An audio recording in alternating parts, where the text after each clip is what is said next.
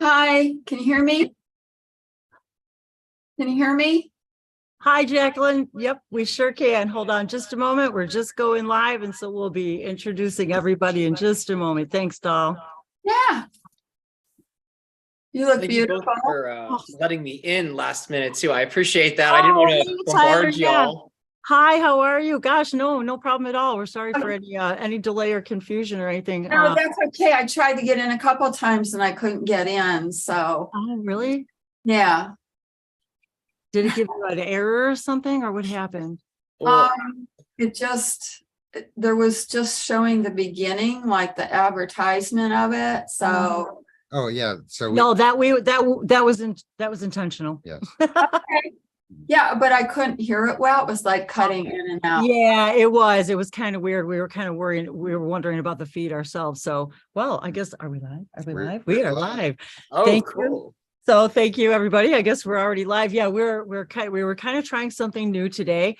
So thank you all for being here. So right now, already in the room, we've got our presenters. Well, I don't want to say presenters, but yes, the whole thing came in such serendipitous ways. So thank you, everyone, for being here.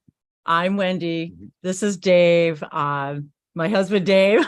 I'm so excited and nervous today. I think I've lost every sense of everything we were going to say at the beginning. So today is the first time that we're live streaming on both channels today. So to our programmer and web designer and graphic artist extraordinary, Dave, I'm Wendy Wolf Yellen. This is Dave Yellen. Thank you. I am overjoyed at the outpouring and the people that are here from literally all over the world. It is a planetary celebration. Welcome to the 70th anniversary of World Contact Day. It's as if I was born to just be here today, as every one of you are. I am just winging it here. I have been sharing my journey here if you're new to me and my channel. And we are also broadcasting live stream on Open Contact TV at the same time as here on Languages of Lights, my YouTube channel, in which I have been sharing for the last 8 years of my joy and excitement in all of this, sharing my ascension journey, my journey with channeling and light language, my ET connections, all of the above that really, I think for all of us started long before we were born. Let's just say that really quick, long before we were born. I think that we were all orchestrated in such a beautiful synchronistic way to be here today. And I can't even believe how in the last 3-4 weeks, I don't know, this came as just an inspiration all of a sudden, and this is how we get downloads. This is channeling. I just got the inspiration. Was it really last year? We had talked about World Contact Day, and I thought, wow, this is something that's been going on for a very long time. And as Dave and I started exploring more and more about this day, where it began, how it began, with whom it began, the magic started to unfold. And it was really just a whim. It was one of these things I said, Dave, we got to do this. I don't know what it is, and then it's the 70th. I didn't even realize it was the 70th anniversary. So it was like one thing, beautiful synchronicity unfolded one after the other.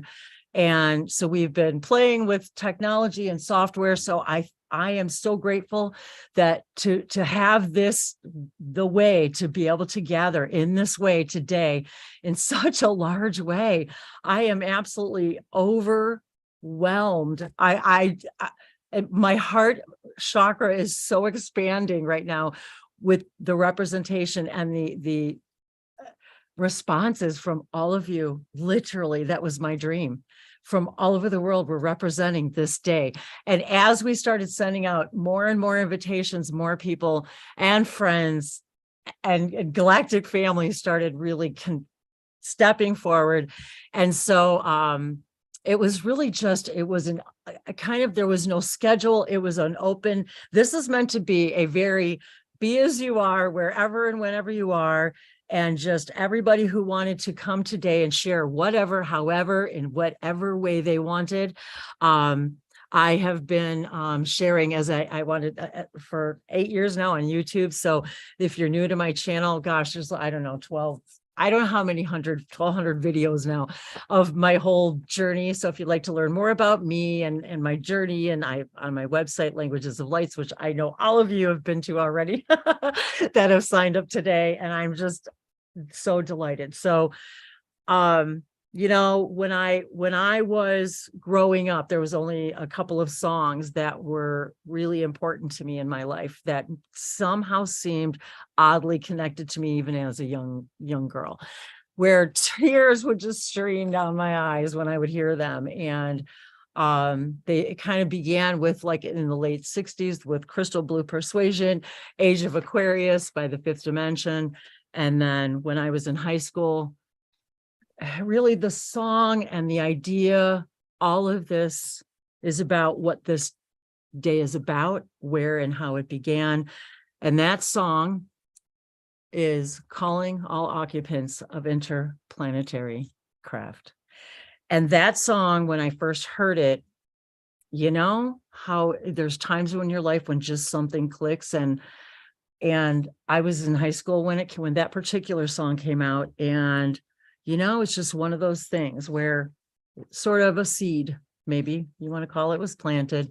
And from that time on, really is when my deepest journey began. And it wasn't until about 11 years ago, 11, that I kind of broke out and I found a group of people who were channeling, speaking what I know now as light languages, and hence the birth of my YouTube channel, Languages of Lights, and my journey, and just me being me throughout all of this. And through that journey, I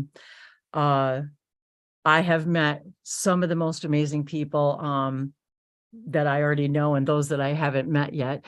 And also through that journey, I met my now husband, Dave. So, and including those in the room right now, and the presenters, Jacquelin and Tyler, will be sharing whatever it is they want to share today. And so Jacquelin will be kind of presenting her story first, and we'd like to take a moment to introduce the reason and the story very quickly behind how this day began, and how all of the inspirations and the synchronicities that happened with us. So we'll take a few minutes to do that, and also thank everyone, all of our galactic guides, our ET friends and families, our inter and extra dimensional guides, multi-dimensional. There is only all that is, and all that is present within all of us and all of you, and all in this gathering. I couldn't be more excited and delighted about the unfolding. So, and I want to just say very quickly, yes, all of you who are attendees, normally when we do hangouts, we put everyone on video and we chat back and forth. Here we're going to wait until some of our guest speakers are sort of finished, and then we'll open up the floor, and anyone who is going to want to actually be on video and talk back and forth with each other and with us, we'll do that afterwards. And I wanted to mention too about the Phoenix Lights. I just was guided right now. Thank you. I was guided right now to also mention that the 13th of this month was also the 26th anniversary of the flight of the Phoenix Lights, which many of you definitely here in the United States, and perhaps maybe some of you don't know about it. So that's part of what this is about today, is also celebrating that and that part of world contact. So and for those of you who are watching on YouTube or got a direct link and didn't see the About World Contact Day, I want to read very quickly because it was really the song that it really was drew us to investigating where the song came from and what are the source of the information, because surely it felt like a channeled message. For sure. And this was a long time ago. People were channeling this. So let me read this quickly. About World Contact Day. World Contact Day was first declared in 1953 by an organization known as the International Flying Saucer Bureau, founded by Albert K. Bender in 1952, originally from West Pittston, Pennsylvania, in the U.S. We now know him as a channeler who received telepathic communications from what later turned out to be the first publicly documented description of the Men in Black. He also claimed to have been visited by these multidimensional men from another planet. It turns out that he was not the first to have these encounters with the Men in Black, which adds credence to his story. Before leaving the UFO community due to his fears, he helped create a meditation for inviting open contact, which was and still is carried out throughout the entire planet Earth on March 15th of every year. In 1976, a group of musicians named Klaatu, inspired by the World Contact Day meditation, wrote the song Calling Occupants of Interplanetary Craft. And in 1977, the song charted worldwide when the Carpenters recorded their own version in their album Passage and became the recognized anthem of the World Contact Day. And we want to have a shout out to Terry, who wrote the song. He might be here watching. Along with the other members of Klaatu.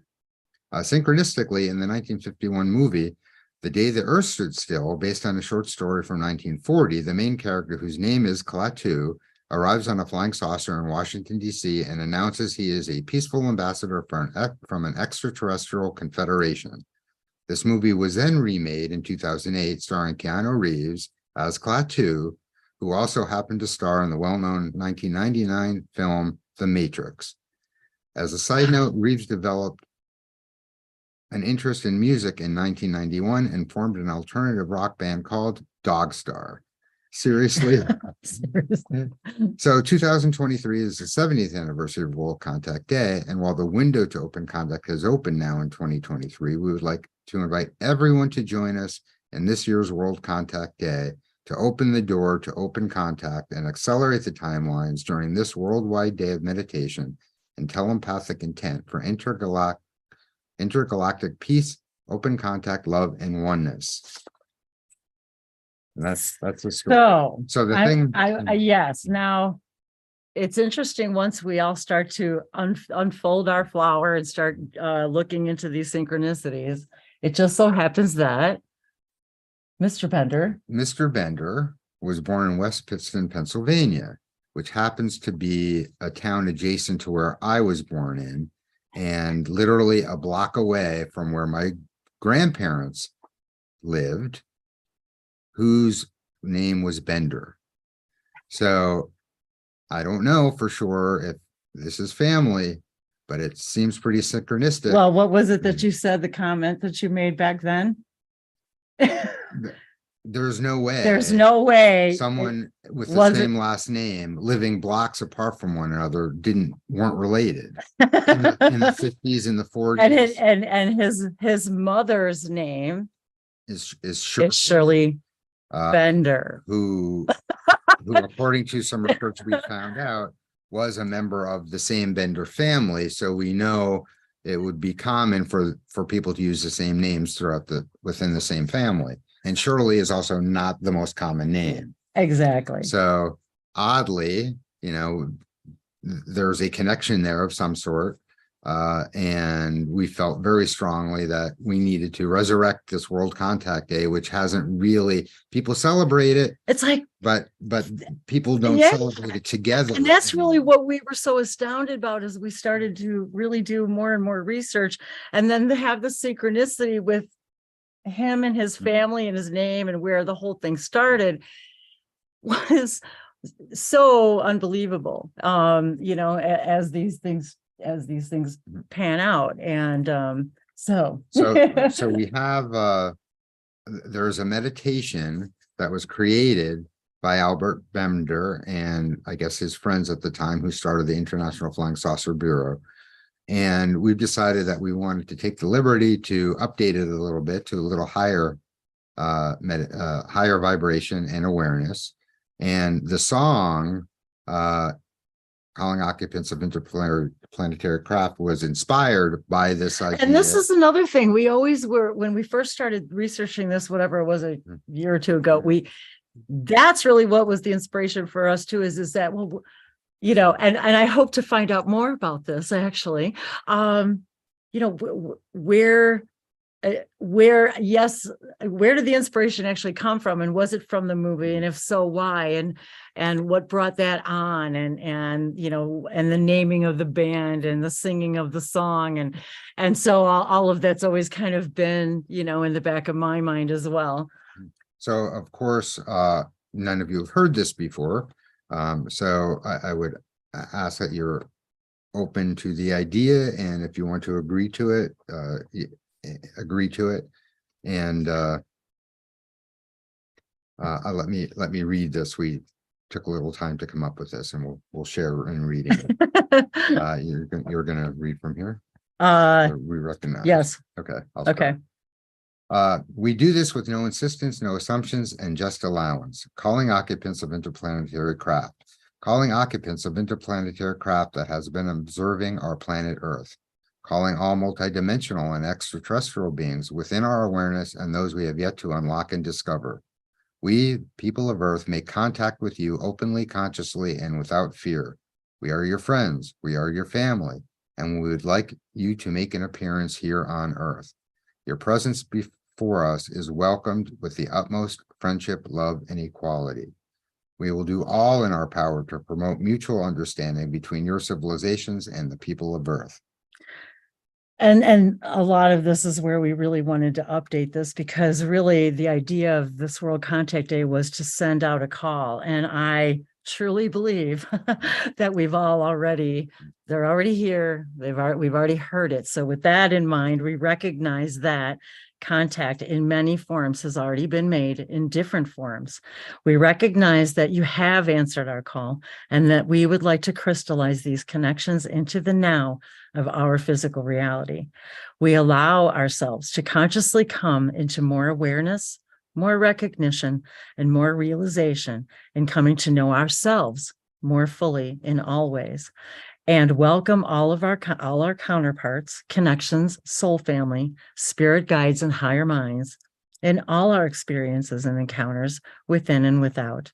As above, so below. We express our intention to allow the unfolding of the evolution in a way that serves everyone in the highest good and in the highest love and light, individually and collectively. Where did I leave off? Oh, like with love and peace. We are your friends, we are your family, and we are one, and we welcome you. And so it is, and so it is, and so it is. Can you hear its own? So, and I wanted to once again thank all of you. So as it came together, I wanted to once again welcome everyone, all the attendees, and welcome Jacquelin and Tyler here. Jacquelin is going to be sharing a bit of her story and sharing some of her writings and her experiences, and then we would like to open it up to some Q&A as soon as she's finished. So if I'll let Dave, I guess we'll be using the hand raising method here. Yeah, you could type in your questions in the Q&A or raise your hand. And if you want to ask, and then Dave will, turn you on to ask questions afterwards. So I thank you, my dear friend, in my journey that I have met in my own ET contacts and synchronicities. My dear friend Jacquelin Smith, animal communicator, ET experiencer, hybrid, author. I just don't know.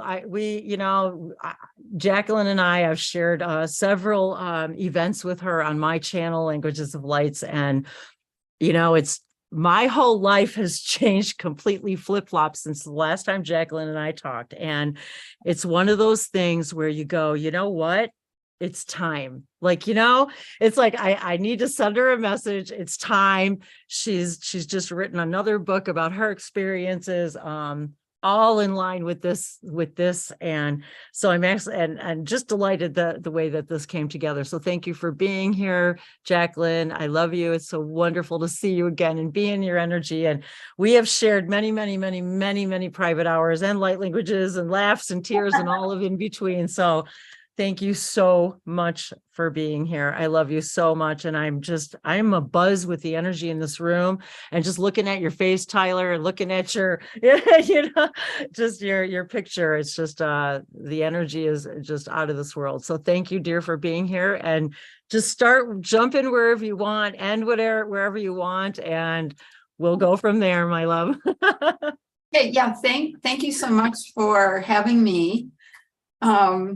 Be a guest speaker today. I so appreciate it. I feel honored to be here and to be a part of this. And yes, Wendy and I have had many interesting conversations about many things, the light languages as well as star beings and many other things. So it's really wonderful to reconnect with you, Wendy, and with you, Dave, as well. So thank you for having me today.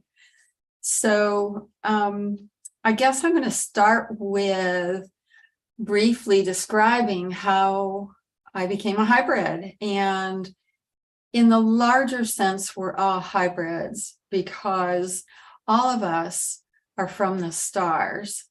So in that sense, we all come from the star beings. And I also wanted to mention before I dive into that, contact can take place in various ways. So star beings can come through dreams. I work with a lot of people who have star beings coming through dreams, who might actually appear to them when they're taking a walk somewhere.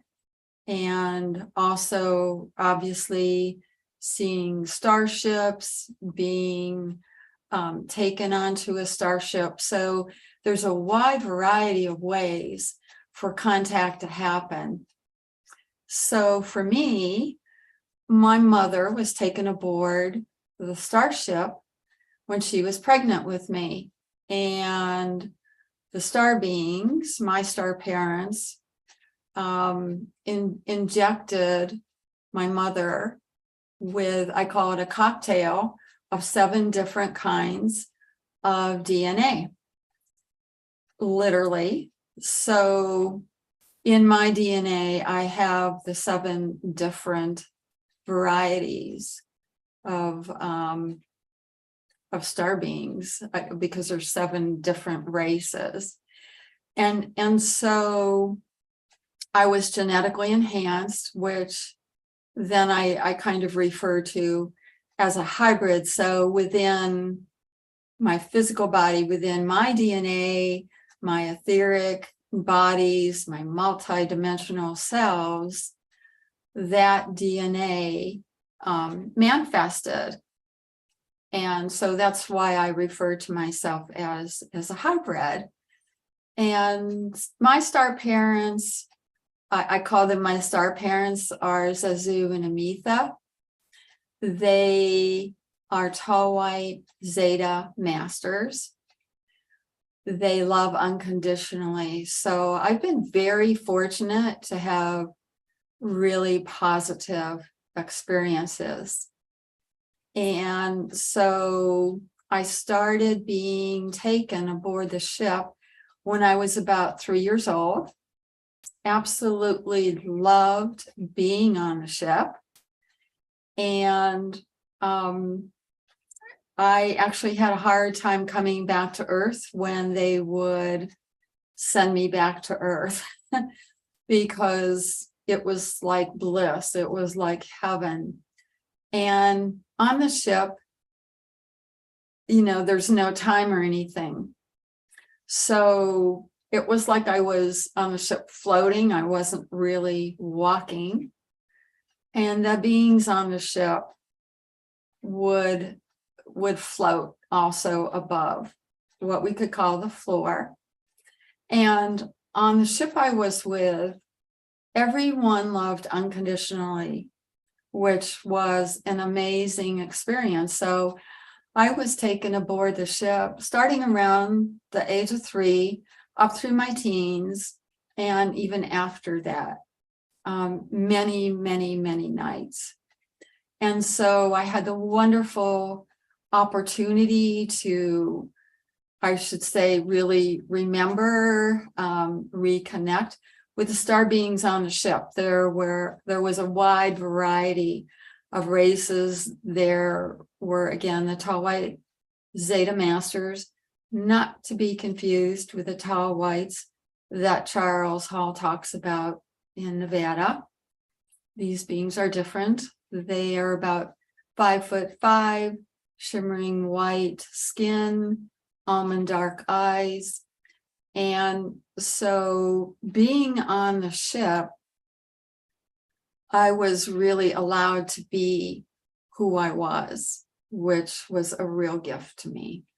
So I was in, we could say, school many, many, many nights with 7 other children who were on the ship, and some were from other countries, but we could all telepathically communicate perfectly.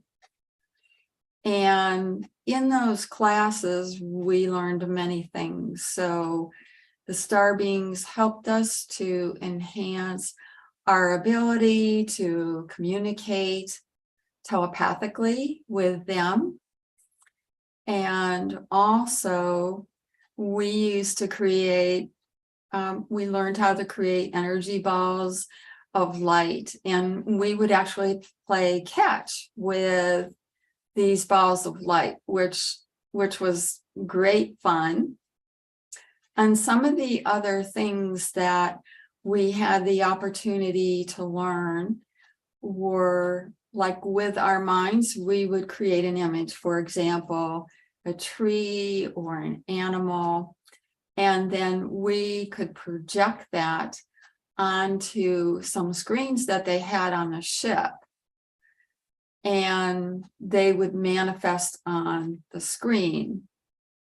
And then later on, we were taught actually how to create the image and then the energy of what we wanted to manifest, and then could manifest it.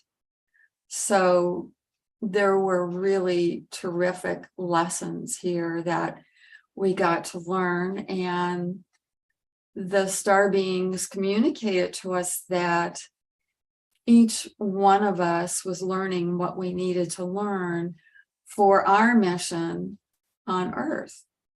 And I totally enjoyed it, had great fun in the classes. Actually, I know 3 of those people now currently in this life. So that has been a thread that has been really wonderful for me to experience. And another experience on the ship that was phenomenal was the star beings created, we could call it a subspace bubble outside of the ship. So we were literally in the middle of space in this bubble. We could call it, of course, another dimension that they had set up. So all of us were in this bubble, and the star beings would teach us about space, quantum physics, about the planets and the stars. And they also showed us Earth and let us know again that each of us was being prepared to do our missions, to do what our souls had agreed to. So I knew that my soul had agreed to become a hybrid and also to come to Earth to be a part of the awakening on Earth with many, many others. And so that's been really joyful for me that I get to work with other people, helping them get connected to their star families, and also working with them with different star languages and languages of light. I kind of think of it as the same thing. And as a child, when I was on the ship, I used to put my fingers into the light codes that were on the walls of the ship. So there really are no walls on the ship because the ship is holographic. The ship is an organic being. And so we could even think of it as geometry. And so with putting my fingers in these light language codes, they would literally come off the wall. They would dance with me, and they would move through my whole body. We could say raising or upgrading my frequencies. And so these beings are very conscious. The codes are very conscious. They are living beings, multidimensional. And I guess maybe many of you know this, but I just think of the light languages, the star languages as geometric, sacred geometry. And when I'm speaking light language, then I'm speaking light. And so I had the opportunity to learn many different star languages while I was on the ship, and I still speak them today, and actually use them when I work with people doing light language sessions, that I allow the star beings to just come through and play singing bowls and have a wonderful time being able to share that, because the light language helps them become aligned and with who they are, with their authentic self, and all of their bodies understands. The great thing about light language is they bypass the mind ego. And I think of them as being very, very heart-centered, that it is a heart language. It's pure, it's direct, and there aren't all these other energies going on that happen when we speak in words. So light language has become a big part of my work. And with the star beings as well, you know, like Wendy said, we are in contact, or they are in contact with us. And I'm in contact with star beings every day. I have mantis beings who you could say live with me. They live in a different dimension, but they are here all the time in my house, which I absolutely love. And I have a lot of mantis in me. And my star parents, Zazu and Amitha, are often around. They visit me, and I also go onto the ship to visit them, to visit the ship. So I'm really grateful that I have the opportunity to have all these incredible relationships with these star beings. And one thing I'd like to mention too, if someone wants to be in contact with star beings, is to simply invite them in and ask them to come in a way that is comfortable and feels safe for you, because many people do get freaked out when star beings show up. And so they know what we need. They know the timing of things. So you can actually ask them to come in a dream. That can be a good start. everyone has their own way, or they may communicate telepathically or in some way.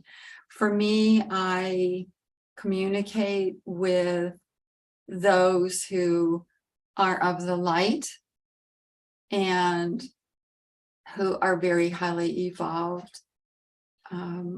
So that's I love being able to say that and come from that positive point of view. And I know people have had some pretty dark experiences. And so there's a wide range of races, a full spectrum, just like there are humans. So in my experiences, also, I have hybrid children. I have many of them, which is great fun. And they do contact me. I communicate with them. I have about 40 hybrid children. And so they communicate with me with one voice. It'd be kind of difficult to hear 40 voices at once. Might get a little confusing. So I dearly love my hybrid children. And I visited them on the ship when, after I had the hybrid children, not all 40, but a number of them. And I do have a hybrid daughter who is here on Earth. They integrated her into another society in another country. And so she's working as a healer. She has 2 children and a husband. And so we telepathically communicate now and then. And so that's been a great joy for me. And the star beings are continuing to integrate more hybrids into this level. So when I say that, again, I'm referring to hybrid as those who are being genetically altered. And also when I was on the ship, I had the wonderful opportunity. The class I was in, we would spend time with the hybrid children on the ship, which was just beyond amazing. And so they were teaching us more about being star being, and we were teaching them more about being human. And so this class, the class of the hybrid children, were amazing. Looked like a sea of rainbows because they were of all colors, and some looked more human, some looked more star being. To me, they were all beautiful. And I had the wonderful opportunity to become really close with one of the hybrid children. Her name was Ellison.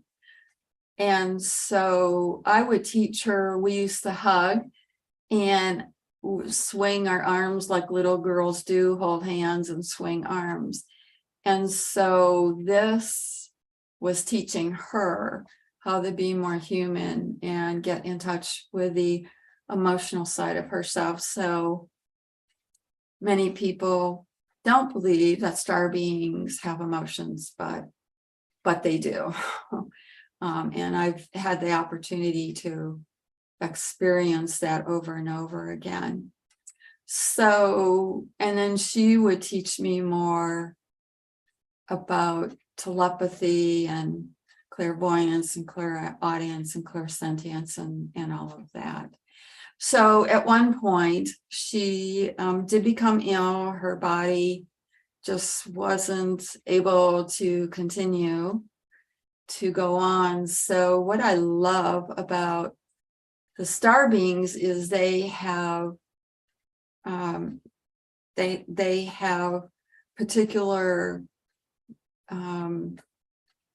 particular group who watch over the children who they love. And so what they helped Ellison to do, and I was present, was they helped her to consciously leave her body.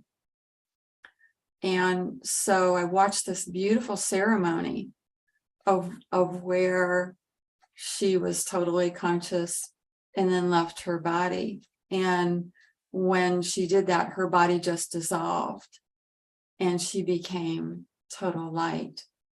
So what was interesting to me later is my daughter, who I just talked about, who's in another country,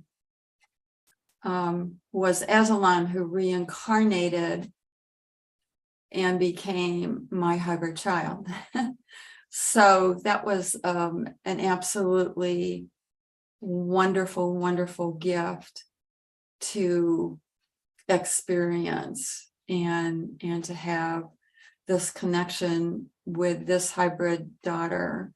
And many of my other hybrid children are in other star systems doing their work. I have a son who, I guess I would refer to him as an engineer who works with light, or a light engineer, who is continuing to create new pathways, we could say, of light throughout various galaxies.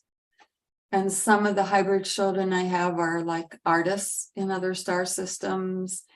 A lot of times we don't think of this, but the star beings, they are more like us than we might think, or a number of races are. They have families, they are into being creative, music. I've heard their star music and it's absolutely phenomenal. And so it's just amazing, the artists and that. So I have the wonderful gift of being able to communicate and see what they're doing. They show me what they're doing. So they have different kinds of instruments than we have, and they're holographic, which is great fun.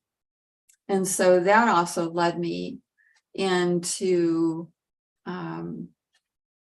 playing star music on my keyboard. So I have, I think, one recording on my site, and I'll have 2 more on in the near future, that actually the dolphins came through and I was speaking the dolphin languages and playing their music. So I'm very excited about that, and it's fun. And many of the races, they care deeply about Earth. They care about the environment. They care about what we're doing. Some of them do visit here to continue to check the environment and watch over things. And so sometimes they can do certain things energetically. There is a line where they are not allowed to intervene, but they do come in. And so they've been coming in here. Recently, there was a major chemical spill, we could call it, where the train not far from me went off the tracks, and it's affecting the environment and people and animals and so on. So I've been praying for that. If you would like to pray for that as well, that would be wonderful, in East Palestine, Ohio.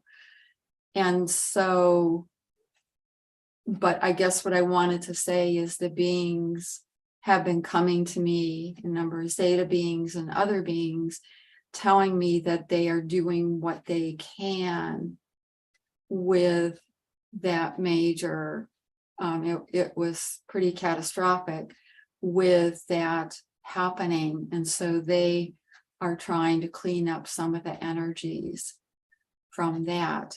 And so I just continue to pray for that. But the star beings can intervene to a point. So I wanted to just share, I'm sure many of you are already familiar with all of this since you know Wendy. But I did want to mention that I have been doing for years, writing down light codes on paper. And light codes are multidimensional. So when I draw them onto the paper, they do not lose that multidimensionality. And so I wanted to share a couple with you. And also I have a light language art store at my website, which is www.jacquelinsmith.com, no E at the end of Jacquelin.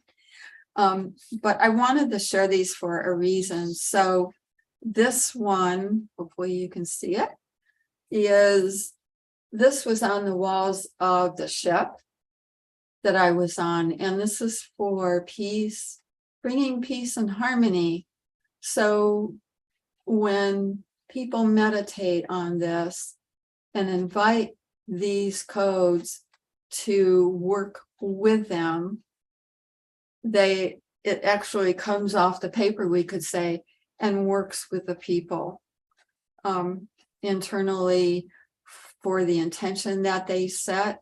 Again, this one's basically for for balance and harmony, but you can set an intention for what you would like it to do for you in your life at the time. And so I have these in every room throughout my house, different light codes, which is great fun. They direct me in all kinds of ways to use colors and what color paper and things like that. And this one, I love this one. And this was by the one I just showed, the Tall White Zeta Masters. And then this one, I love this one. This is from the Pleiadians. And so they refer to this one, or they told me this is about peace. So I love this because we can set the intention for inner peace, but we can also use it for world peace and cosmic peace. And so this is one of my favorite ones, although I love all of them that come through. So you can check these out at my site if you feel inclined to do so. And many people tell me they hang them up in their homes, and it really shifts the energy in their homes. And actually my massage therapist has them up all throughout her office, and she said her work changed ever since she put them up. So you can feel the energy. The power of light language is beyond words. And I love it that light language is beyond words. It's all frequency, it's all vibration. And our souls understand what is being said. They understand the frequencies. And our body, our whole body. And to me, the point also with speaking the languages of light is to open and to receive it and to allow it to work in amazing, wonderful ways. And I've also used the star light languages with animals, with land, and all kinds of things. I speak light language all the time, and star languages, again, I kind of use them synonymously. And so because the star beings, they're so evolved, they are speaking light, their languages are light and all about love. And so I've just been so blessed to be able to have a life that has been filled, is so rich with the star beings. And the star beings are in contact with us. They have been in contact with us ever since humanity was. And not only on Earth, but on other planets and dimensions as well. So some people think of contact, let's have them land on the White House lawn, which is not going to happen, but they are continually making contact with us from where they are. There's no such thing as time and space. And also, again, from their ships, many people see their ships.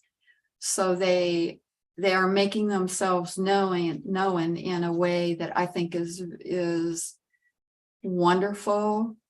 They are not going to open themselves to like landing on the White House lawn and being gunned down. That there's no purpose to that. So they're coming through us all in a way, to me, that is disclosure, that what they are sharing with us comes through all of us. And those who are open, the only thing that, one of the things that can block connecting with the star beings is if someone's afraid. So if someone's afraid, again, that's where it benefits them to take it step by step. And as the star beings are coming away, that's comfortable for them. And to start at that level, I work with tons of people, suggesting that and doing that. So, and I wanted to mention in 2013, I got my Thanksgiving experiences. Talk about contact. I had contact for over 2 weeks straight, where I was taken aboard a mothership and had the wonderful opportunity to meet old friends on the mothership of many other races, and actually had a number of healings take place as well. And actually, I've written a whole section about that in my book, because it was so amazing. I had all kinds of things moving around my house because a portal had opened above my house, and an organic craft flew out of the top of that portal. And I actually stood in the backyard and watched it fly right over me, directly shine lights in my face, and then of course flew away faster than anyone can ever imagine. And so I had all kinds of changes here. And there's some photos in the book of, I have an owl statue where on the wing of the owl, it was normal, and then it changed on the molecular level. And there's like a circle where it's just gone and there's indentations. So I wanted to include that in my book. Grass grew up overnight, like 4 or 5 inches through snow. And there's photos in the book. My neighbor had no snow growing up at his yard. And I took a photo of that, and then took a photo of the grass growing up overnight. It's like I had a crop circle around my house. There were symbols in the snow. I mean, tons and tons of things happening. So talk about direct contact. And then I was leaving and going, had missing time for days. And fortunately, I had a good friend who was checking on me. And after all of this, I said to her one evening, I said, that was a wow, 3 days. And she got really quiet. She goes, Jacquelin, that's been over 2 weeks. So because of the difference, on Earth, it's very dense and we have time, that out there in those dimensions and on the ship, there's no time. So it took me a while to get reoriented to really getting my feet planted on the ground again. So my life really has been a lifetime of contact. I mean, the star beings were coming to me when I was in the crib, and they were helping me to adjust to Earth. And the star beings are just amazing. I had a nanny on the ship who I called Sandman, who was just amazing. So I just wanted to end with a light language blessing for the world. Shukura aliki iya nakaya kai mokoro korota siya. Ushukura ka anakari na hotoro koro tananahaya. Ushuanaha. Doete I amaka e takariata omaka e laka ala. Insita anakata itama korokora ka e anasia. Ushaka ianaka ai I amakoro tare tananahaya. Urakarea tare ira karosita. Ushunakala.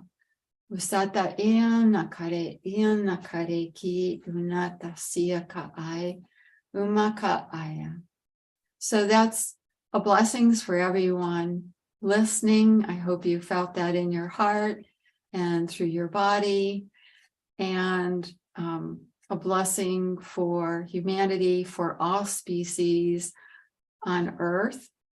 And that was actually kind of a number of them came together to give that message. So that was Tau White Zeta Masters, as well as Pleiadian, and also a little of the mantis in there. So thank you so much for taking your time to be here and to listen to this today. Thank you. Thank you. Wow, Jacquelin. I'm just like, I'm breathless. Like how this whole thing was so beautifully synchronistically orchestrated that you had, needed to speak first in your timing and your schedule. And I wanted to thank you also for just being here and taking this opportunity to jump right in and be the first person to talk. And you couldn't have laid a more perfect and beautiful and loving foundation for this entire event. You have covered pretty much the gamut of everything that could be, really, to think about what it would really be like to do this here on Earth with all of us. My heart chakra is like exploding right now. It has been, you guys, for the last days. It's just been building and building. Like I can't, like the Grinch, where his heart just keeps getting bigger and bigger. And literally the light codes and the symbols and everything you said has been so present in my own experiences. And I'm so glad that you touched on every one of these things, and to have such a run the gamut of experiences and to present this to the world right now, today, in this way, with all those present today in this room, with all of those watching out there now, and in all the nows from here to come. And yes, to answer your question, you guys, this will definitely be on both YouTube channels for as long as YouTube is. And so you'll be able to pick up this, you'll be able to watch this over and over again.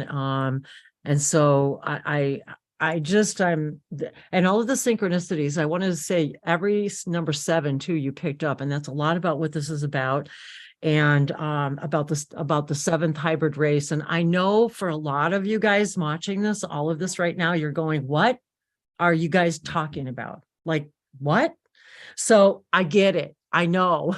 It's like, so wherever you are in your presence here today, you needed to be here today for all of this for very, very specific reasons. And my gosh, Jacquelin, the love and the connections and the energy that you have brought forward today and portrayed and explored with all of us. And yes, maybe for all of you who are new to my channel too, that is how Jacquelin and I met.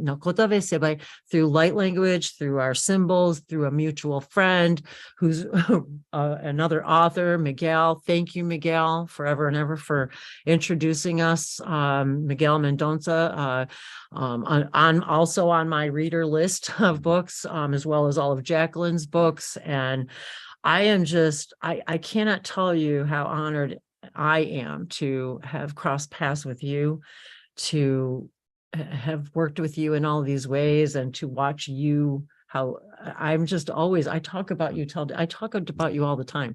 I do, and I always have, and just and our relationship and how, and this is what I wanted to reiterate about these kind of gatherings and hangouts is, this is what happens. It's like, this is what we came to do, is become this, not become, we're already a family. It's to meet the families, and I too have the symbols.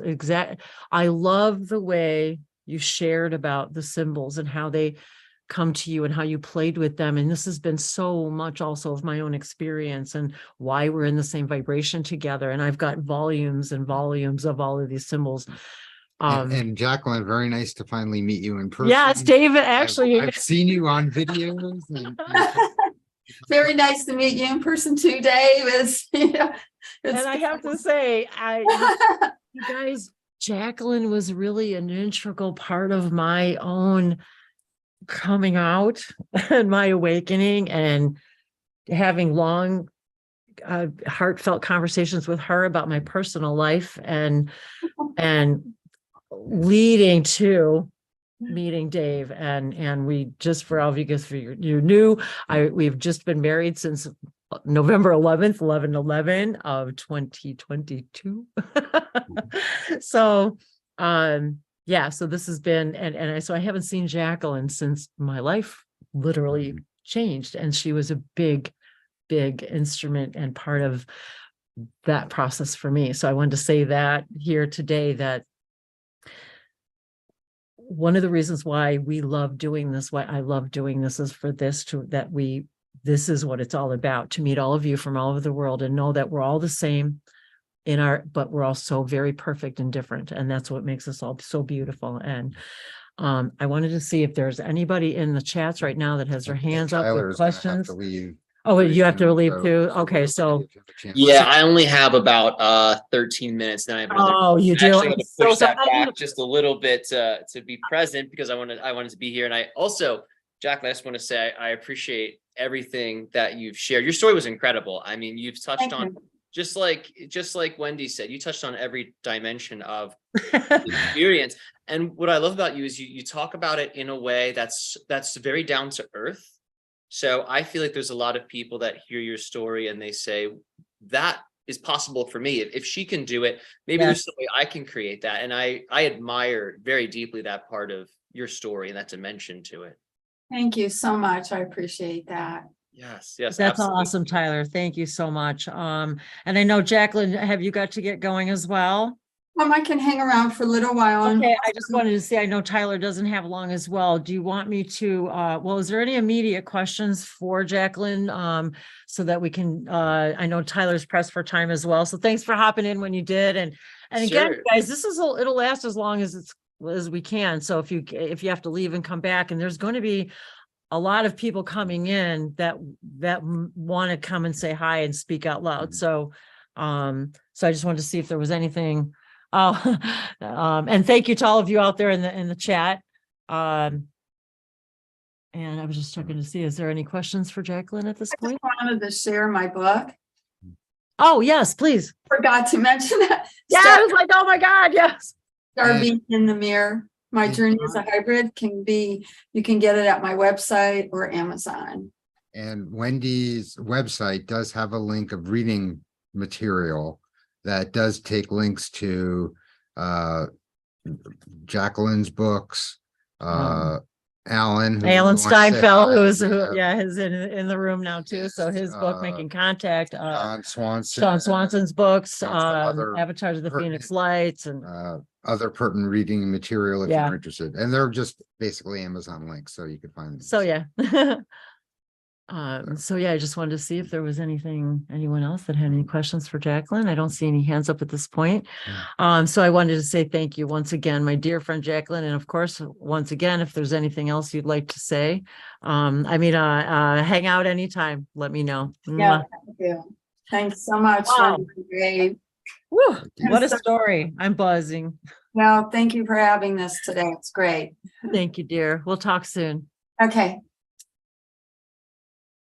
Okay. Tyler. I know, Tyler, you're on. You got, I know Great, your great. customers. Well, thank you I both am for having me. totally It's- digging the shades, dude. Oh, thank you. I wanted to dress up for World Contact Oh Day, and I was my like, what's God, more perfect than like big octagon? I just have eyes? my Sasani contact crystal. That's about Oh, we're kind of parallel, blue green. I was They're like, wow, I love shades. those glasses. Yeah, they're great. I just started getting into sunglasses. I was like, I could just create a whole other persona that's just like sunglass guy and like, And channel I it. love hats Yeah. too, and I always forget to wear all my crazy hats. It's like whatever. But anyway, yes, please do share whatever it is that you came here to share. We all want to hear what you have to say. Of course. Well, thank you both for having me. It's so great to be here and to be a part of this event and to see so many cool faces. I see Alan in this panel. I see Jonathan, Trinity, Martin. There's so many great people that are coming together as a family, which we are. See, that's to me the amazing part. Through the internet, we have been able to play a game of ancestry.com in a sense, right? Or like findyourfamily.net or whatever those sites are. We have found all the people that are connected to what I like to call the hybrid oversoul. That's mainly how I see it. However, the hybrid oversoul is sort of the mother to all of the other species, right? Because the ultimate species, right, is the blending of all of them at once, right? And then it separates into the 7 races, just as Jacquelin had mentioned, right? It becomes those 7 extraterrestrial races. Well, today equals 7, Tyler. That's what I was going to say to you guys earlier. Today's date equals 7. She's talking about 7s. It's the 70th anniversary. When they first started World Contact Day, they celebrated for 7 days.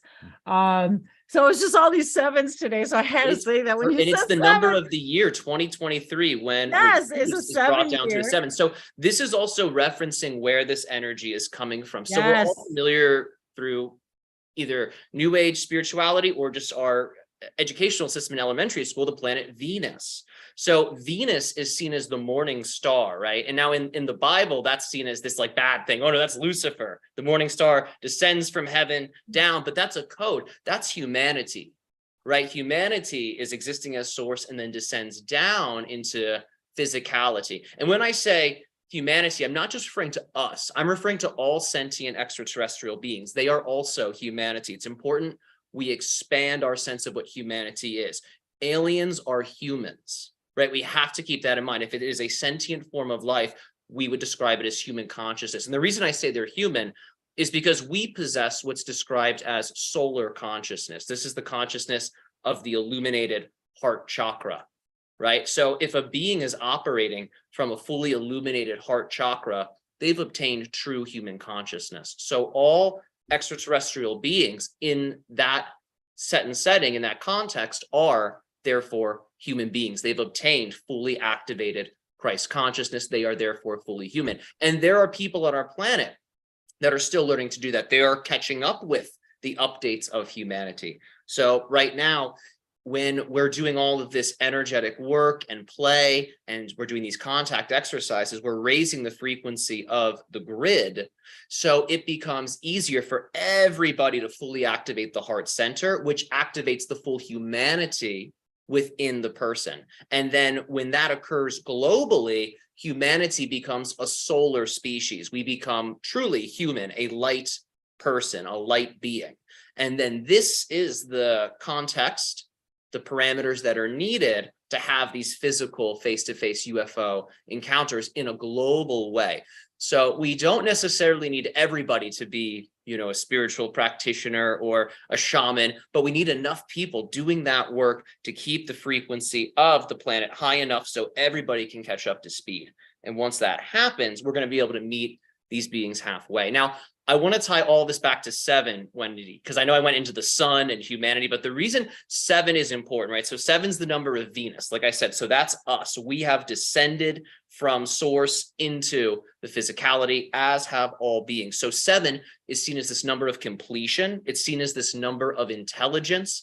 And it is also seen as a number of change. And that's a really interesting thing about 7, because 7 is both completion and completion shifting into change, which implies, I like to reference, just because I grew up in Western culture, right? The Abrahamic texts, right? There's the idea of God or source breathing life into humanity, right? And now, bam, human being completed. Well, now that human being is going out to create whatever it wants. That's the part of the 7 that changes. That's the activation of free will, fully being able to really create as a spirit in a body instead of just as a physical being. So that's where we are all headed. That's the point of the open contact. And the destiny, you could say, the long-term trajectory is once these beings come here, they will live amongst us and we'll actually be able to travel with them on and off world. They'll become major, you could say, participants in our society. They'll have very special roles in terms of how they operate, how they support us, very balanced, very equitable. Both humanity and these beings feel nourished by this relationship. That's the type of world we're moving into, and that will give rise to an entirely new expression of human consciousness, which to me is fascinating, because for a human to merge with a being from the stars fully is to allow for essentially an alchemical merging to take place. Opposites, the star world and the earth world, have merged. And whenever you merge opposites, right, you have the Vesica Pisces, right? In the center, right, you have this sort of diamond shape, right? It's the womb, right? That's the womb of creation. And that's going to be the new species that we birth. They will come out of that source portal. It's a very foundational thing. This type of thing has been talked about in ancient traditions. So what we're saying here, even though it is classified as New Age by many, this is quite ancient. This type of thing has been prophesized. There's been many world religions and shamanic traditions that talk about this. Even though it looks like things are crazy outside, we are right on schedule, 100% on schedule. No matter how crazy it looks, we are exactly where we need to be. And we got the tools that we need to get the job done, whatever that job is. And we got the support. And now, because of this global community, it's not a theory anymore. Just get on your favorite ET group lists or whatever. And you got a whole tribe of people.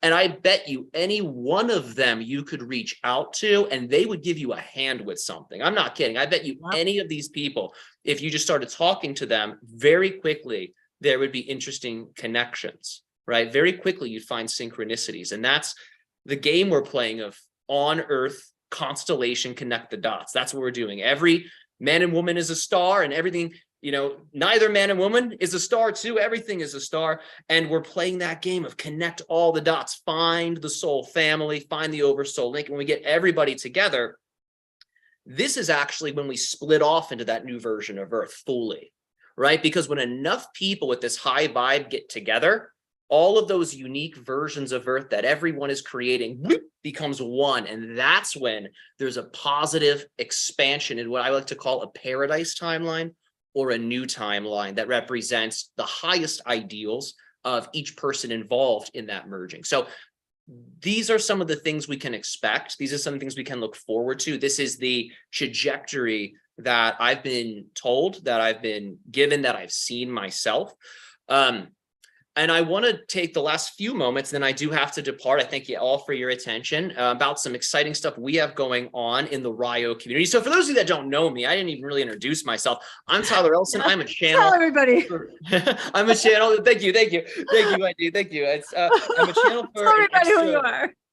Oh yes, but some people may be new. I never know these audiences these days. So many new people are coming to this. So the entity I channel is from a species called Sasani, and his name that he uses is Ryo. It is short for Ryo A.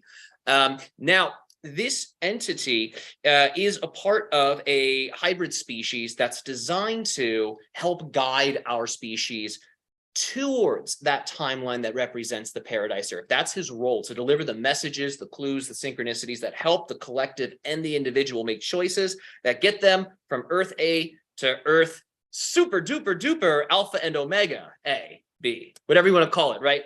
The Earth you're on now to the Earth you really want to be on. That's his main role. So I channel this entity, and he has recently brought through an entire system of numerology. It's an entire alphabet and language. It can be used to translate light language. The entire system is also designed to act as a portal to summon contact and to summon craft. I've tested these techniques. They're thoroughly effective. They manipulate very quickly what's happening in the space around you. You can get tangible, like physical and tactile results from these practices. So this is a whole system that Ryo's channeled. So again, I would describe it as a mystery school fully, and we're training people in it starting in April.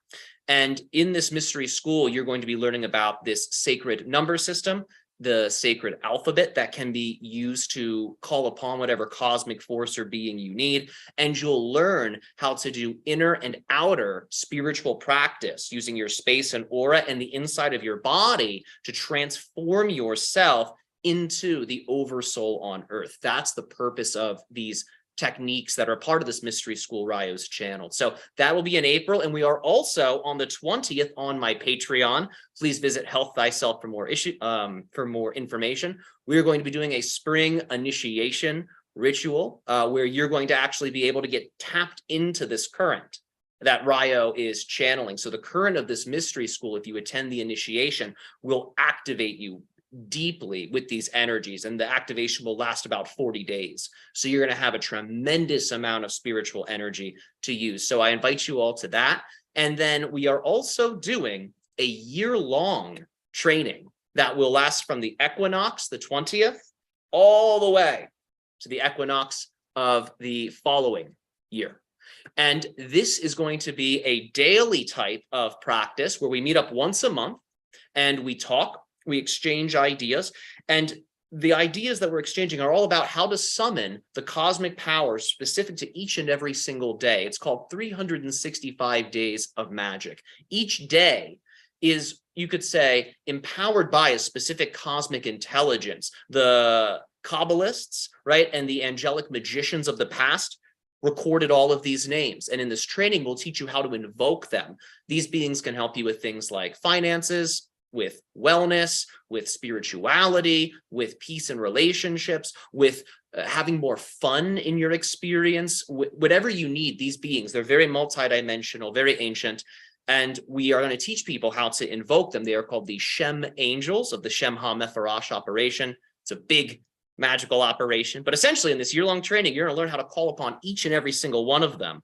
And if you follow the training and use these beings for a whole year, you will acquire the powers of each of them personally. They'll become a living part of you, and it can activate more of that super consciousness. So these are some of the events we have going on. The spring equinox, 365 days of magic, which you can see on my website, thegalacticguide.com.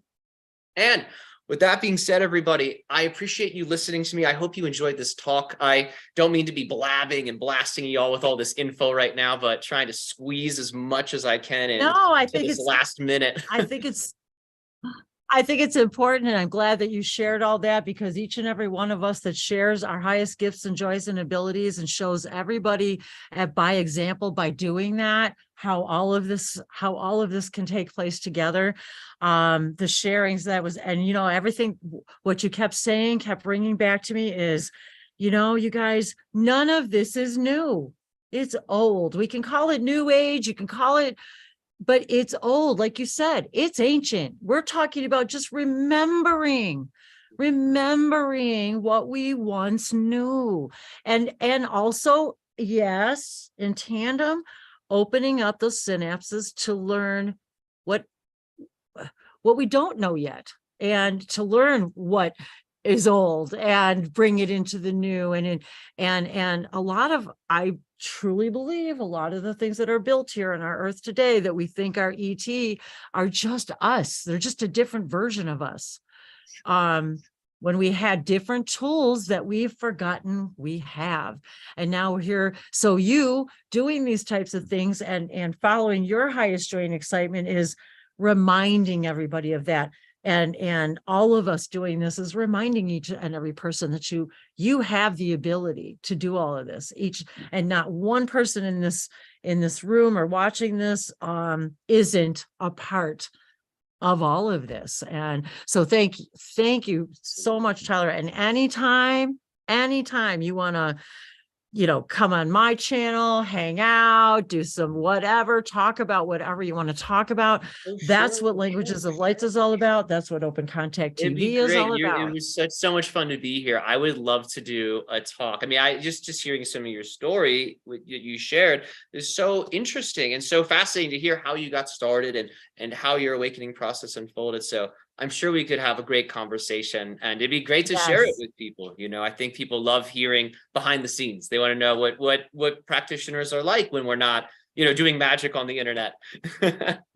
Exactly. And hey, and we do watch you. We watch your channelings. We watch Jonathan. We watch Ellen. We watch you guys. And Wendy has lately been posting videos talking sort of about the channeling process and what's going through her minds before, during, and after. So I would love to share some more of that, Tyler. Actually, I want to open up that invitation to you to talk about that kind of stuff too. Like what's our channeling processes? What's it actually like? I think people think it's more, I don't know. I think people sometimes have this feeling that it's something that maybe it isn't, or that it's the subtle things are not what is, the message.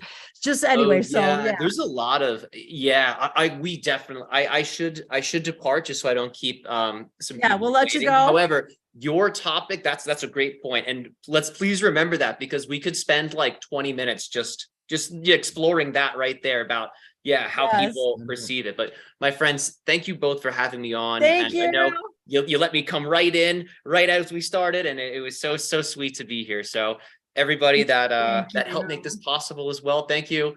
Alan, Jonathan, and Jacquelin, thank you for being here. And Dave, correct? Please don't tell me I got it wrong. Yep. I got it right. Yes.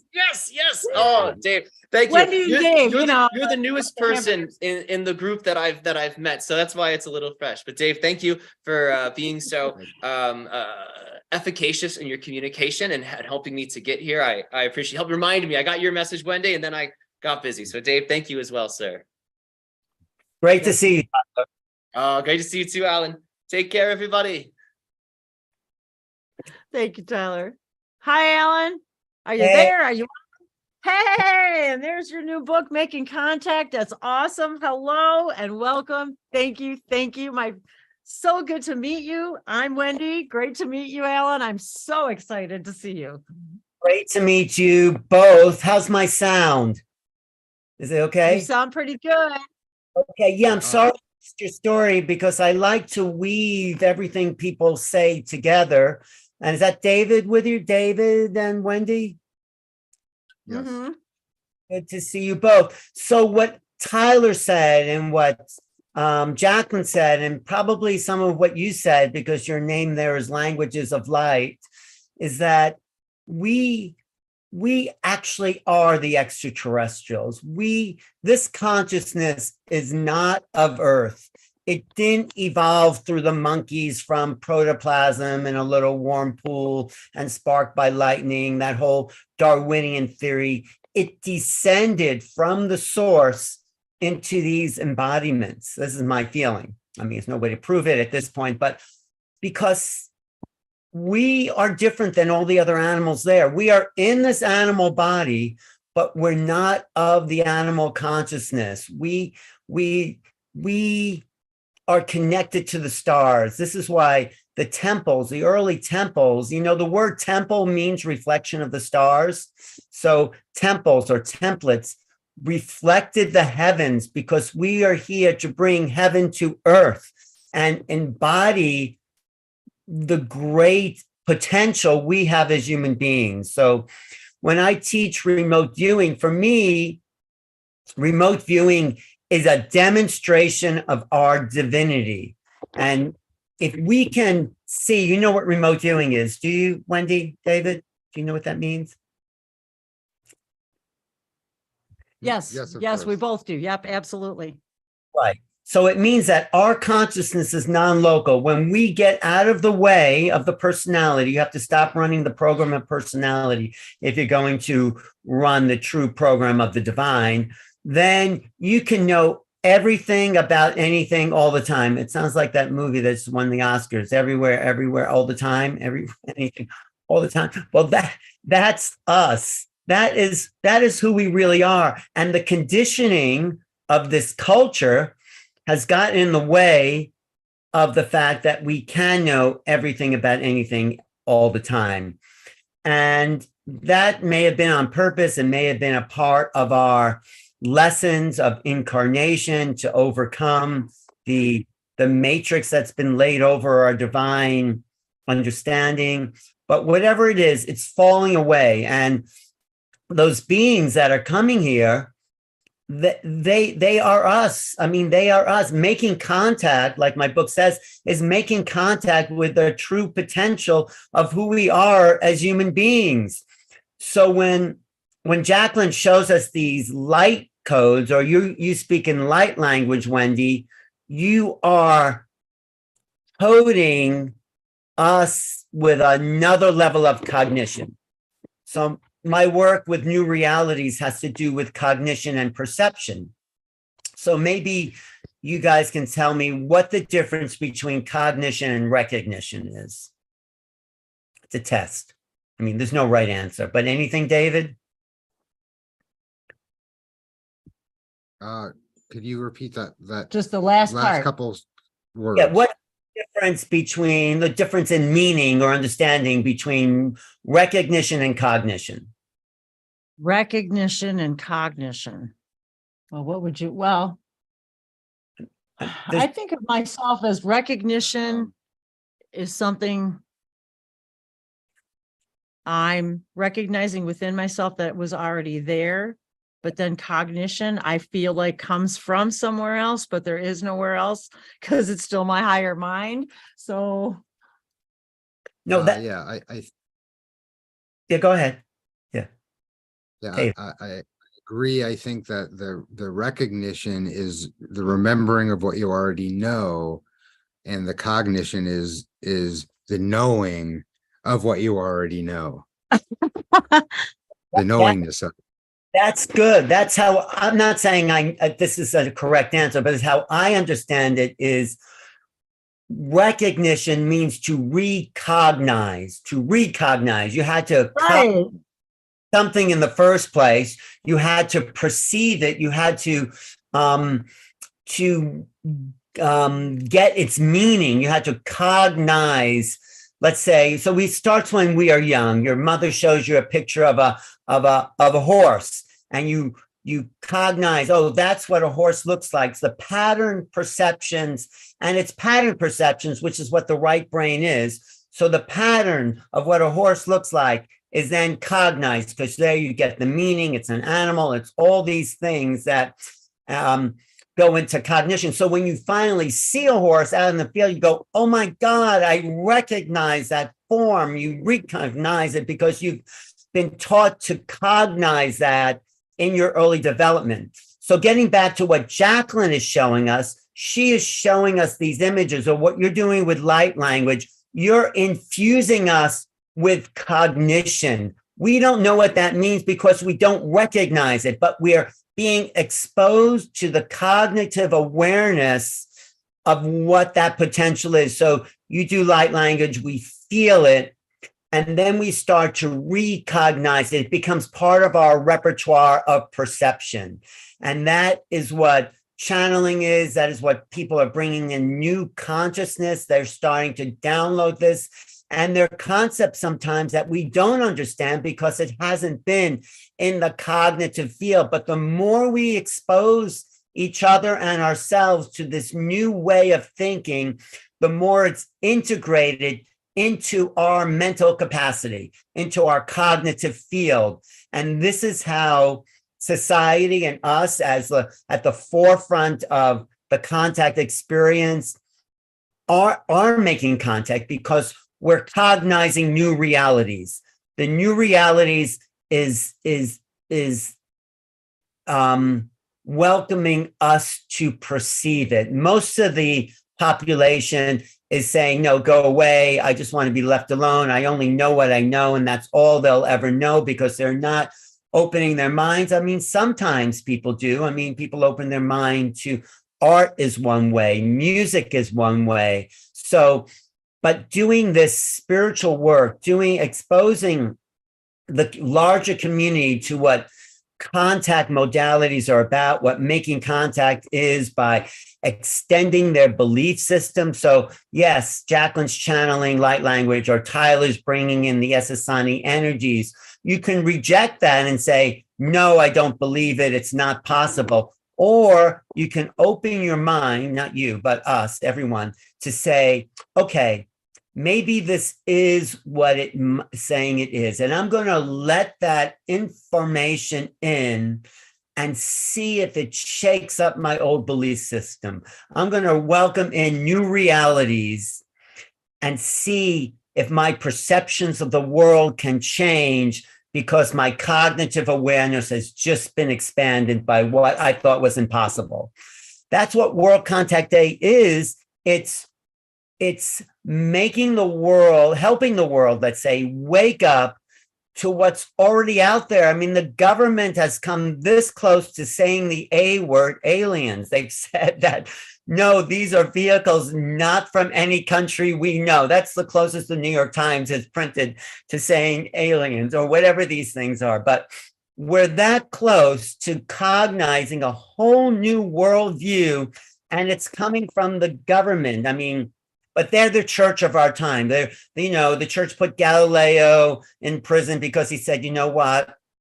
I prove what Copernicus said, that the earth is not the center of the universe. But we are in a Copernican revolution. We are not the center. We are not the top of the food chain. We're not the smartest guys in the room. There's a huge potential of life. I mean, life, I say, is an emergent property of creation itself. It's emergent. It emerges. It's from nowhere. DNA is the molecule that's pervasive throughout the cosmos. Gary Nolan said DNA is 9 billion years old because he traced the complexity of it.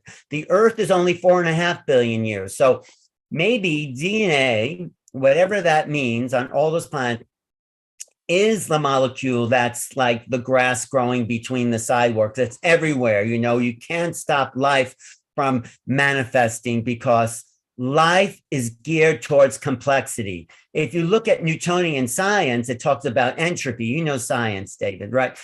Things wind down towards simplicity, but that's only in a closed system.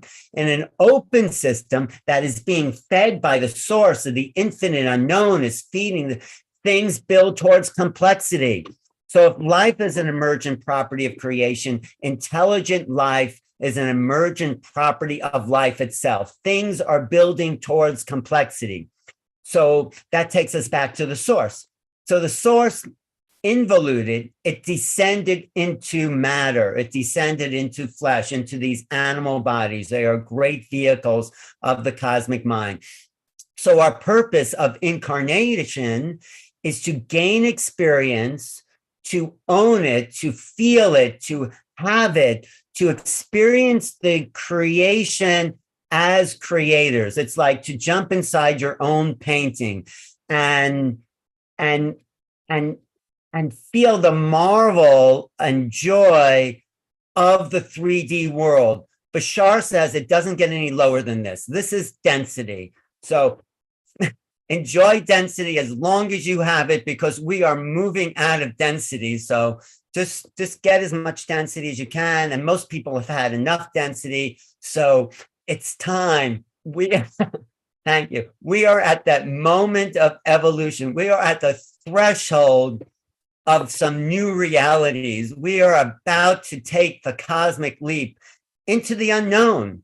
It's not like anything you think it is, because we're thinking it's something we know it is. So people are usually afraid of the unknown because they're only projecting the known onto the, oh no, this is going to happen, that's going to happen. No, the unknown has nothing to do with the known.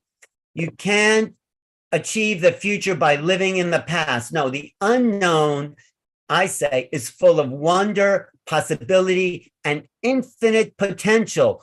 All the awful things that we can ever project on the unknown is stuff we've experienced already in lifetimes and lifetimes. I know because I had a little past life regression to World War II, to the concentration camps. That was not a picnic of a lifetime. You know, that was really, I think, as low as we get on World War II, all that, the death camp, it's still happening for sure. I mean, it's not like we're beyond that, but if we can raise the frequency, we don't have to have those things happen anymore, because we can, the more of us that raise our consciousness to cognizing the possibilities of an infinite mind, the more that, maybe people say 144 potential souls that have volunteered to raise that and go through the density and come out the other side and say, yes, something more is so much possible. Joy is possible.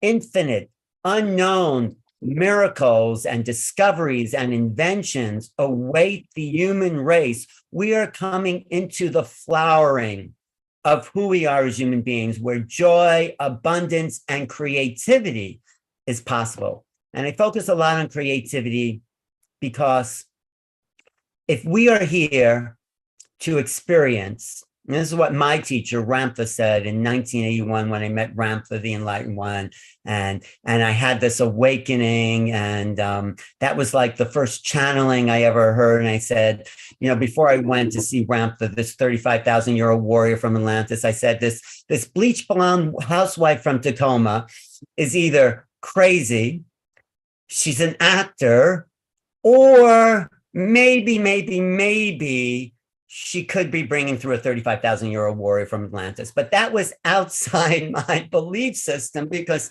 I had graduated college and I was really stuck into a psychological paradigm where, and most people still are, it's like, and that's the problem with psychology, is like we've been taught to distrust our own mind. But when I had an experience of meeting Ramtha, there was a shift of my reality, and I knew that I was more than my body. I knew that what was happening was of a higher aspect of cognition. And something shifted. So like the reality that I knew was no longer based on a psychological paradigm. It was based on a spiritual paradigm, because I felt what spirit was. I felt the infinite access to the divine inside me because of an initiation by maybe an ascended master or something. So that became a sort of, I would say, obsession, finding out what it was that I really am. And the best thing Ramtha said to me was not asking. He said, you know, everyone's questioning, what is this channeling? What is this woman doing? The bigger mystery is what's coming through that body. Who are you? Where's that infinite intelligence that you are, David? Where is that coming from? Where's the infinite source of your being that's actually flooding through your body and mind and consciousness every moment? That's the bigger mystery here, right? You are right on. And it's so funny that you said that, because really, you guys, this stuff, this world contact and all of this, but when you put it that way, Ellen, that's exactly right, is that is exactly what actually happened to me. What you just described. Yes, this is all wonderful. And this is all part of a very fun and exciting experience and game. But at the end of the day, that's what it was. It was my awakening to me and my connection to source. And Dave has and I've been writing too, these light codes and stuff, you guys, just constant. For 8 years, I've got volumes of this stuff. And just now I'm putting it out there in the public, because I'm just now getting the idea of how absolutely important these codes are, and these light codes. But what you said, though, I want to come back to that, though, is that about the, and Ramtha and Atlantis, so many interesting synchronicities there as well. But it's that I had never felt so emotionally and exalted and so close to what I never even knew or understood what even that idea of source or God was. And the very first things that connected with me were, the Elohim, the emissaries of the light collective. It wasn't, necessary. It was, but it doesn't matter how we come at it. What happens is what happened to me here. I mean, I'm talking a puddle of tears and emotion and just what is happening to me. And I can't even think of a better word right now than exalted. You brought this word like exalted into that is making contact to me too. That's what it was for me too. That feeling. And then doing all of this is just all the different wonderful parts of all that we are. And wanting to share it in all these ways, like you with your books and your channel and all of the things that you've done all of these years. And I got to tell you, when was it? 2010, maybe for me, first Bashar event I ever saw. And how many events have I seen you in there? And and watching you and watching us and watching how many channelers. I cut my teeth on these people, literally everybody for the last 11 years. I want to say my hat off to you, because if you wouldn't have done it, I wouldn't be here doing this, because you guys are the ones that we are the way showers, the ones that are saying it's okay to say this. Well, people like Alan and of course Bashar and that were the path of least resistance to provide you the breadcrumbs. Yes. And oh my God. And being the cooperative component, the tears to allow you to know more of who you are and all of us. And as we raise our consciousness and our frequencies go up, literally, if you imagine on a piece of graph paper, the waveform, as the frequency rises, there's more information in the same amount of space, and you have access to it. And as Cryon says, you can't unknow what you know. Right. Once you know it, you can't unknow it. So once I heard that stuff, and once I'm hearing, you hear Bashar, you hear all of these other channelers, and you hear, and Shaun Swanson. Oh my God, I'm so excited, you guys. I can't even believe, And Jonathan, you were the first person that I invited here, and the first person I thought of. So you are going to get to. It's really funny that. So we wanted to thank Jonathan for kind of waiting in line here, because it's sort of a loose thing. But so I just wanted to share with you, Alan, how important your journey has been to me, how much you allowing all of these people to broadcast their love and their passion on New Realities YouTube channel, and all the things that you've ever done, and everything that has opened the doors for all of us in more ways. And I say that to all of you. Jacquelin came long before me speaking light languages, and it's just that I happened to just, one day I wasn't, and one day I was, and the next day, and then before I knew it, all of these codes are pouring in, and I started actually using Bashar's tools, using the stuff coming through Daryl, using the tools that were given to me by these channelers, and by literally using them, here we are today. So I am so excited to meet all these extensions of my family, Jonathan and you, Alan, and Tyler and Jacquelin and just everybody. I can't even believe all of you guys in the room today from all over the world. It's like my heart just is overflowing. And that's what happened to me the first time I ever heard Shaun Swanson channeling the Ayel. I burst into tears. The love and the connection that I felt, and I thought, oh, what is this? Why do I feel this way? What's happening to me? What's happening to me? And so I've spent all of this, just like you, spent all of these years. I'm not saying I understand it. I'm saying I don't get any of it. I'm just here doing it and sharing it with everybody else. I don't have the answers. I only have experiences, and that's all I can share. And that's all we can share together.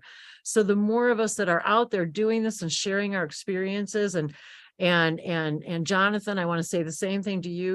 When I was looking at some of your really, really, really old transmissions, And, I've been watching them all along, and every single one of you has turned, the synapses in my brain and everything that's been happening. And this is what's happening to all of us.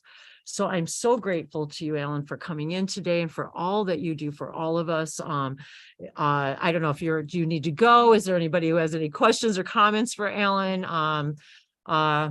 Is there more you'd like to share?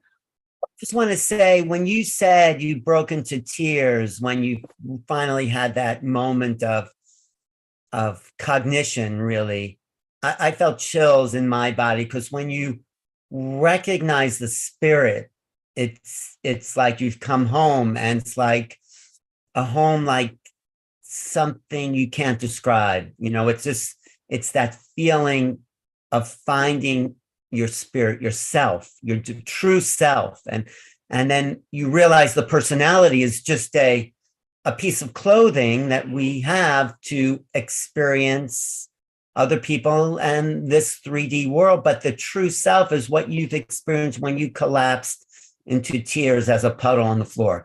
That is beautifully said and so felt. And that's what the world is waking up to. This is it. So ETs are great, and they're here, and they're going to help us get to a new level with free energy, hopefully, and new ways of understanding. But it's the recognition of self that is the real World Contact Day that we are coming into. That is and then when that happens, yes, it's great. We get to share the universe, because that's what I think they're waiting for. They're waiting for us to wake up, to grow up, get rid of our toys, which are the guns, nuclear weapon, all those ridiculous things that have got in the way of knowing the true self. And we have miracles to look forward to. Miracles in the sense that we have yet to know the science, but it's possible that we can create the earth that we were supposed to incarnate into: abundance, creative, peaceful, joy, where joy is the primary emotion. This is living in the next level. So that's our destiny. And it's our choice, up to each one of us, to contribute to the collective by our higher intentions and everything you guys are putting out, Wendy and David and all of us. And I've just stood on the shoulders of giants that came before me, the Theosophical Society, all the great philosophers, all the Hindu saints and sages and avatars. They all set the groundwork. The awakening of the Aquarian age in the 1960s, and then even the hippie movement and the breaking away from mainstream and showing us alternatives.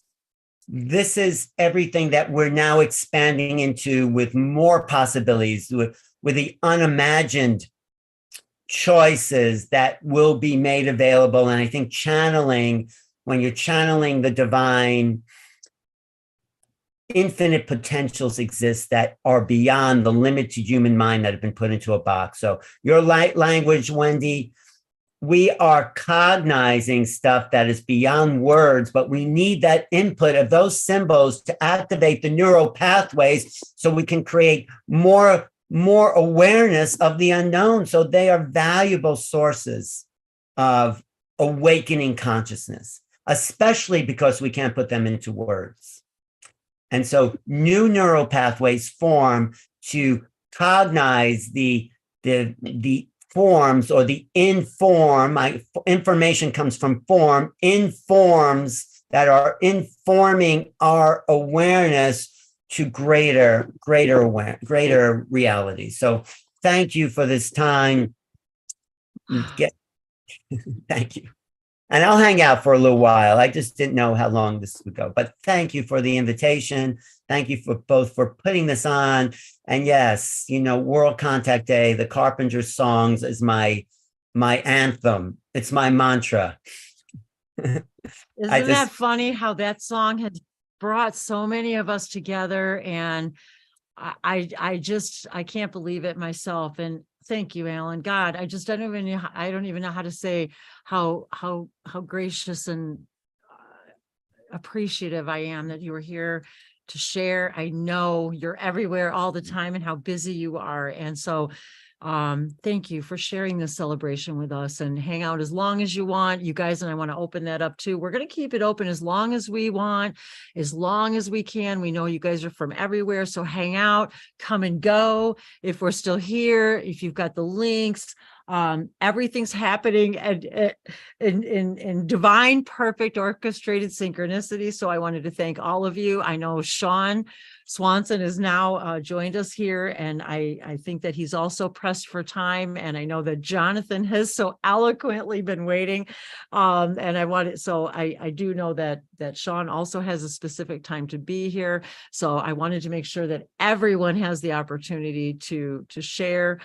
Jonathan, are you okay to hang out for a little while? I know that we do probably need to allow Shaun in. And hello, Shaun. Hi, Shaun. I just You wanted could to say unmute. hi if you wanted to Turn your unmute. video on. Ask to unmute. Ask to start video. Okay. Hello. Can you, how says ask you start my video? There we go. Hi, Shaun. I hear you. I see you. Hello, can you see me? Yes. Yes. can Hi. see you. Oh my Hi. God. Oh, Hi, Wendy. hi, Shaun. Hi. I'm just so delighted that you're here today. If you were listening in, and even if you weren't, I was just talking about the experience that I had the very first time that I heard you channel and bringing through the Yael and Encore and these other beings. And I just have to tell you what a delight and honored experience. And I'm so excited to be in your loving energy today with you, Shaun, you, the channel, the guy, and of course, bringing through the Yael. But to be perfectly honest with you guys, all of you, the real intention was the you behind the channeler, and that you were so graciously offered to bring a message through in any way that you're guided to. We're just delighted. And so really it was, what does world contact mean to you, Shaun, the human? What does it mean to you as a Yael channel? And yeah, thank you for just being here and being you and doing what you've been doing. And you have helped me through my journey in ways I can't even begin to express to you. So thank you. Oh, wow. Thank you for sharing that. I've been watching your work since as long as, since my awakening, probably in about 2010, 2011. So that's how long that and you were also a guest a couple of times on Human Colony on Hookalo, which I am a founding member and friends with Jim and Max. And so that is where my channeling and my light languages began. But it was all of you out there doing what you do and sharing what you do that brought me even there. So Okay. I wanted to personally thank you for that, for just doing what you do and being out there. So thank you. Oh, well, thank you. Yeah. It's a joy to hear that. And I love the work the two of you are doing. And it's the energy that you're bringing through is just amazing. It's like off the charts. Really powerful, very soothing, very deep, very healing and activating. And it's really a treasure for me to be here with you guys and to meet up with you. Thank you. It's definitely a reflection of your energy, because I got to tell you, even writing down in my journal, just writing about my thoughts and about this day and about you and all of this. And I just can't tell you guys how heart opening this whole thing has been. And just being in your energy in my thoughts is incredible. So I just want people to know that, this is the first opportunity that I get to say, this is my channel, and I get to say thank you to everybody who ever played a huge part in my life and my connections. Shaun, the Yael were one of the first energies and entities I connected to, and of course the Sasani, but that loving energy is what really touched me in ways I can't begin to tell you. So I don't want to keep talking about me. I want you to talk. I don't I talk just, much.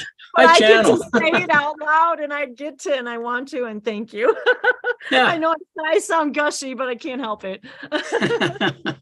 Oh, good. Yeah. Well, it's not something, what does contact mean to me? It's just, it's more a recognition of our actual nature, I suppose, you know? There's just so many, you asked me the same question tomorrow, I'd say something probably quite different. There's just so many ways to answer that. And it's really connecting to more of who we are and realizing more of who we are. The idea that there's life, friends, family beyond what we know on earth that can help us, can heal us, can expand our awareness of what we are and what we're capable of, and open us up to a greater joy and freedom, which is more of our actual nature. Just connecting to more of the infinite, and to be free of these limitations that bind us and push us in directions we don't feel comfortable in. So I think the contact, that's, and we're having contact, right? I mean, sure, maybe just not in the obvious physical sense, but on the subtle levels, the spiritual levels, or emotional levels, or mental levels, or dream levels, or etheric levels, astral levels. We're in contact, and that's feeding us and nourishing us and helping us to bring about the resonance, so we can have the actual physical again, right? Because we've, as humans on Earth, I believe we've had contact before with other civilizations in a very open way, and yeah, so. Yes, absolutely. Yeah, and I was just going to say in the beginning of this show, we talked about the idea that Open Contact and World Contact Day is no longer asking for contact to occur, but it's recognizing that contact has occurred, and we want it to be in a more open way and more realized in our reality, to enjoy more of who we are and all our friends and family. Yes, I'm there with you on that. Fantastic. And then let's move it into the first arrivals. Then now we've got the first contact, that's done. Let's go to first arrivals. That's something I guess we haven't seen for thousands of years here on Earth. And, exactly. Well, I don't know, the Phoenix lights and all. Well, yeah. Visitations, observations, visualizations, visual contact. Sure, that's going. Well, historically, there has been open contact with various different civilizations here on Earth, and it was a normal thing at some point. So yes, I agree with that. Want to bring that back. Well, and many of us, including myself, and I will say a couple of things too about the name Yael and the name Yellen, his Dave's, well, now my last name. The Yael is another name for God in Hebrew. Dave actually is had a Jewish upbringing, speaks, writes, and reads Hebrew, and that has had a lot to do with my awakening, oddly, long before I met Dave. But that idea, I thought it was appropriate right now to bring that up as well, that that name Yael is another name of God, and that and all I can say is I'm using my instincts here, in that I believe that among others, probably, but definitely the Yael were present at what we understand as the Exodus, as the light that shone above, that helped the way through. So that's just a little part of our history, I guess, the way, and so I'm excited to share just a little bit of that with you guys, and that the synchronicity today of your name and today, and Mr. Bender, who started this today. So anyway, I just wanted to kind of throw that out there, that that the name Yael itself has a very, very, I don't know how bigger to say it, then how much bigger than can you get than an unconditionally loving vibration, than source what we want to call God itself. So I just wanted to put that out there because that's what I heard. Very good. So yes, Shaun, anything that you'd like to add? Anywhere you'd like to start, or whatever else you'd like to share in whatever way. Well, let's see, I'll say it's a good day every day, good day. Connecting to more of our unconditional love, more of the joy that we are. And it's something that my connection with my call them extraterrestrial soul family is something that I've been, it's a daily, it's a nightly, it's 24/7, something that is always a part of my life. And I'm fortunate and something that we all are connected in this way. So perhaps it's just that I'm aware of it, that it brings me so much inner light and sense of joy every day, whatever's going on. I just feel this. And I suppose as others accept this aspect of themselves, this connection that they are to all of these other beings and seemingly off planet, extraterrestrial, is we all connect to that, then everyone can feel this in their own unique way, the sense of joy and nourishment and unconditional support, unconditional love. So gatherings like this that Dave, you and Wendy have put together really help facilitate the opening of this for others, the energy of this for those who are present, and I think even those who are not present it will help like a light beacon out into the consciousness grids and help open this up for other people to be able to connect to this, connect to the realization that they are more than just a person on Earth. They're connected to beings, aspects of themselves on other planets, physical and non-physical, that experience life in very joyful, loving ways, and value themselves infinitely, and value others infinitely. So then they can just, and doing that just allows the feeling of joy and enlightenment and acceptance and compassion to just more easily flow through our awareness and our consciousness. So more and more people can do that. And so what you've initiated here and what we're doing together is helps and helps facilitate that activation for so many others here. So yeah, it's powerful, and I'm grateful to be a part of it. So Thank you. That was really my one and only intention. And I actually, honestly, I didn't even have an intention. It was more like this thing that said, oh my gosh, I really want to do this today. And was utterly surprised at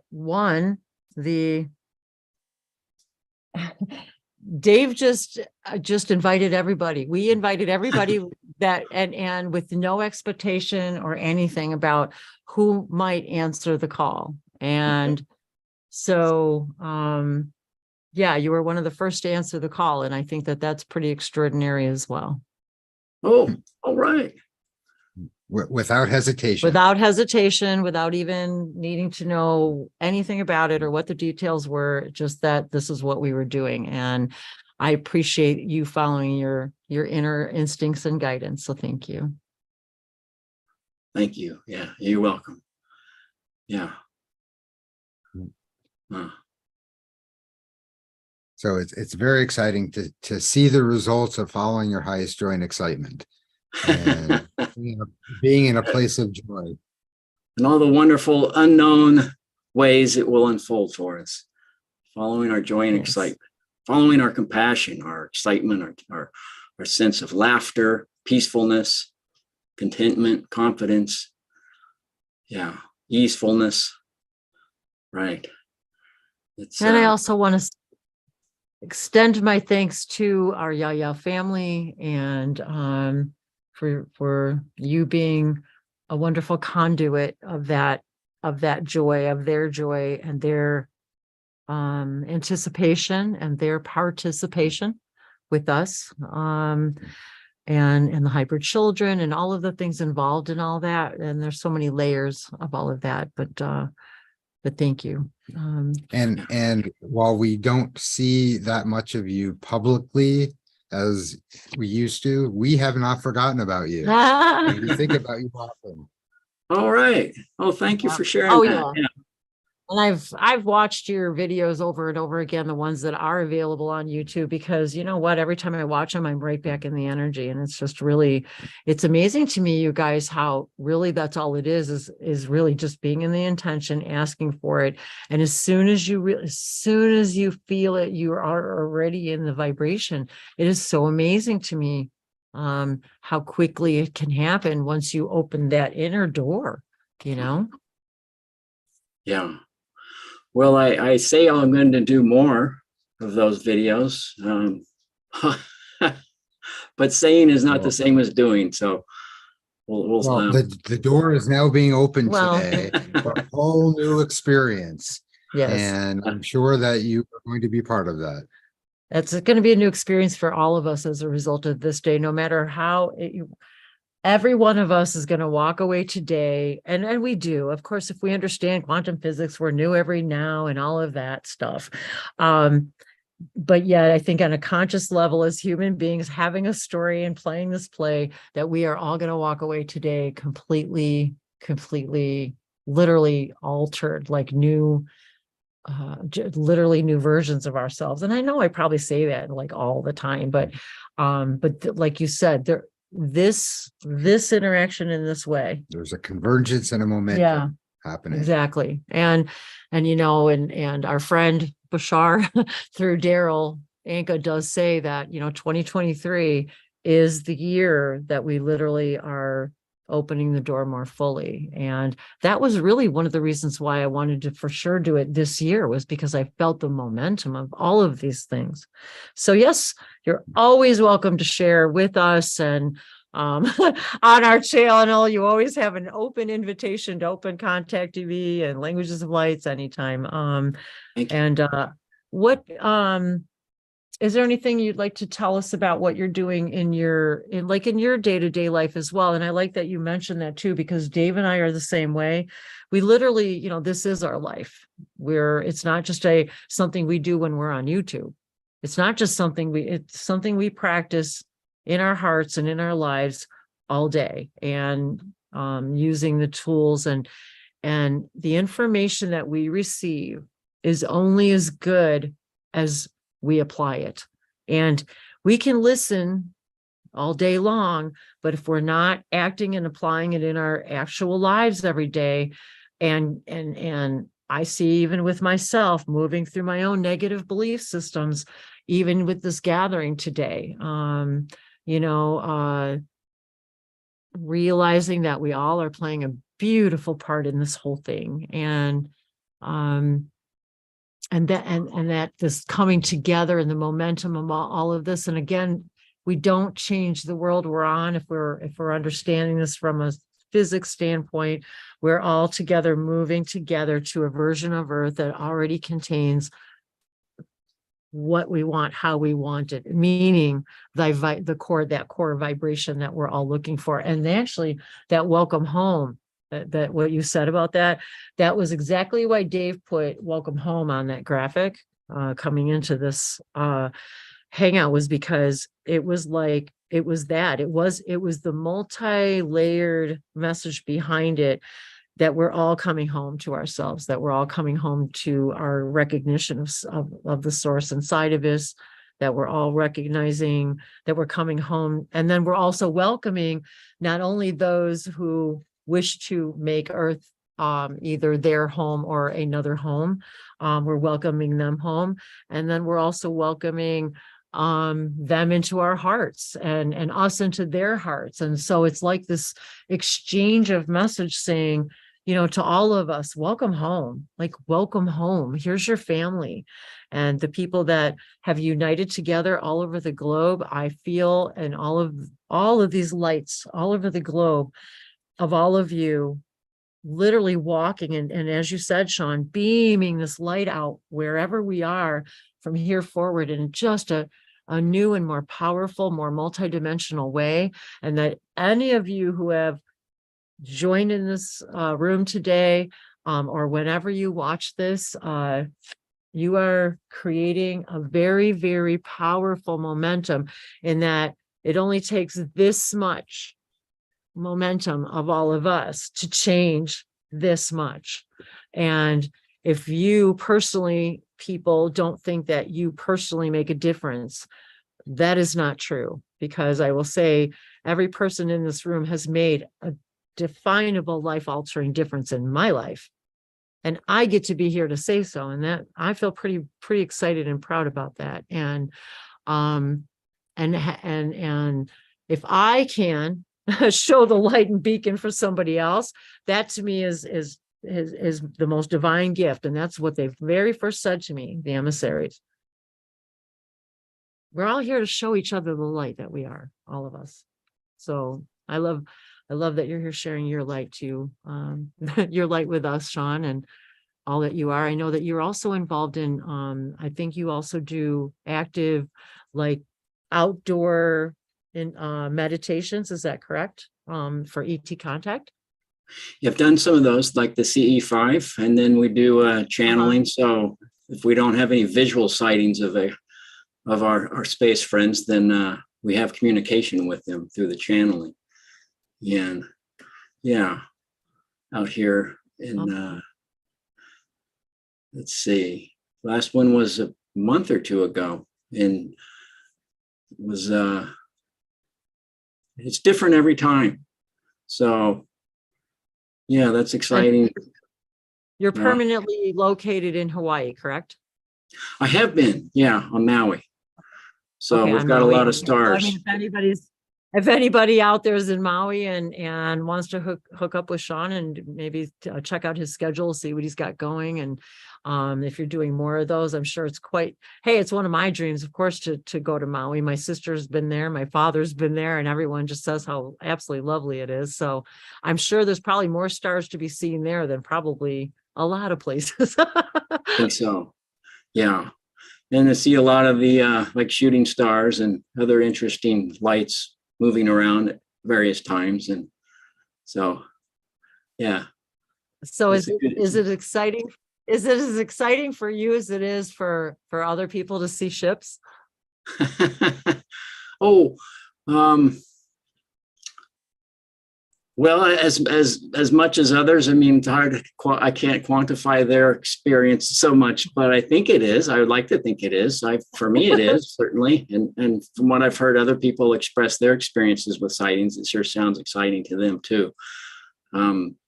Yeah, I mean, for me, it's kind of an awe-inspiring kind of experience. The few times I've had that happen, and it's just a really special experience that the few times I've had that happen. So, yeah. I can only imagine. I can't say that I've had an actual sighting experience. Yet that by no means diminishes what I've experienced. Yeah. In so many other ways. So, well, I had one sighting here. And it was more a feeling, there was a lot of information, like a download. And it's a very special kind of download of information and energy. And I could tell that there was information there that would unfold over time. And so what happened several months later is I was doing an event. Tara had invited me. She hosted an event for me to do a channeling in Vancouver, Canada, in British Columbia. And so one of the attendees at that event, while Aisha was channeling, one of the asked something about had the channel ever seen a sighting of a UFO? And so Aisha started explaining one of these sightings that I had several months before, like what was going on from his point of view, because it turns out I saw that channeling. It was amazing. Yes. Yeah, he was in that spacecraft that I didn't know at the time, like consciously, oh, there goes Aisha. I didn't know. And I didn't, so then here I'm learning like a few months later while I'm channeling and this is coming through, because that I was aware of when that came through in the channel. And some things it's like a dream, but this I was aware of this. And I was choking up because practically crying, because it was this really deep, loving sensation flowing through me as he's describing. And then, so that was something. It was when you were describing it, it was as if literally I could experience it through your eyes and through his eyes and your explanation of it. It was crazy. Yeah. Having you here is such an honor and a privilege. If you would like to bring Aisha through, I don't want to hold you up if you have. If you're welcome to. Really, it was But just we could talk with you for hours. however you want to share is always all good with us. Okay, well, I've got time. And so I, as other panelists, I see on the panelist, I want to say hi to all of the attendees there. Some of you, your names I don't recognize, but certainly Tara and Sheridan was there, and Ragnar, amazing. I recognize your names right off. I can't go through all the names, but I want to say hello to Jonathan, Martin. I haven't met you before, but great to connect with you here. Yeah. Did you want to say hi? You can say hi, Jonathan, if you want. Go ahead and unmute. It's all good. Hey everyone, good evening. Hi, Jonathan. Thank you so much. You've been so loving and patiently waiting. You're welcome. And it's nice just to meet Shaun quickly. Hi Shaun, nice to meet you. Because you were actually a part of my story, how I started. Okay. How I actually started channeling the Yael myself. I always wanted to. I was a Bashar follower for many years, and I always wanted to channel the Yael. It felt exciting. And then one day I was out experimenting with my phone, just recording into my phone, just playing around channeling my higher self. And I was actually going to put it on YouTube. But halfway through channeling my higher self into the phone, I felt another energy coming through. And I recognized that energy is the Yael's energy from your channeling. It's like I kind of recognize your Yael counterpart coming through in the energy. And as soon as I recognized that energy, it was like the floodgates opened and all this information like came into me like really fast. And it's actually captured on my YouTube channel. It's the first Yael channeling on my YouTube channel from about 8 years ago. And it was it all just came through spontaneously while I was playing around on my phone, and partly due to you, like because I recognized the energy through you, and as soon as I made that connection, it was like the energy got stronger. So it's nice to meet you, and after all these years. Oh, excellent! Thanks for sharing that. That's fantastic. Yeah, yeah. Well, perhaps we'll have an opportunity at some point to do another event at some point together. Yeah. That would be with Dave and Wendy, and that would be amazing, you guys, just to even see you guys both channeling your respective Yael counterparts and that energy. And oh my God, you're blowing my mind. See, Shaun, and see, Jonathan, how much we affect each other just by being ourselves and sharing, and how maybe you got to learn just a little tiny bit, both of you, how we affect each other. And 8 years ago, Jonathan, I saw that video. That's how I found you first, that video. So, and I've been watching ever since. So, it's like like we had a kind of a tandem story going on, because I've been on YouTube for about the same amount of time, about 8 years. And so it was like this, I'm telling you, I love this stuff. This is the birth of a new, I don't know, channeling, open contact. Yeah, let's just say a new way of world contact. How about that? All right. 2023, more contact. It's happening. Here we are.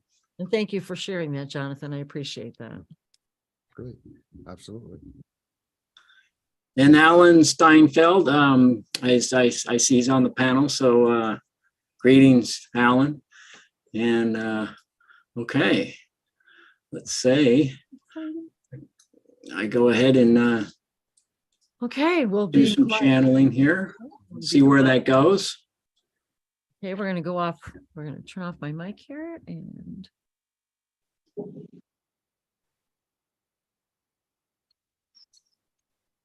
Am I good to go? Yep, you are good to go. Yep, everybody's quiet. We're quiet here. And so you just, everybody take a nice deep breath, open your hearts and your minds and welcome in our Yael family.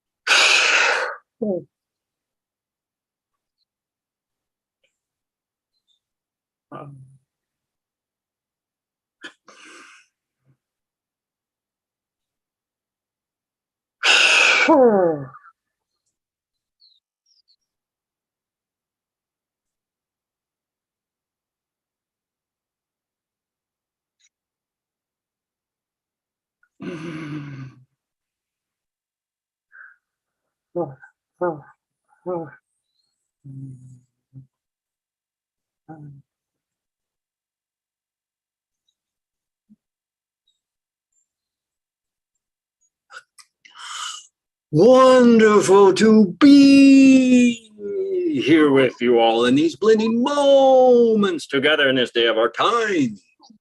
It is a joy to have this opportunity to explore more of the infinite that we all are, more of the unconditional love that is all of our actual nature. And with this in heart and mind, this timing, I will share a couple of ideas around the idea of World Contact Day 2023. As you know, understand, feel within contact.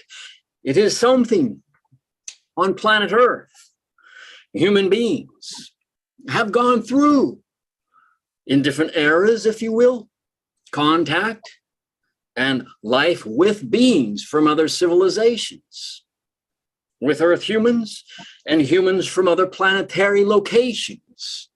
This is something that has occurred in other eras on this planet,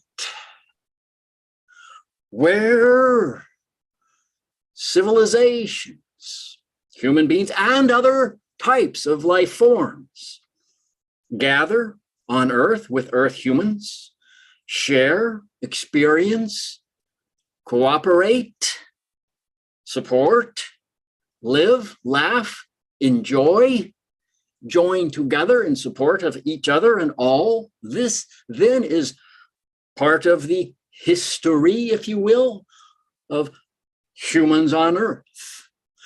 And as changes occur on Earth and other planets in your solar system, changes occur in your galaxy, physical changes, physical planetary changes that occur in such drastic measures at times for various reasons that then can make it very difficult for those civilizations to coexist on the planet. They then have at times had to leave. And then it is the time of a new beginning, where you could say a new experience can unfold. And the current Earth human experience is one of those that began without the presence of beings, people, humans, and other life forms from other civilizations coexisting here. For various reasons, it has occurred this way. And so, knowing this, it is something you can connect to more of these other Earth human civilizations that have been very connected to beings from other worlds, where there was a great deal of cooperation and support here on Earth with these other civilizations. Joy, laughter, fulfillment, a sense of excitement and easefulness. That was something that still exists in the idea of simultaneous time in which everything all exists here and now. So those past experiences do, in a sense, still exist. Those past coexistences on Earth with other civilizations do, in a sense, exist in simultaneous time, such that you here on Earth today can connect to those civilizations. And if you choose with your intention in moments of meditation to express the desire to connect to one or more of those such civilizations and to connect to experience that you or even perhaps here in which you bring in a memory, as it were, of such interaction in a way that is joyful for you, brings tears of joy within you, and also understanding of what that was like to some degree. Also some understanding of, therefore, how to behave and interact with yourself and others today and tomorrow in this current era of humanity upon Earth that is opening themselves to the willingness to connect, to be open to civilizations from other worlds to come here, to coexist in ways that are joyful once again. So inviting memories from past experiences and other eras where this was a reality and in simultaneous time it is concurrently happening, it can inform you in ways that can be of great value for you if it's something that is exciting for you that you want to explore. You can try it in one meditation or multiple meditations over several days or weeks or months. Entirely your choice. But know that this is real. These are real eras of your history. And they also exist in the future. On the timeline, the idea of past, present, and future. So you can, with your intention, express desire to connect to these civilizations that were the past, and also future. This then, if it is joyful for you, you can explore that idea, connecting to the heart experiences, the joyful coexistences of human beings that are, you could say, native to Earth, born on Earth, and those who are born on other planets, other solar systems.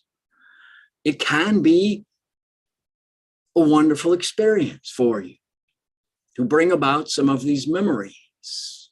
It can be a little bit like if you have had the experience in this life of looking through your photo albums, times with dear friends and family, parties, festivals, gatherings that enrich you when you reconnect to those.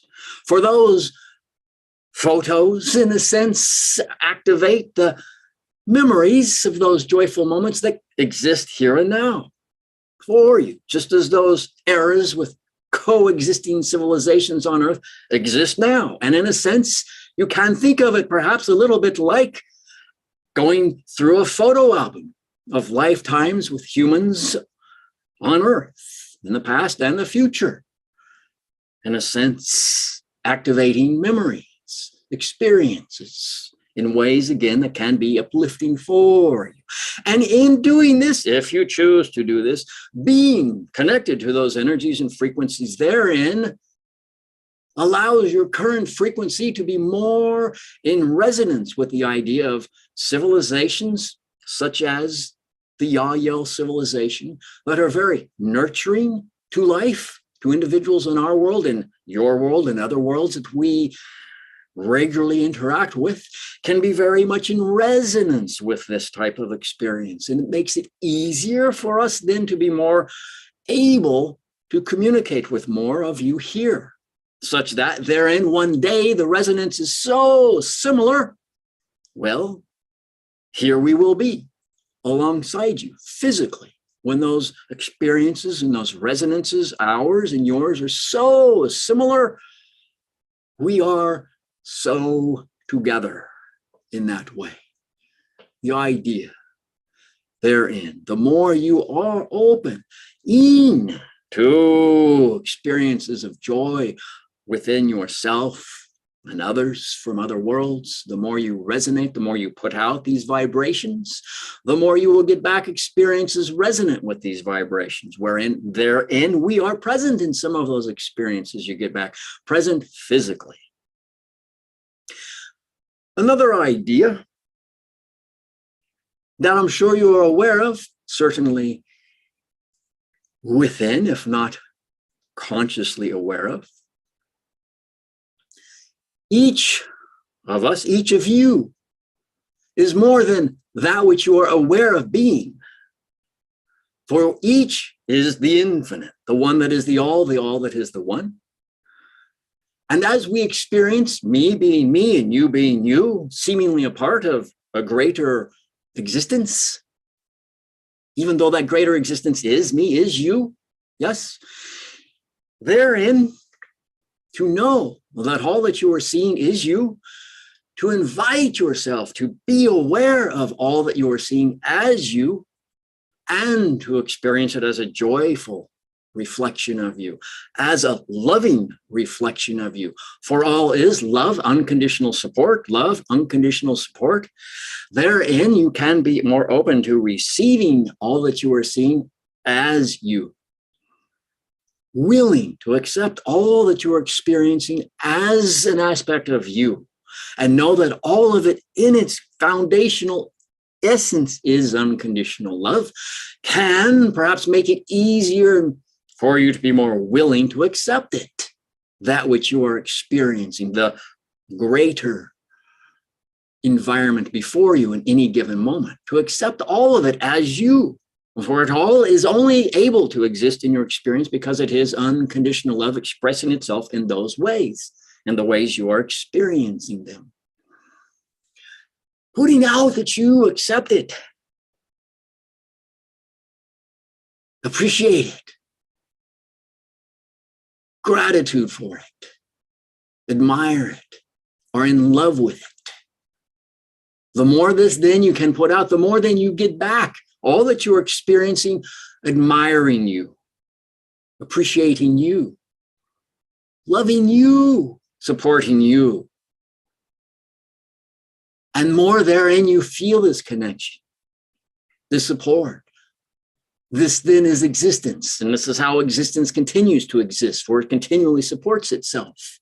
And thus it can only do that when it accepts its support, receives the support it is giving unto itself, that we give unto ourselves, receive that which we are, so we can then experience it and give out more support for ourselves and receive more of our support, individually and collectively, as the one that is the all that is the one. And in this, that I am sharing in this way, because it can be said in so many different ways, this the way for today that I share it. There are those of you, of me, individual you, individual me, that are very close, very connected, like fingers to the hand connected, like experience I am having, experience you are having, connected to a heart, to the hand, to the heart, to a soul being. That you may feel at times like this is an experience that is you, only you, and there are other people there, but there are these aspects of you that are very much like fingers on the hand, arms connected to the body, to the heart soul. And this soul can then express itself in a physical human as you or as me, and yet there are other extensions, other human extensions, other human embodiments, incarnations. Some are non-physical, but they are me, they are you. Just as I have multiple fingers on my hand, I may experience as though I am this finger, and there is this other finger, which is in a sense like a counterpart to me. You could say Yael version of me. And in this sense, I am the Yael. It is Shaun, who is the earth human. I am one finger, he is the other finger. And we are connected to the hand, to the body, to the heart, to a soul experience. Such that I am never alone. He is always a part of my life. He is never alone. I am always a part of his life. And there are others. There's more than just two. Yes, 3, 4, you could say 5. The numbers vary from time to time, from lifetime to lifetime. So there is this contact, extraterrestrial contact, that is occurring for me, for I am connected to the channel, to Shaun. I am not alone. I am connected to an extraterrestrial who is of Earth experience. And he, Shaun, is connected to me, who is of a Yael experience. I am an extraterrestrial to him. But together, we can at times work together to hold, to embrace an experience. We're not always experiencing individually. We can come together. And the more he knows that I am here, and the more that I know that he is here, the more we can reach out and embrace. And you, each of you can as well do this, for each of you has counterparts, perhaps in the Yael, perhaps other civilizations, perhaps non-physical, most certainly you do. Be open, invite, ask to connect to these aspects of you. Certainly, many of you are doing this, but you can, more of you, if you want, explore doing this as well in meditation moments to invite connection to more of these counterparts of you, these extraterrestrials that you are always in contact with, always in contact with, always, in all ways in contact with. Again, because the one is the all that you are is the one that is the all that is the one that you are. You are always in contact with these in all ways. Invite that you then experience more of this contact with these other aspects of you, physical and non-physical, in ways that are uplifting for you, that are in resonance with how existence actually functions, eternally supporting and receiving the support and giving the support. Supporting and being supported by, giving, receiving, and giving. Invite that you experience and express your intention to experience more of this contact. More that is supporting for you, joyful for you, uplifting for you, easeful for you, informative in ways that you find exhilarating. Fascinating. There is no limit to the ways you can experience exhilaration and fascination. No limit. And for the one that is the all that is the one that is the one that is the all is infinite. And this is you, this is me, this is us. And in each moment, there are those aspects that are very close. Again, I say, very close. Very close, like fingers on the hand, in the body, or the heart of the soul. That you are, that I am, that you are, that we are. More joy comes through when we invite these aspects of ourselves to be a part of this life in the moment, spontaneously, that it just occurs easily to come together, to embrace spontaneously. And the more we know that these other aspects of us exist, the more effortless it becomes for the spontaneity in the gathering, in the embrace. The holding, the supporting together more easily, spontaneously happens.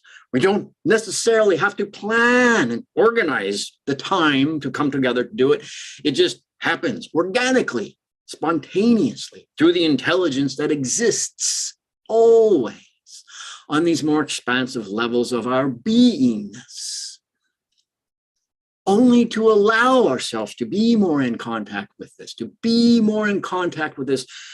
you could say extraterrestrial consciousness. Expansive terrestrial consciousness is another way to call an ET. Expansive, expanding terrestrials.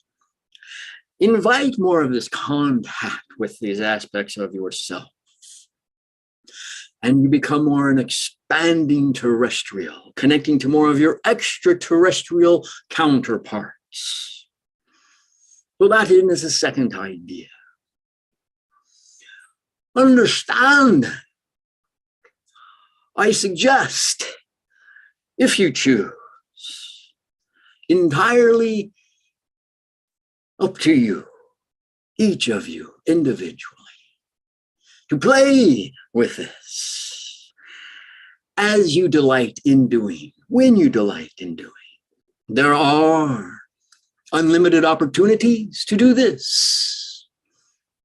The more you get going with it, the more it gets going for you, in a sense. Just why? Because what you put out the strongest with your actions, your emotions, and your feelings, that then attracts the experience. Seemingly get back the experience you tune into in these ways.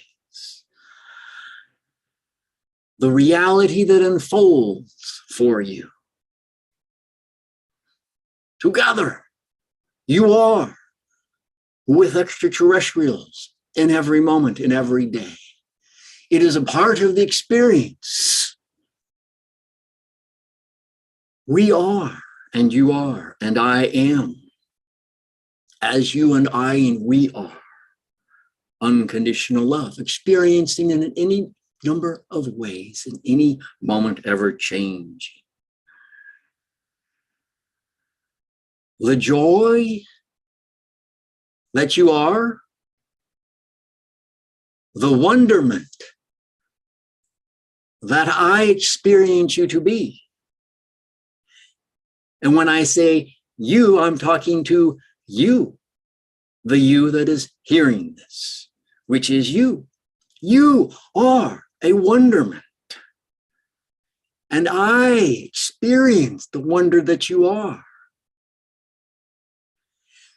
And I am delighted at the tearful, joyous energy that you bring to me, that you exude, that you flow out of your being, out of your wisdom, out of your intelligence, out of your consciousness, out of this beacon of light, this human embodiment that you are choosing to experience this moment from.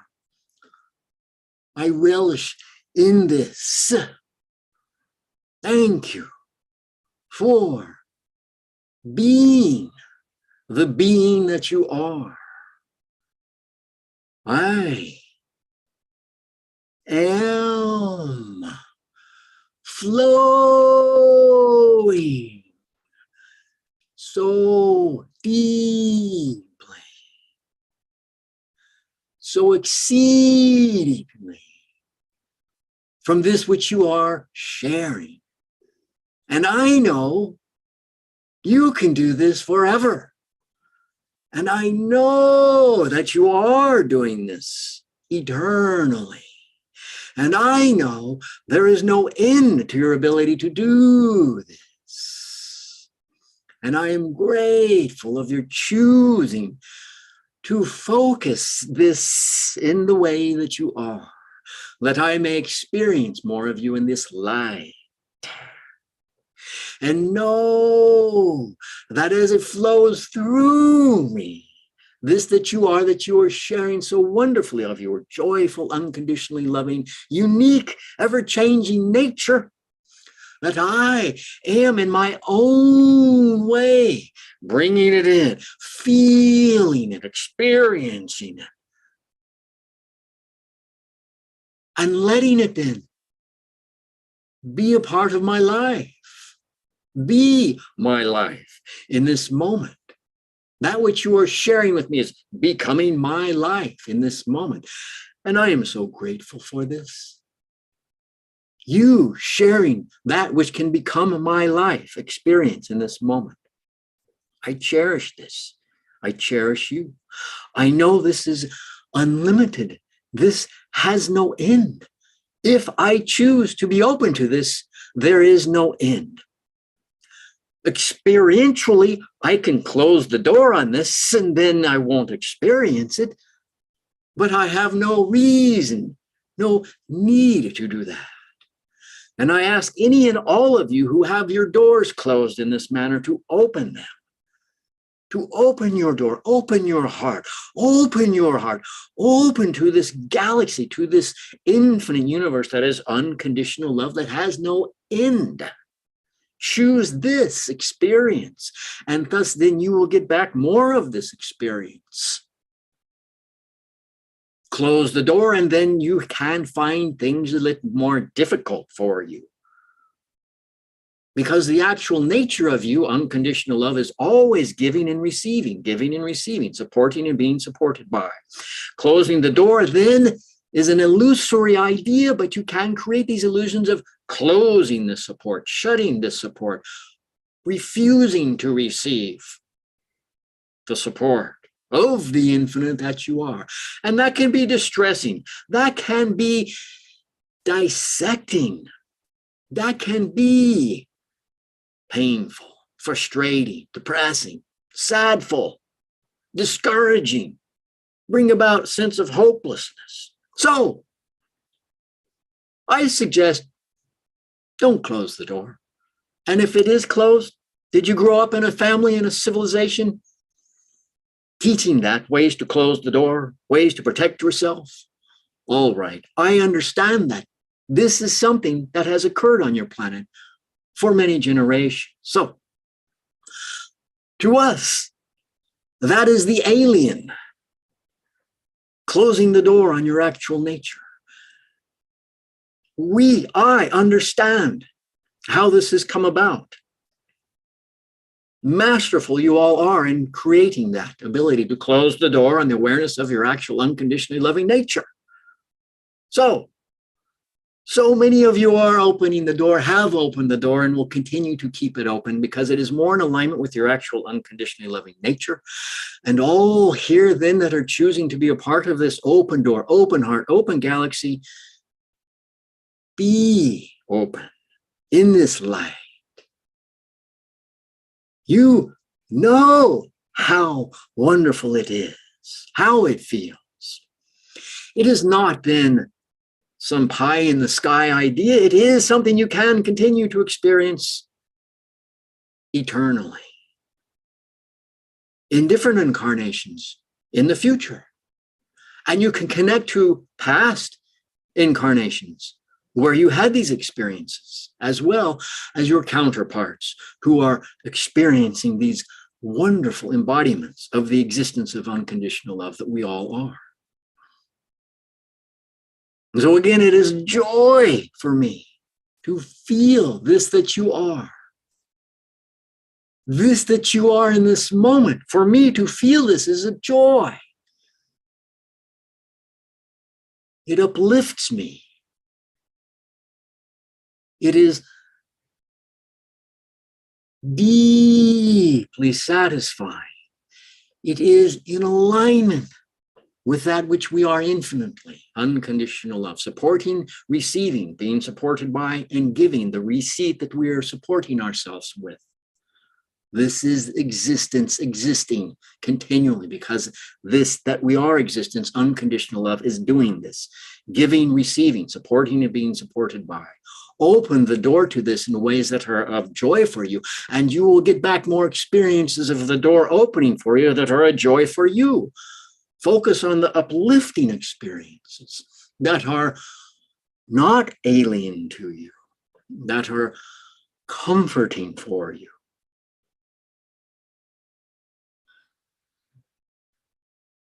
It is just a suggestion, just a suggestion. You have a choice to open and remain open, open door, open heart, open galaxy. For your galaxy is teeming with life of unconditionally loving beings that are supportive of their self and those they interact with, which then can be you. And I'm sharing with you that there are those out there that are already doing this for you. Because again, you are never alone. You are never just the you experience yourself being. You are a compilation of more than just you. Again, your hand is not just the one finger in this analogy. There are many fingers, and they all coexist. These counterparts of you coexist in this moment, working together, experiencing together, sometimes functioning individually, other times together. So you can even ask and invite your awareness to be more conscious, more aware of when the other counterparts of you are working together, together. And then you begin to realize when you are in working together and when you are working as an individual, more individualistically. You can begin to recognize the variations, the differentiations. Just an option, just an idea, not necessary. You don't have to do this. As you do this and become aware of it, the more then you realize you have this support. You are this support. And that goes so far in uplifting you in any and all moments throughout any and all days, in your waking moments and in your sleeping moments, in your daydreams and in the night dreams. Contact in this way is always occurring. In all ways, yes. So choose the ways that for you are uplifting. You can choose. Yeah. The love, the unconditional love you are is loving me in this moment. And I feel your love. I feel it. I am grateful for you, loving me, supporting me. And I know, you won't walk out on me. I know you won't let go of me. And I ask you to know, I won't let go of you. I won't walk out on you. I know it can't be done. I know it can't be done. I ask for you to understand that it can't be done. I can't walk out on you. I won't walk out on you. I can't imagine doing this, and I know it can't be done. Any illusion to the contrary is entirely an illusion. I do not live in illusions. I do not close the door so that I can live in illusion. But I understand in your world it has been a way that you have been taught. Many of you are walking away from the illusion, opening the door wide open.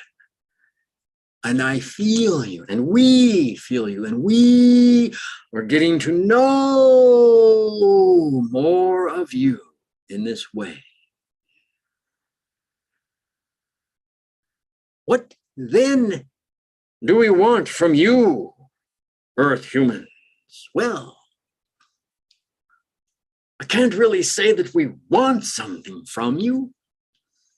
We enjoy being a part of the all that we are, that all that you are.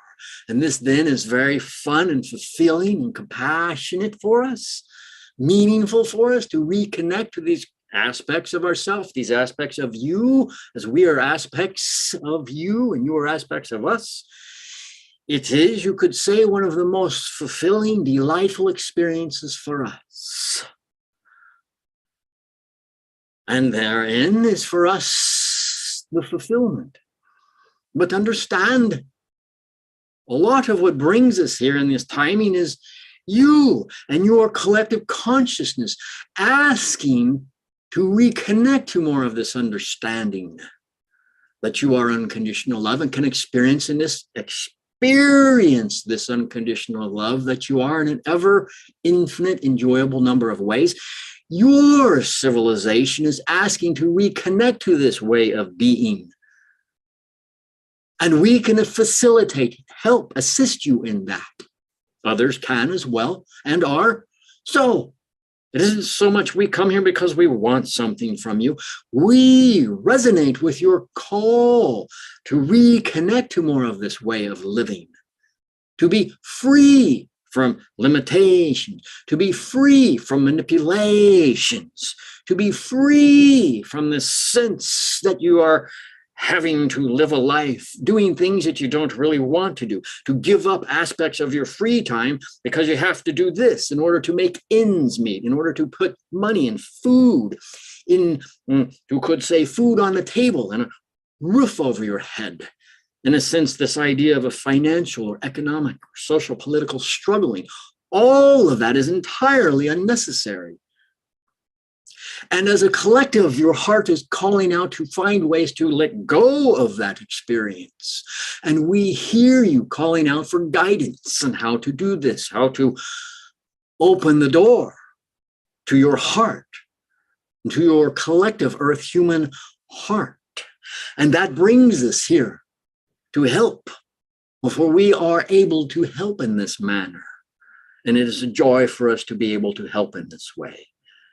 We want to help, and that brings us here, for you are calling us, asking for the help, to be free from the limitations, from the separations, and so that you can all therein live more like you could say we do in our world. We don't have any need, and we don't have authority figures. We don't have policing figures. We don't have military groups. We don't have incarcerating institutions. We don't have any need for any of that. We don't have the idea of hospitals. We don't have the idea of psychological institutional wards and so on and so forth. We don't have this idea of mental, you could say, challenges in that way. And your inner self sense knows you can experience life without all of those constrictions, institutions. And as a collective, you want to be free of those institutions. And you can be free of them all. And how that unfolds can happen fairly congruently. It doesn't have to be upheaval. Everyone here on earth can spontaneously, intelligently, with wisdom flowing into their consciousness, take actions to work together cooperatively, so that over time, some evolution in your civilizations, mechanizations, and functionings can change, can alter, can bring about a new civilization wherein you are more like us. Don't have to be identical. You will be unique in your own way as a civilization, and yet like us in the sense that you will be free from these institutions that constrain and restrict and manipulate. Some knowingly, some unknowingly. It is therein your civilization on a deeper level wants to be free of these limitations, these restrictions, these hidden agendas, these controlling agendas. On deeper levels, you are asking for help and guidance to move out of that. We want to help you, and that is one of the reasons we are here. Understand, we are able to move about the galaxy. We are able to provide what is a joy for us in any and all moments without taking anything from anybody. We live in love, lovingly. And we know that this is something which will continue to flow in our experience of unfolding effortlessly in all ways, always. And we invite you to more consciously understand that you truly do, as a civilization, want to be free of all of these restrictions and limitations that prevent you as a civilization from embracing your inner hearts and the inner hearts of all others you are interacting with. Individually, more of you are doing this fantastically.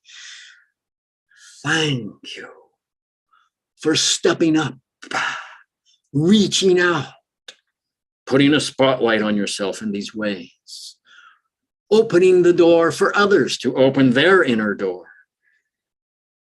having the courage, the grace, the wonderment to be this then as you are being. Again, it touches my beingness, and I am grateful to be experiencing this. This is my life, experiencing this.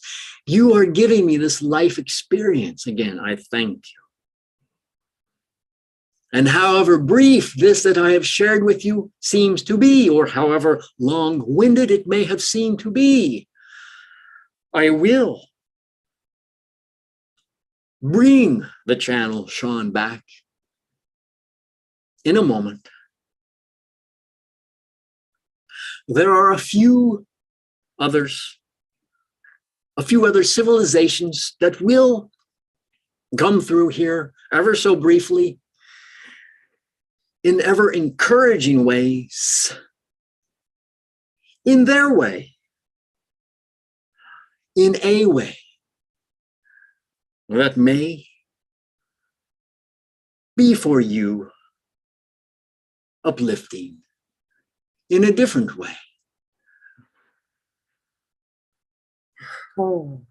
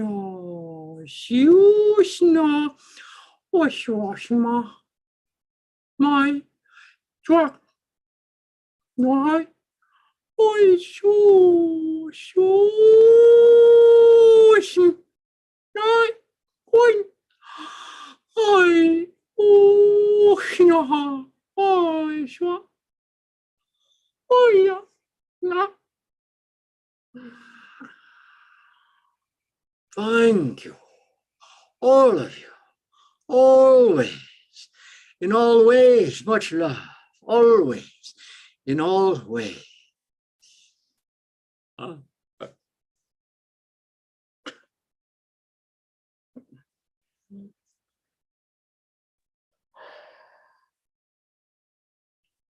How'd it go? Holy cow, Shaun. Wow. Just wow. So many layers and everything that was touched on, and every aspect of what this day means, of what we mean about of what the world we all want to be means.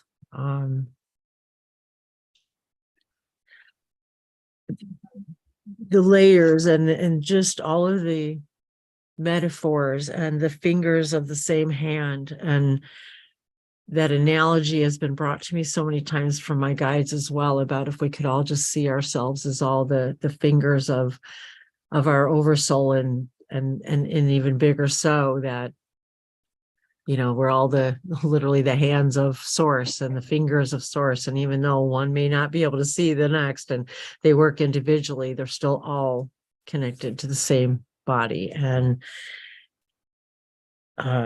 everything, the idea that Aishwa is also that you, Shaun, are the ET to Aishwa, that the exploring our counterparts, and the fingers being our counterparts, and that they are part of us, and that we're all the counterparts of all that is, and addressing our own society and systems, and the things that are actually challenging us. And you know, the idea that, you know, they're not here to save us, they're here to help us, but we are on an equal ground in that respect, as well. And no limit to the ways in which we can all express ourselves. That we're never alone. Oh my God, I got to tell you, Dave, he had to hand me the box of Kleenex again, because the idea of that you're never, ever alone in that respect, that because you and Aishwa have each other, because we each have our counterparts. You know, we think of, oh, you're never alone, that, oh, you've got your guides and your angels and God and those seemingly etheric things, but yet we're never alone, because we have all of those counterparts, all of those parts to us that were, as you said, so beautifully and lovingly connected to each other all the time and conversing all the time. You know, out there, you can even in the out chat to the chat, the YouTube chat too, the love and the energy that was felt, definitely palpable. Every layer, I felt not only, of course, you know, it's interesting because when you can think a little bit more multidimensionally, I'm hearing you, I'm hearing Aishwa, but yet the interesting thing is, once we begin to understand what you just said about the fingers in a more expansive way, for lack of better verbiage, what was present was the alls of yous and the alls of Aishwas, and that we can't even begin to understand what that actually means. The multidimensional soul that you, Shaun, are, and all of the fingers that you are. And then we've got Aishwa, who is also that idea, its own expression of multidimensionality, and all of the things that touch all of that in all of you, and how all of those layers of all of those yous and all of those hymns and all of the things that you bring through in that message were so multidimensional layered that it's, if I could, I can only feel a little tiny even bit, you guys, of the vastness that I actually know is coming through. So every idea, I think that, and I think as many, and I encourage all of you, I will be listening to that multiple times, because I know there's so many layers in all of those messages that I think all of you should listen to that more than once, because the touching on every single aspect of us and humanity. And so I'm blown away. I am. A lot of people here would ask for a permission slip to allow for more contact, and Aishwa sort of provided that and in a way that perhaps no one's really thought of before, and that is, if you could imagine, make a connection to a past version of you who has had contact already, who is living that dream of being in contact, living with their extraterrestrial counterparts, and it could certainly be in the future as well. But as we as humans create time, we do have pasts that we connect to And many don't really think of it as concurrent all nows. So if you could imagine the idea of connecting to a past version of you, which it's sort of the nature of what's going on now with people increasing their consciousness. By being in that memory, the virtue of that means you're in the vibration of that, which means you are that, which means you can't imagine what you're not. And being in that vibration alone puts you in the vibration of allowing for that connection. And that doesn't have to be any more complicated than that. Although it sounds complicated, but just, yeah, wow. If that was not the absolute perfect message for today, I don't know what is. And Thank you so much, I Shaun, just for sharing thank you, Aishwa. your connections. Thank you, our family, families of all of the layers of you. Wow. Yeah. Tears definitely opening the doors, and I just love all of the analogies. You guys, we got to all listen to this again and again because there's so much. I would like to be able to remember more about our dream state last night where we all planned this. Oh, yes, for sure. And I know I've been dreaming and orchestrating this with all of you over the last just few weeks, and the energy and the love and everything that's been building. And I don't know how to thank you enough, Shaun, and I don't know how to thank our Yael family, and now here Jonathan too is bringing even more energy and that love, and wow. Wow. Yes, I'm so excited. I'm so excited that you all are here to be in this energy in this way. And remember, it's the room's still open. You guys, you can still go register. You can still come in if you're just watching this on YouTube and you want to come and hang out. I thank you so much, Shaun, for wow. I just want to ask you, how does it feel for you when you're there with him in that space? What does it feel like for you? It's hard to explain. I know. It feels more how we are. Yeah. That's how I feel when I listen. That's all I can say. I feel more of who I really am. And something sort of, if you've had a moment where you were laughing, like you're laughing so hard, like you're almost going to fall on the floor, or maybe you fall over laughing so hard, and then you stop laughing, you have that feeling. It's kind of like that. Yeah. It's in that ballpark. Yeah. I love that.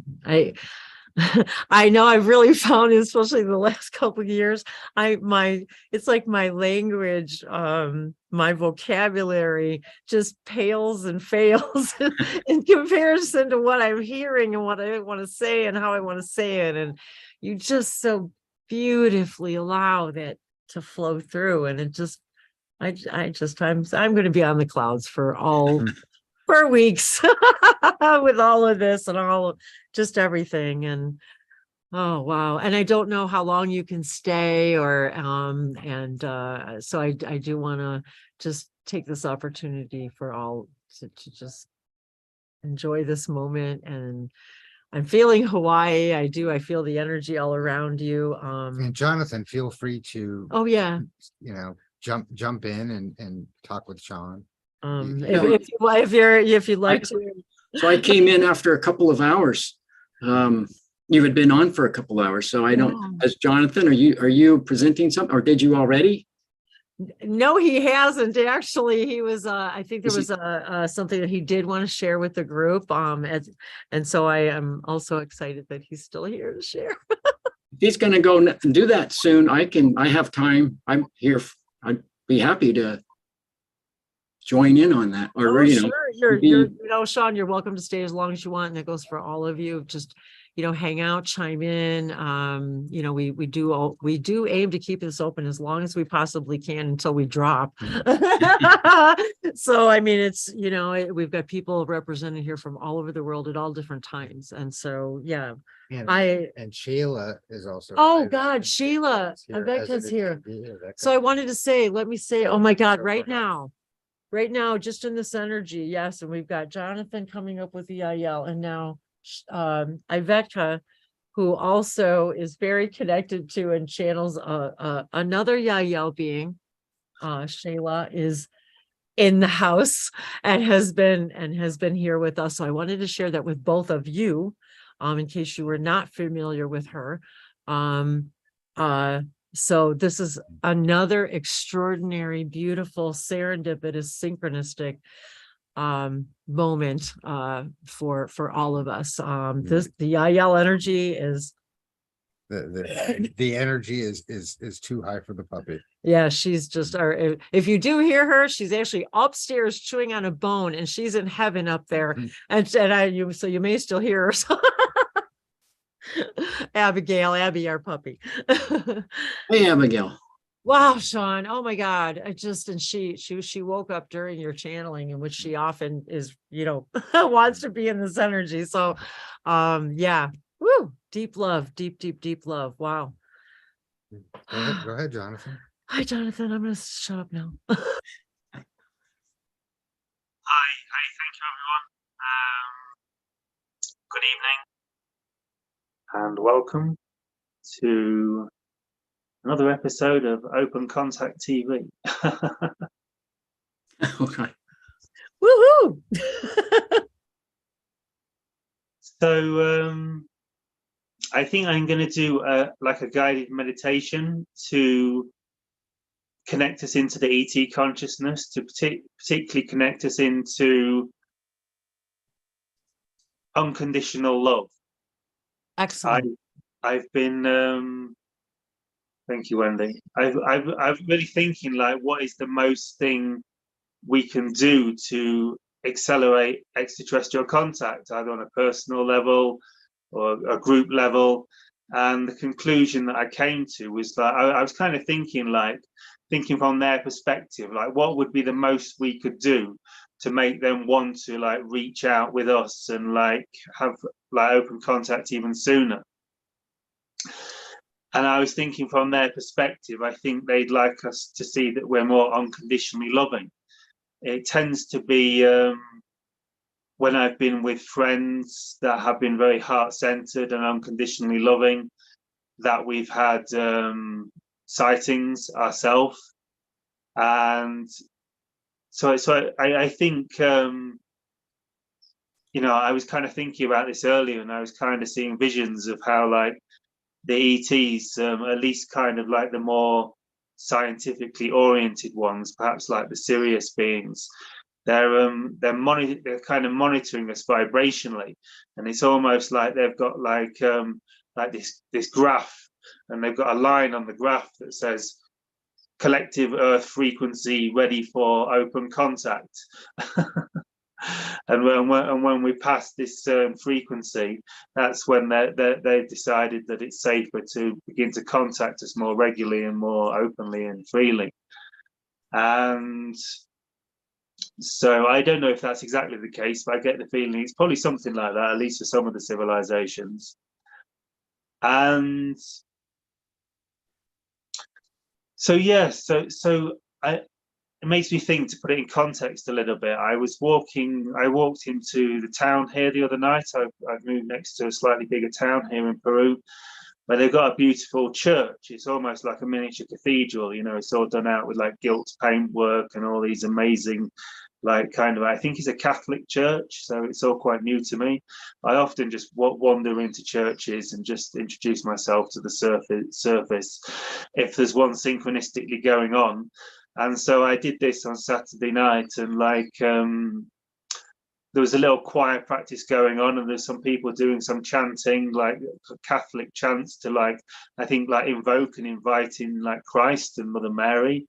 And I was kind of there saying hey Christ, this might be a nice time to share your energy with us, if for the good of all of us, me, them, us as a community.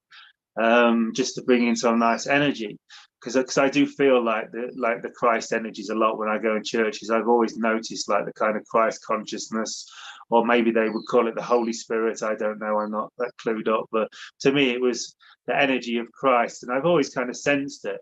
But more and more, particularly in some of these like Spanish colonial churches and cathedrals here in Peru, I've started to notice this kind of Christ consciousness has got stronger and stronger, like over recent years in the churches. It's not like just like I'm sensing some like slight, energy that could be Christ. It's now like, oh my gosh, I'm getting on my knees and praying for salvation or whatever, because it's getting so like strong.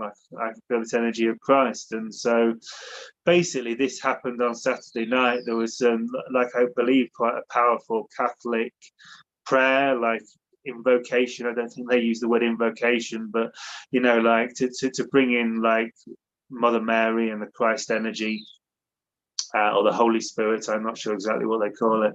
But anyway, they did kind of this prayer, and they do the thing where it's something like this, where you do the cross on the chest.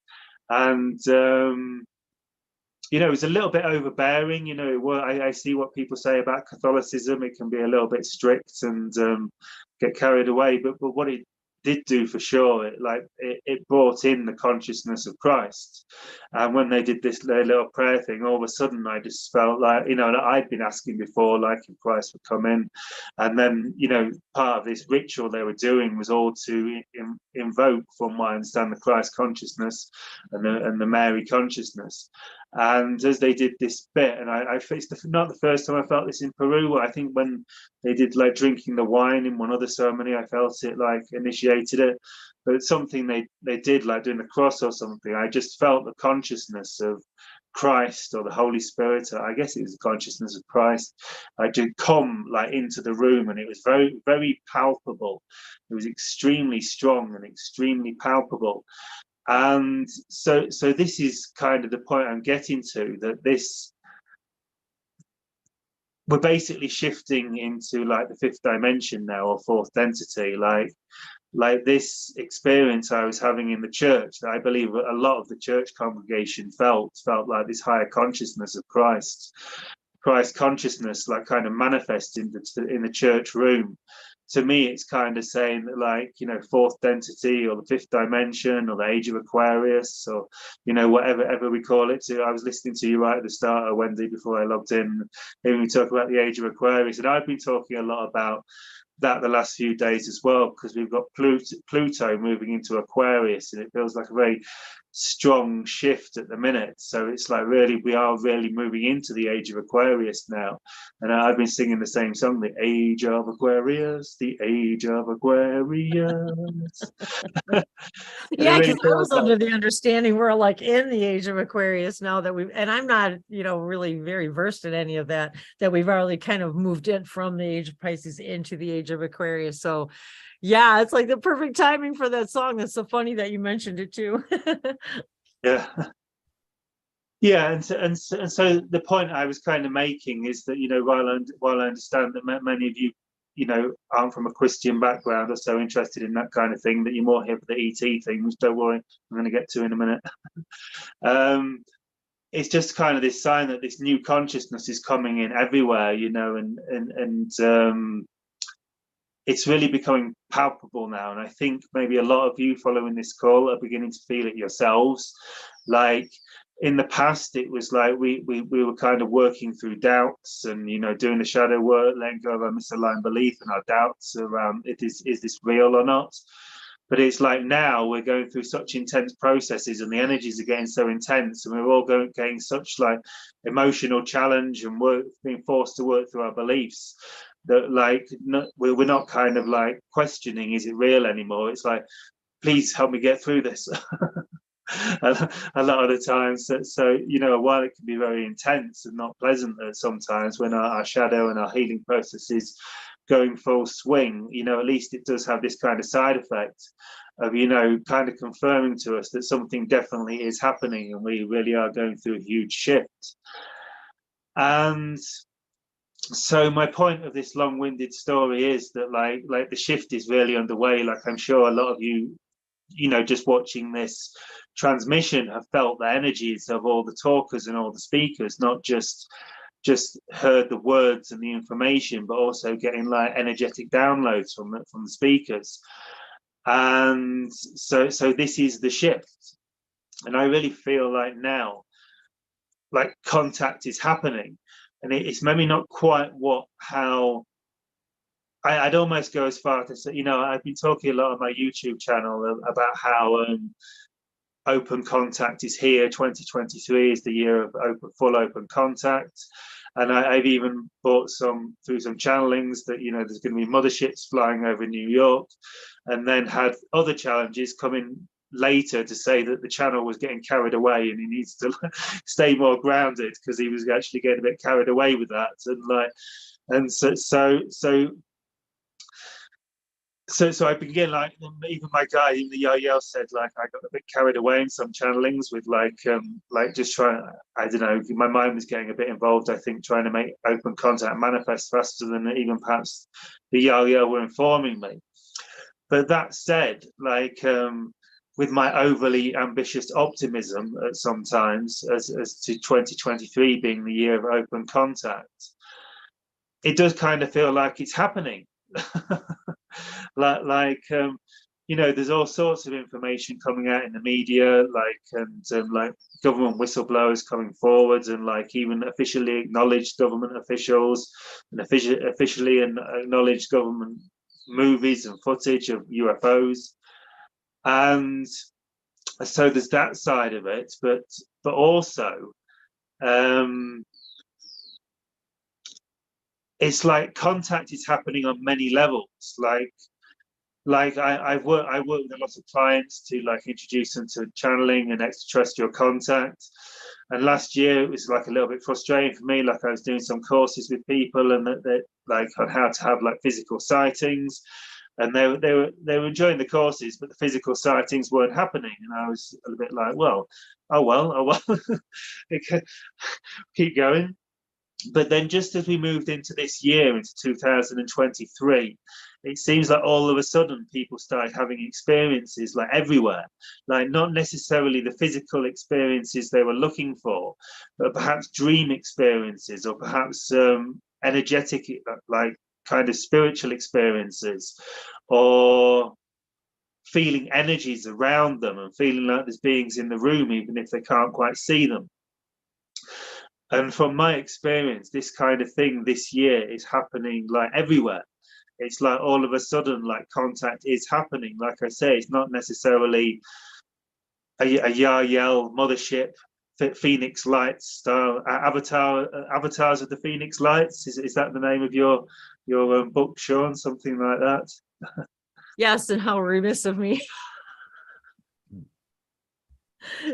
to mention it. Avatars of the Phoenix Lights UFO. Is that correct, Shaun? No. On head. And you could, of course, go to Shaun's website, ishould.com, and Jonathan will share his as well. But books are on our website. There are links to the Amazon books, and there might even be, I think I might have found one from you, Jonathan, that you made with someone. So we'll have to check with you later in on that. I think I found something on Amazon. Really? I'm not sure. I don't think I added it because I wasn't sure if it was you. It was Jonathan Trinity Martin or Jonathan Martin. But if you do have a book, let us know, because we have a reading list. Yeah. And if I do have a book, let me know as well. Maybe somebody put you in their book. I don't know. Yeah. And speaking of that, that's funny, because even in our World Contact book that they put together, that I don't seem to appear to, oh yes, here it is. Actually, the funny thing is that the band Klaatu is actually mentioned in our book too. So that was kind of funny about that, only because, well, it's just synchronicities with that. But yes, go on, Jonathan. I'm so sorry. Yeah, and so Shaun's book, Avatars of the Phoenix Lights, the idea is that the Yael were the pilots of the Phoenix Lights. I believe this is the philosophy you put forward in that book, Shaun. Is that correct? The Yael, that was like kind of a Yael mothership. Yeah, in my understanding, there were other civilizations on board too. Okay. So it wasn't just entirely Yahyel. Oh, that's awesome. Okay, cool. That's my understanding. I don't remember being on the ship personally, but yeah. Can you perhaps share a little bit about that? Because from my understanding, the Phoenix Lights was like some lights that were seen over Phoenix in around 1997, was it? Something like this. Yeah. And like over 10,000 locals were reported to have seen this unusual craft, very large. Some people said, including the governor of Arizona, that has recently gone on record in more current years and said that he believes it was an extraterrestrial craft. And so I think some information from Bashar initially suggested to me that they might have been connected to the Yahyel. And then Shaun wrote a book, a channeled book, I believe, that this called Avatars of the Phoenix Lights, that this craft over Phoenix in 1997 that was seen by thousands of people was the Yahyel. So can you share a bit about what happened from the perspective of the book and the information that came through in the book? Yeah, so most of the book is just they're talking about their civilization and who they are and what's of value to them and how they interact with other civilizations and with their individuals, and how they wasn't so much about the flying over that sighting. The book isn't so much about flying over. Actually, there were other states. It wasn't just Phoenix. So I've spoken to people who live in the state, and they saw it. They were in different areas. So there were people way up in Flagstaff and people over in Paulden. It's down in Tucson and Phoenix. So it was sightings, and it was multiple days where there was not the big craft per se, but there were smaller craft that were sighted days leading up to the one that we now call, I think it was like March 13th, 1997. So there were sightings of smaller craft before that day in other areas. So it's something that was, thousands of people have reported seeing that. And so it's not so much, the book isn't so much about their flying over. And I have done, it's more about them. It's more about the Yahyel civilization, what they're like, what they're about. And I have done some channeling about that, where they were flying over. And it's been a while. I think there was a channeling on the Big Island of Hawaii where people were really asking Aishu about that a lot. So a lot came through. And it was all about, the lights themselves. It's not just a light. Like we have a light outside our door. We turn on a light so we can see where we're walking. They imbue the light. So there were individuals on the craft who were gathered, and they were in like a group meditation with the intention through the lights to send consciousness to the people who see the lights, people on Earth. And it is, in that sense, it's kind of like what we're doing now. We're sharing this information for others to help uplift them if they're interested in it, if they connect with it. And so they're doing that as a group meditation, and they're sending it through the lights. And so the Phoenix Lights isn't just lights, there's consciousness that they were bringing through. And some of that is to help with the idea of an activation for people to be more open and aware that there's life beyond Earth, and that it can be very loving and supportive life. And so there's kind of like this invitation that was sent through the light. And that's, so the Phoenix Lights is enlightenment as well as physical light. And they were consciously, as a group, some of them on the ship, that was their intention. They were sending enlightenment through the lights of the craft. I remember that stands out. But it's been a while since I've heard that channeling. Shaun, I've never heard anybody ever say that, like in that way, and explain it in that way. And that makes so much sense. It was even seen over Mexico, parts of Mexico. And I believe some people did see it as they might not have seen the craft itself, but they saw some solid object blocking out the sky with the lights.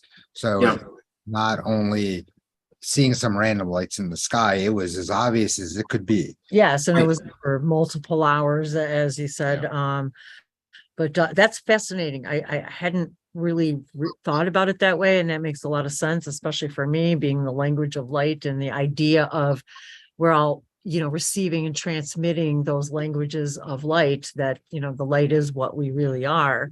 So very interesting that the telepathic information was being sent through the lights itself. I hadn't really, thank you for sharing that. And Wendy has lots of hours of video of just looking at the sun, through the trees, through the water, reflecting off the water. I'm all about light here, guys. Singing light language along with the fluctuations of light frequency codes. So of course, Yeah, it would be light. the Yeah. AL would be using the light. And really, it was my experiences in the woods, in the light and the sunlight were my first experiences with actually connecting with the Yael and them actually saying who they were. And I believe I know it was through light. It's through the information coming through the light. So yeah, there's lots of information we could share on that, but thank you for sharing that. I hadn't heard it that way. Sorry, Jonathan. Go ahead.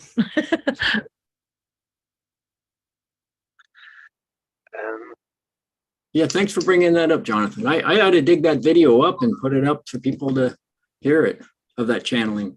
So thanks for getting that reminding me about that. Yeah, thank you, Shaun. So, yes, so the point I was getting to was that there's many different ways we're having contact at the minute, and this was one example in our kind of circles of Bashar followers and Yael channel followers. We're all hoping for this, next time this, mile wide craft or more ship, flies over the skies. Hopefully it'll be over New York, get captured on 10,000 cell phones, and that'll be it. Cat's out the bag and open contacts, or all a wrap. But it probably won't happen like that. Not quite like that. And but one way that contact is definitely accelerating and expanding now is many people having their own sightings of small craft, lights in the sky, but also many people having kind of heart openings in the dream state and expansions into higher states of consciousness through meditation, where they're perhaps connecting with beings or feeling the presence of beings around them in the astral realm, or just really kind of many different variations of meditation and spiritual experience and dream experiences. And I just notice people are having these experiences more and more right now. So, and it's kind of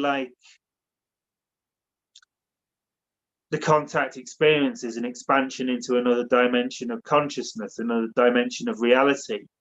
And even if we're not seeing the ships in the skies, we can somehow go deep into the center of our own heart and see the ships there and meet the beings there.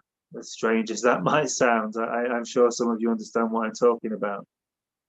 It's almost like there's a dimension in the center of our heart, like a portal into these realms where we can just begin to dive into the consciousness of our heart and somehow get access to other dimensions. And yeah, so the long-winded point of all this I've been talking about is I'm trying to suggest that the opportunity to have a contact experience is here and now, right now, literally, sometimes the ships will come in on the astral plane or in other dimensions, not fully manifest, and you might feel the energy shifting around you, you're suddenly becoming more alert, more aware, more present, more heart-centered. And these are often signs that ships are beginning to manifest around you in the astral realm or on non-physical planes of consciousness. the beings might begin to communicate through you, begin to send you telepathic communications, either just energies, feelings, emotions. You might get verbal downloads, information come to you, or just feeling like a kind of expanding of your heart. You might even see colors. So I'm just going to guide us into a little guided meditation, just with two simple intents, because if some of you don't know me, you might be a little bit dubious about. I've been doing like research into brainwave frequencies, like the gamma state is the channeling state, and you've got the deep theta and the delta and the beta and all this. And one thing I'm discovering is that when you're doing a guided meditation, you're actually taking people into like usually an alpha state of consciousness, where they're susceptible to kind of having their thoughts and beliefs rewired on a subconscious level. So in a sense, I'm realizing that when I'm doing guided meditations, I'm kind of brainwashing everyone. So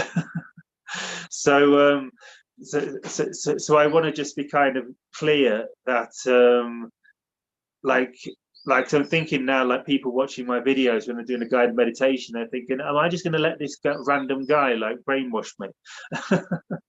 And so maybe I'm exaggerating, but so just to put your heart and mind at ease in this guided meditation, I'm not trying to brainwash you. I kind of am. Right? There's just two objectives. One, to contact the extraterrestrials that you wish to connect with, because I'm assuming that everyone in this call is interested in contacting extraterrestrials due to the theme of this call. And the second thing I'm trying to create within us, trying to brainwash within us to activating, is unconditional love and our heart consciousness and our heart chakra. So if before you had any hesitancy about letting me guide you and kind of do like this subliminal reprogramming, which is kind of what guided meditations are, to activate your heart consciousness and initiate extraterrestrial contact, know that this is all I'm going to do. I'm not going to like hide any little like subliminal comments saying, sign up for my sessions, special offer. So I'm going to keep it pretty simple, just like activate your heart consciousness and kind of joy, just trying to raise our frequency. That's the goal of this meditation, just to kind of raise our frequency, bring more unconditional love to us, with the intent of also, if you wish, you can either just like connect to the unconditional love frequencies and know that that's one of the most powerful things we can do for open contact and this new reality anyway, or if you wish, you can actually set the intent to connect to a specific extraterrestrial civilization or consciousness, you know, and sometimes in the word extraterrestrial, I even involve like Archangel Michael and like, you know, these higher beings. I think there's probably a slight distinction between what is extraterrestrial and what is angel. We don't need to go there right now. I think you've all had enough information for today. So if you'd all like to begin to relax.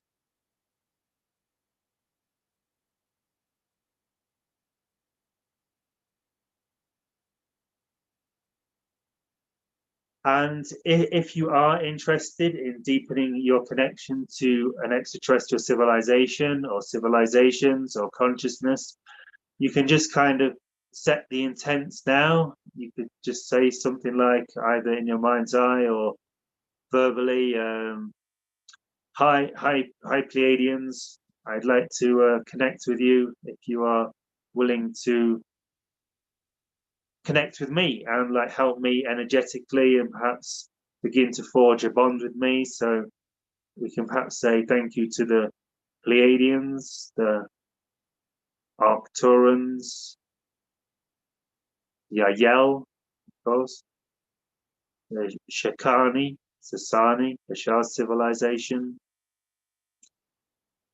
Orion system, or the love light specific ones on Orion system.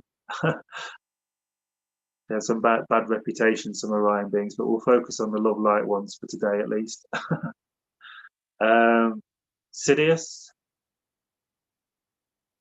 Sidious beings, Andromedans, and also just thanking like Archangel Michael, Raphael,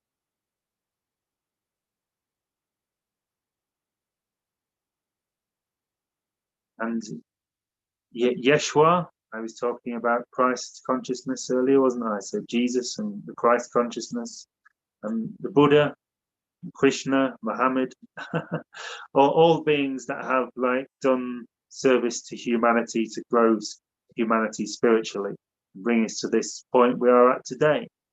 So thank you to everyone. And so, yeah, specifically thank you to the extraterrestrials. And if there's an extraterrestrial civilization you wish to connect with, and particularly the hybrid children as well, because I think the hybrid children, as they've come to be known, are more connected to our current timeline, more like future presence, perhaps not so different from us. I think quite very different from us, from what I'm learning about these species, but like perhaps more in common with us than some civilizations, and definitely very loving, definitely very fun giving and having. And so I think the idea of the hybrid children is a good consciousness to connect with, to connect us into our heart consciousness, because they're all about fun and love and joy.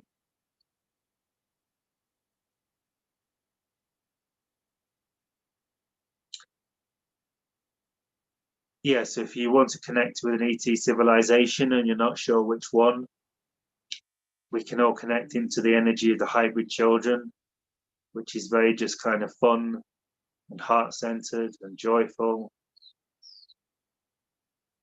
And very, I guess, conducive to the energy that I'd like to bring to the call, which is fun and joy and unconditional love. So just take a few deep breaths.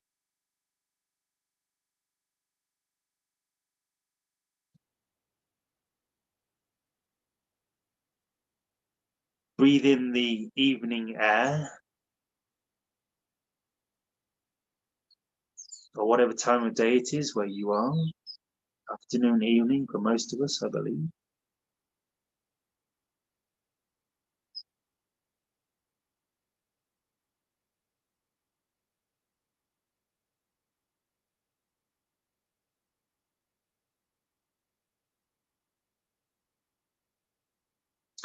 And just think of something fun. Something that reminds you of the energy of having fun.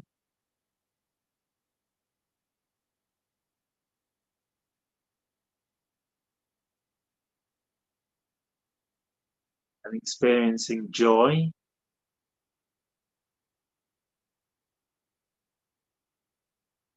Appreciating the gathering we have here today, the people we're connecting with. The ability to create this high frequency energy between us of unconditional love. So give gratitude for the unconditional love in the group. Could be a good hack for easy way to access unconditional love. Give gratitude for the unconditional love we already have here.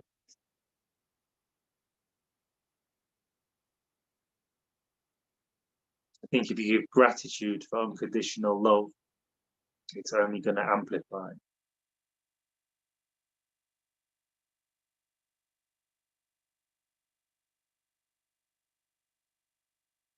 Perhaps we can begin to notice how things are shifting, how there's very naturally in the collective consciousness of the group, I'm sensing in a minute a very heart-centered energy, very joy-based energy, very fun-based energy, very happy energy, a very warm energy, a very healing energy, a very energy.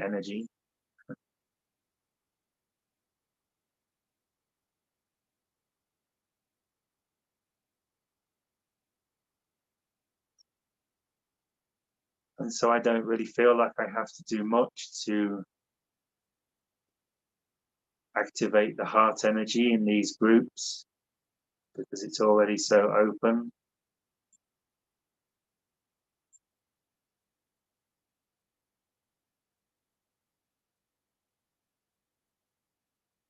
One thing we can do to easily amplify our unconditional love energy is place our hands over our hearts, our hand over our heart chakra. So if you wish, join us in just putting one hand or both hands over your heart chakra.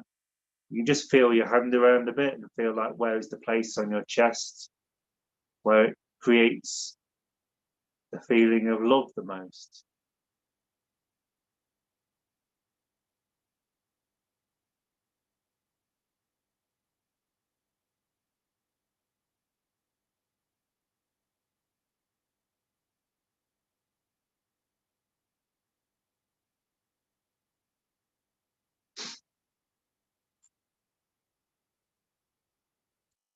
And perhaps you might have noticed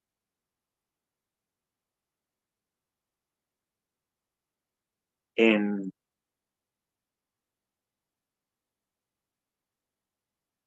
the group call today, there has been kind of this unconditional love energy here all day. A very kind of fourth density, fifth dimensional energy.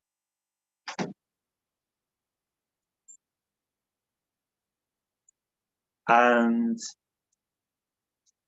I feel this energy is connected to the extraterrestrials, the hybrid children, the Pleiadians, the Syrians, Octorans, and the many consciousnesses listening in from a love-light perspective at this moment.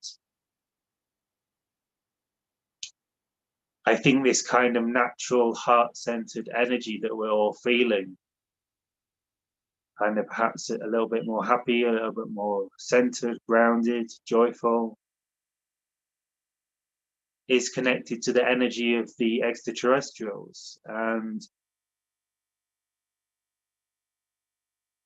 somehow the energy of the extraterrestrials and the energy of unconditional love,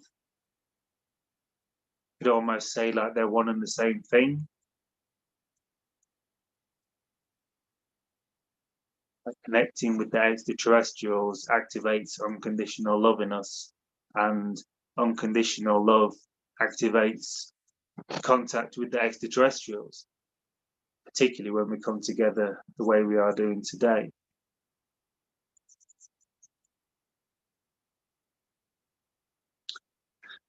So what I'd really like you to take away from this is just to observe how there's kind of all this energy movement going on that a lot of you are probably feeling. There's different energies in this group today than I've really felt for a while, maybe ever on Earth. Like the fifth dimension is really activating.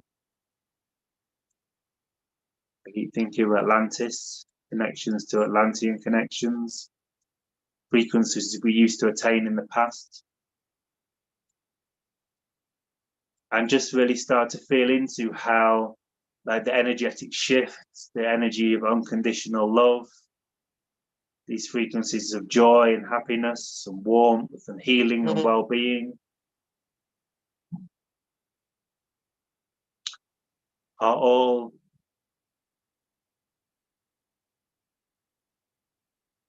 very connected to one another. And so the energy of unconditional love and the energy of contact are really one and the same thing. And the more we can just make the effort to tune to the frequency of unconditional love through the activation of our hearts, the more we are able to do for open contact at this time.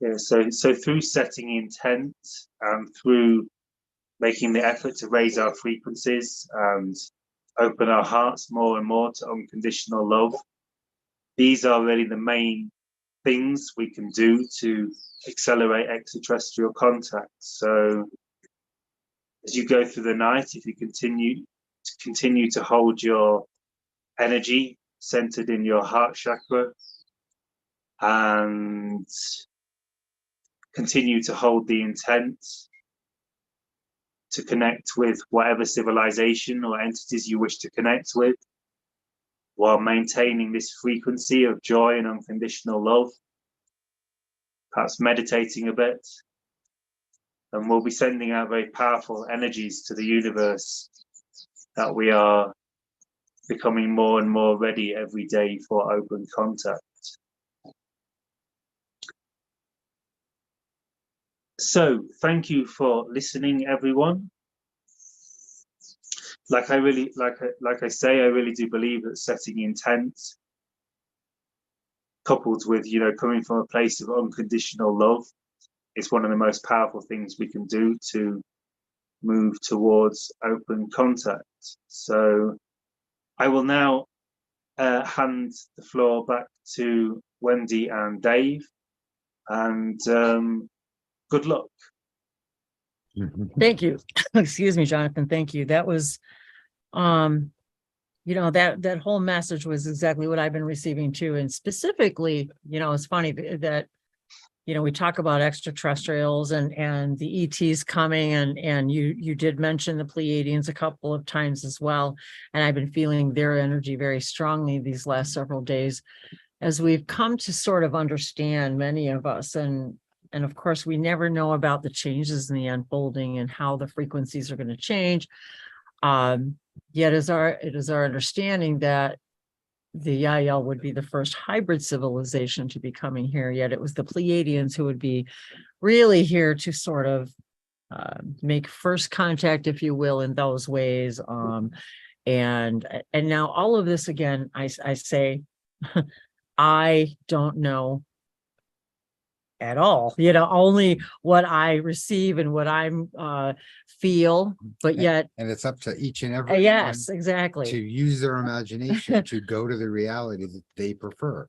But the love message though is the same, whether it's Shaun and Ishua, whether it's Jonathan, whether it's my guides, Jacquelin, she, her very positive and loving experiences throughout all of this. And we didn't even really get to touch on all of the little secret, all of the elements I wanted to say of even her transmission and sharings about all of those civilizations, and they're playing the part in all of this. So thank you for that connection, intentional meditation for us to use as an additional tool to connect and create that reality. And the message of opening our hearts and love, opening that has been their message to me.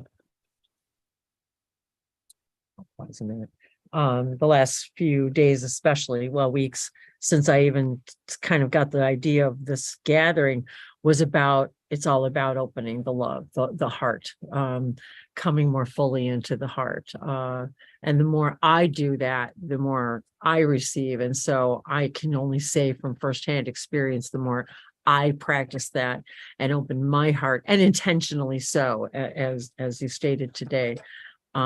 Is there a message you would like to see them bring in our forth? Hearts? Well, I don't know. Well, I'm just a ball of energy today, so I wasn't sure who or what was going to come through me today. So I've just been actually ecstatic in the sharing of everyone else. So at this moment, I'm like, well, I'm just thankful to all of you for bringing what you've all brought forth today, and all of these intentional messages. And I hope that all of you that have been participating or that will participate, and you are now, have gained layers and layers and layers of more of knowing more of all that you are. And we're not shutting down or anything right now. On the contrary, we also have a lot of people here in our Zoom room who may wish to raise their hands, come on camera, talk. You can talk without being on camera if that's what you like. If you want to come and share, that's part of what all of this is. So actually, I wanted to, it was more important for me to have anybody else who wanted to share. If there was anything that anybody wanted to share right now, perhaps is a good time. It's not really well, I don't want to say it's not a Q&A, but it just, is there anything that anybody might want to share on, comment on, and anything that any of our presenters thus far? I really want to open that up to all of you to see if you have any specific things you'd like to share. And we'd certainly like to know what open contact and world Right, contact Day means means to you guys. And some of you that are here as attendees, we don't know personally. Right. So there's And- so many of you that are new names and faces to me from all over the world, and to all of you out there watching this broadcast out there too. I've seen lots of people come through from different countries saying hello. So I wanted to So if anyone wants to say anything, you could raise your hand. I could let you talk. I could bring you on video as well. So if you're willing to open the door to yourselves and to more of open contact with all that you are, and you'd like to just come on and say something, that's really kind of the intention. Alua was number one. Oh, hi, Alua. And I promoted him to Welcome. panelist, so it will take him a moment, Okay. I believe, to pop in. Okay. Cheyenne is here. Hi, Cheyenne.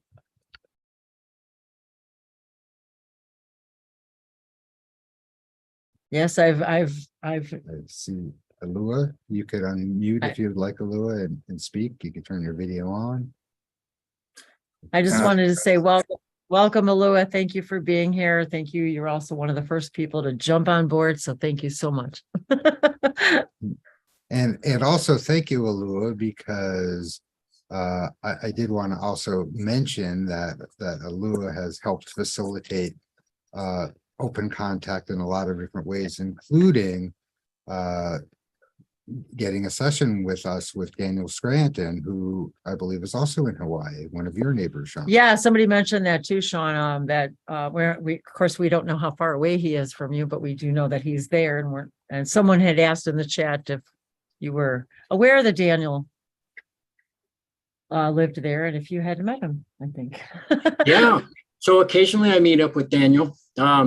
It's usually just something that happens spontaneously. Yeah. He lives up country. It's about a 45-minute drive from here.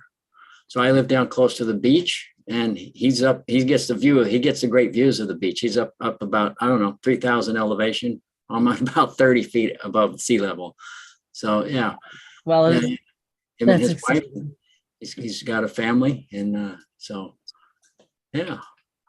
That's wonderful. So yes, thank you, Alua, for facilitating that. That was very kind and generous of you. And Alua, I'm sorry for interrupting you. Please continue. No, thank you guys for hosting this. This is really a momentous day. And together we are definitely going to be on the timeline of First Contact, as in we are on the timeline of First Contact. And I just want to make the announcement that First Contact Portugal is back on. There was a slight deviation of belief, but now after a while of really doing the inner work, I can now express that in the outer world. And I'm excited to, by the end of this year, host First Contact Portugal. Thank you, guys.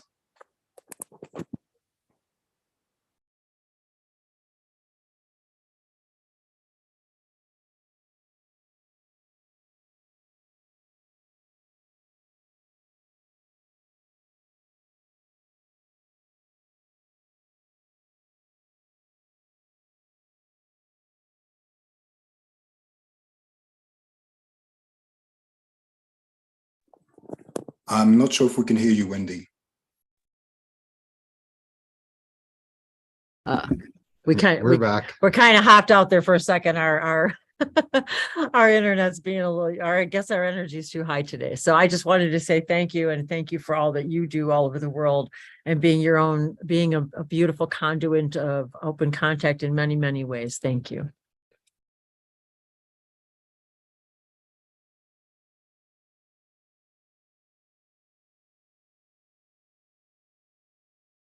Anyone else? I'd just like to say thank Oh, you. hi, Cheyenne. Hey, I couldn't be more grateful for this session. Honestly, I really don't have words. Shaun Swanson, I feel like I just don't know. But you've got a new follower in me. But I just don't have words. I mean, you really touched me in a particular way today, and I'm extraordinarily. I feel like I should have paid for this, you know? So, I mean, I'm sure that you are paid for this, but I feel like I've been given a gift, you know? So I just want to say that very clearly. And then also to Tyler, I've only just discovered you like very recently. Didn't even realize it was you until I heard your voice. And I also am really grateful for you too. And like I said, I've only just heard a few of your channelings, but it really resonates, and I'm so grateful, and I'm so glad you're here, which makes it also very synchronistic, because I didn't know that you would be here. But like between you, Jonathan, and Shaun, and then of course Wendy and Dave, like this is like my star family, I guess. I don't know, but thank you so much for hosting, you guys. I can't, like I said, I don't have words. And I wish I could repay you in some way. Oh, well, you know, it's all in love. Exactly. It's all in love. And let me just say, this whole gathering was all in love, you guys. The only exchange here happening is love.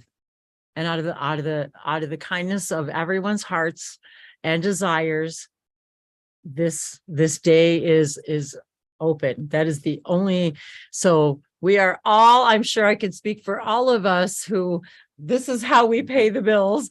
But yeah, no, everyone, this was completely voluntary. This completely came together in a most serendipitous, synchronistic. We really didn't plan any of the timings. We really wanted to fit everybody in who wanted to present in the best way possible. I hope that synchronistically it was in perfect timing for everyone. I thank and apologize to Jonathan for waiting so long, but yeah, Cheyenne, this is really, you know, a coming together of the hearts, and you know how we feel about you.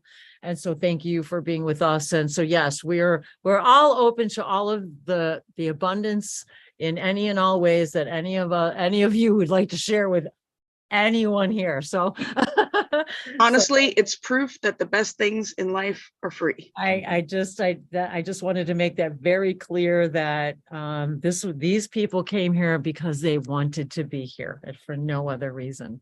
So that my heart, there aren't enough words. I can't hold or say how I feel about that. So yeah. Thanks for sharing, Cheyenne. Yeah. Appreciate your words. Thank you. Yeah, impressive how long this. I'm so happy. I had to dip out for a while, and then I got to come back, and I was so excited to see it was still happening. I was like, oh, I'm getting back on this stream. Yeah, it was so exciting is to see you hop back on. And do we have someone else that would like to? Marie. Hi, Marie. Good to see you, my dear, my good dear, love you. Long time. Oh, hi, Riri. How are you? Oh, I'm so happy to see your face. Wow. I'm so happy I joined. I wasn't prepared for it, but I'm so glad I did, because I'm seeing so many. Tyler and Shaun, I have followed you on and off, so I was aware of you. Jacquelin, it was nice that she was here too, and Ellen. So it's nice you guys are. This was really good that you guys set this up. I do have a question for all of you. If you might know about a song, since you guys were talking about earlier about that song about the calling out planetary, whatever. Uh-huh. Because back in, I think it was 2008, when I was in Oregon taking a class and my phone rang, and this was my Canadian phone number because I'm from Canada. So it was roaming. The phone rings and this woman says, hold the line, she puts me on hold. And I'm thinking, why would somebody call me and put me on hold? While I'm waiting, there's the song that comes up, and it's talking about he's been on the planet and he's been doing his mission, something like that. And then he goes, he's getting ready to leave and he's calling in his ship. And that song, I had never heard it in my life, but I paid attention to it because I like the lyrics. Normally, I just go blank if somebody puts me on hold to listen to something.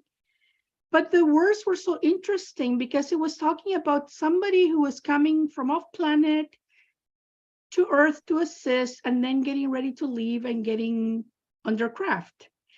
And when then the song is finished and the woman, whoever had put me on hold, she goes, okay, so how can I help you? And I go, what do you mean? I never called you. She goes, I didn't call you.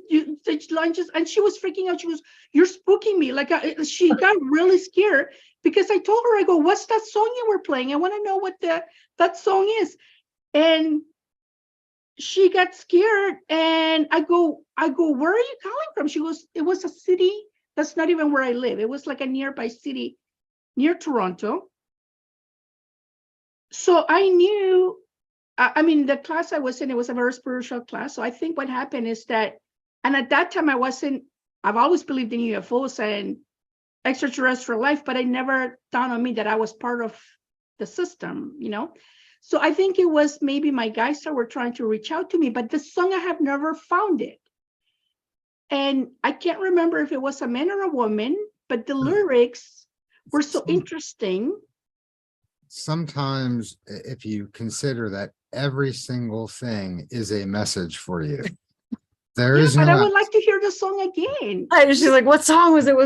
that song might have only existed for you in that moment to give you the message. It could have been a different timeline. Now that it comes into my head, it's well, like you know, thinking, there maybe is it was just that. like momentarily got into a different timeline, because that song was really, really nice.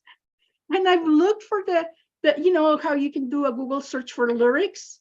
Yeah, I was going to ask whatever you I could remember, I've searched and I have never found it. But I know it was something, but I don't know what it is that they were trying to. Maybe somebody will come up with it and send you a message and tell you what it is. Yeah, because the song was nice. I just wish, I mean, I never heard it again. It was that one time that it came through. Of songs that I've heard that were about ET contact related Yes. things. Oh, what was the one I It was? was the guy, the famous rock band guy, AJ liked to listen to him, who had, what was that song? Like Aliens Exist. I think the name of the song is Oh, it was Aliens. Exist. That's actually what it's called. Yeah. Well, I've always believed in ETs, and you know, it's been in our culture forever, you know, decades and decades for sure, in all of our television and movies. No, it made me think of a song by Fleetwood Mac. There was a song that they made, and it wasn't until, you know, the funny thing is I remember hearing the song over and over for years. And it wasn't until later in my life that I actually realized what it was actually about. And the whole song is about their encounter. You've Got Me Hypnotized, but the hypnotized isn't the exact title, but and it was a story about their actual, as the guys in the band, they had an actual experience looking out the window at a diner in the middle of somewhere, traveling, and that the song became, you know, famous, but that it was weird because it wasn't until later that I discovered that was actually about an actual contact that they saw a craft outside the window. So yeah, there's lots of, I think there's lots of songs. Well, and just so many come to my mind too. Rocket Man, and you know, I mean, there's so many. A lot of Bowie, David Bowie. Oh God, yeah. Well, of course. You know, thank thank you, David, because you know what? I'm so glad you brought him up, Tyler, because he is one of the few that was at the very beginning of talking about Ziggy Stardust, and I guess I better go feed her. Oh, yeah, sorry, your puppy needs to eat dinner, so he's gonna go feed her for a second. It only takes her like 5 seconds. She's inhales it, but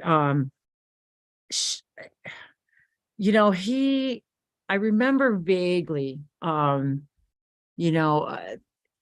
his persona, and he made it very clear that that was his counterpart, his Stardust counterpart. That was, his counterpart on another life, living in another reality, in another dimension, and so forth. So, even if I didn't appreciate the lyrics and the intricacies of his music at that time, I'm just glad that you brought him up, and he's probably here hanging out, you guys. I mean, seriously, why wouldn't he be? Why wouldn't he be? Why wouldn't, the other thing, Carl Sagan, that's another thing that, if we understand, all of us, that, non-physical reality is, basically right here, just like right out of touch, why wouldn't all of these people be here? And right now in here in this gathering with us today, why wouldn't they be? Of course they're here, there's so many guys too. And I think there was another one, what was it? He went by Stargazer, and he always said, and keep looking up. And actually Carl Sagan's quote is on the back of our, I'll show our World Contact Day little journaling thing that Dave and I created together, but that is the quote that we used on the back, was Carl Sagan. And I even, I thought about that a couple of days ago when I was looking at it, and I thought, well, of course he's going to be there. Of course he's going to be here. Why? That was his dream, and you know what? I think about this with World Contact Day in general, and maybe you guys can chime in on this. I was so surprised, God, at how little there was, so little information. There was nobody doing anything. We couldn't find anybody doing any events. That's how it all started. That's why I created an event, because nobody was doing an event. I thought, how can this be? How can this be? And for all of you who do watch, Daryl and Bashar, he's 500 miles over Bell Rock and Sedona, lower than they've ever been before, ever. And he's on his third, channeling of becoming galactic citizens in 2023, the door of open contact. And I thought, what the heck? Where is everybody? Why isn't this like, why aren't there things happening all over the world, everywhere? And I thought, well, gosh darn it, I bet then we got to make one. We have to make one then. That's why this all came about. It was nothing more than that, nothing more mystic or channeled, or all of those things, yes, but it was really just like, why isn't this more important? Why aren't people celebrating this? And why is it taking 70 years to acknowledge? What are we waiting for? All of us, who are we waiting for to allow us to acknowledge that this is a thing and it's existing and it has been? And who are we waiting for to say it's okay to believe it? No, it's in our hands now. This is what this is all about. Do we want to create a system that doesn't rely on a monetary system? Do we want to, all of these things are what we're all here to create today, in all of the ways that excite us to do so. Sorry, I don't know if anybody's hands up. Sorry, my coordinator over here is so but yeah, if anybody wants to chime in on any of that. But somebody said Rocket Man, Spaceman by Killers. Rocket Man was a song done by Elton John, and I think he was the one. I don't know. I cannot say, did he write it? Did he not? He performed it. So a lot of this stuff too is, I'm delighted to say, and in a lot of ways, that what I saw as a child in my visions, when I saw the world through that song, Mystic Crystal Revelations, these are songs that, it's been 47 years since even I'm just laughing about how all the sevens today too, but how we've changed our timeline so many times, and we don't remember, of course, because we're only living in the now. And we have all of us, many of us have understood what the Mandela effect is and all of those things. And we have had different histories where disclosure happened a long time ago and it didn't work out so well. And then there's all of the infinite realities and possibilities in between, where we've never had contact, where we're already galactic citizens. So when we start to understand ourselves from less linear and more quantum and parallel realities, concurrence. I wanted to see if anybody had anything to say on that really quick. First, Tyler, since you're here too, I want everybody to have the chance to jump in. Here comes Puppy, I think. So I think we're gonna give her a bone and see if she'll be quiet down here with us and lay. So yeah, hop in, Tyler. Give me a minute. Yeah, sure. Thanks. Can't wait to see I hope we get to see the pup. Oh, we do. Yay. Oh, I need to have a moment of just appreciating how adorable this puppy is. And then I'll say something not related to cute puppies, or maybe related to them indirectly. Who knows? But oh man, I can't even think while that's happening. It's so great. I tried to formulate a sentence and nothing came out. Oh man. Yeah, I know, the pure joy, you guys. I'm telling you, the pure joy of connecting with the animal collective, and oh my God, she's loved beyond. Oh geez. Pure is the word. You know, I work with dogs, and pure is the word, and they have changed my life for the best. That's right. Pure is the word, my dear. You are correct. Yeah, sorry, go ahead. Yeah, sure. But I love that you brought up the parallel reality and the timeline shifting dimension to all of this, because I think that is something that is sort of new to the mainstream. A lot of people are unfamiliar with that concept, and I find that to be one of the most important concepts in navigating spiritual evolution and just normal life. Because if you think you're in one fixed reality, you're going to be trying to change the outer world. But if you realize you're in this fluid, wiggly reality that can sort of blend with other ones, then all of a sudden your approach to life changes. But most people don't have that tool. And one of the things Ryo has been encouraging people to do is to share the tools that the Bashar's given, that he's given, excuse me, that many of these other channelers have given, because most people just don't have access to that. And just these like little things like that can really shift how the average person sees life. I can remember when I first got that idea, right, from Bashar, of you're constantly shifting through billions of different realities. You're never in the same world twice. I remember being like, wait, how wiggly is this thing? And it really started to expand and open up my world.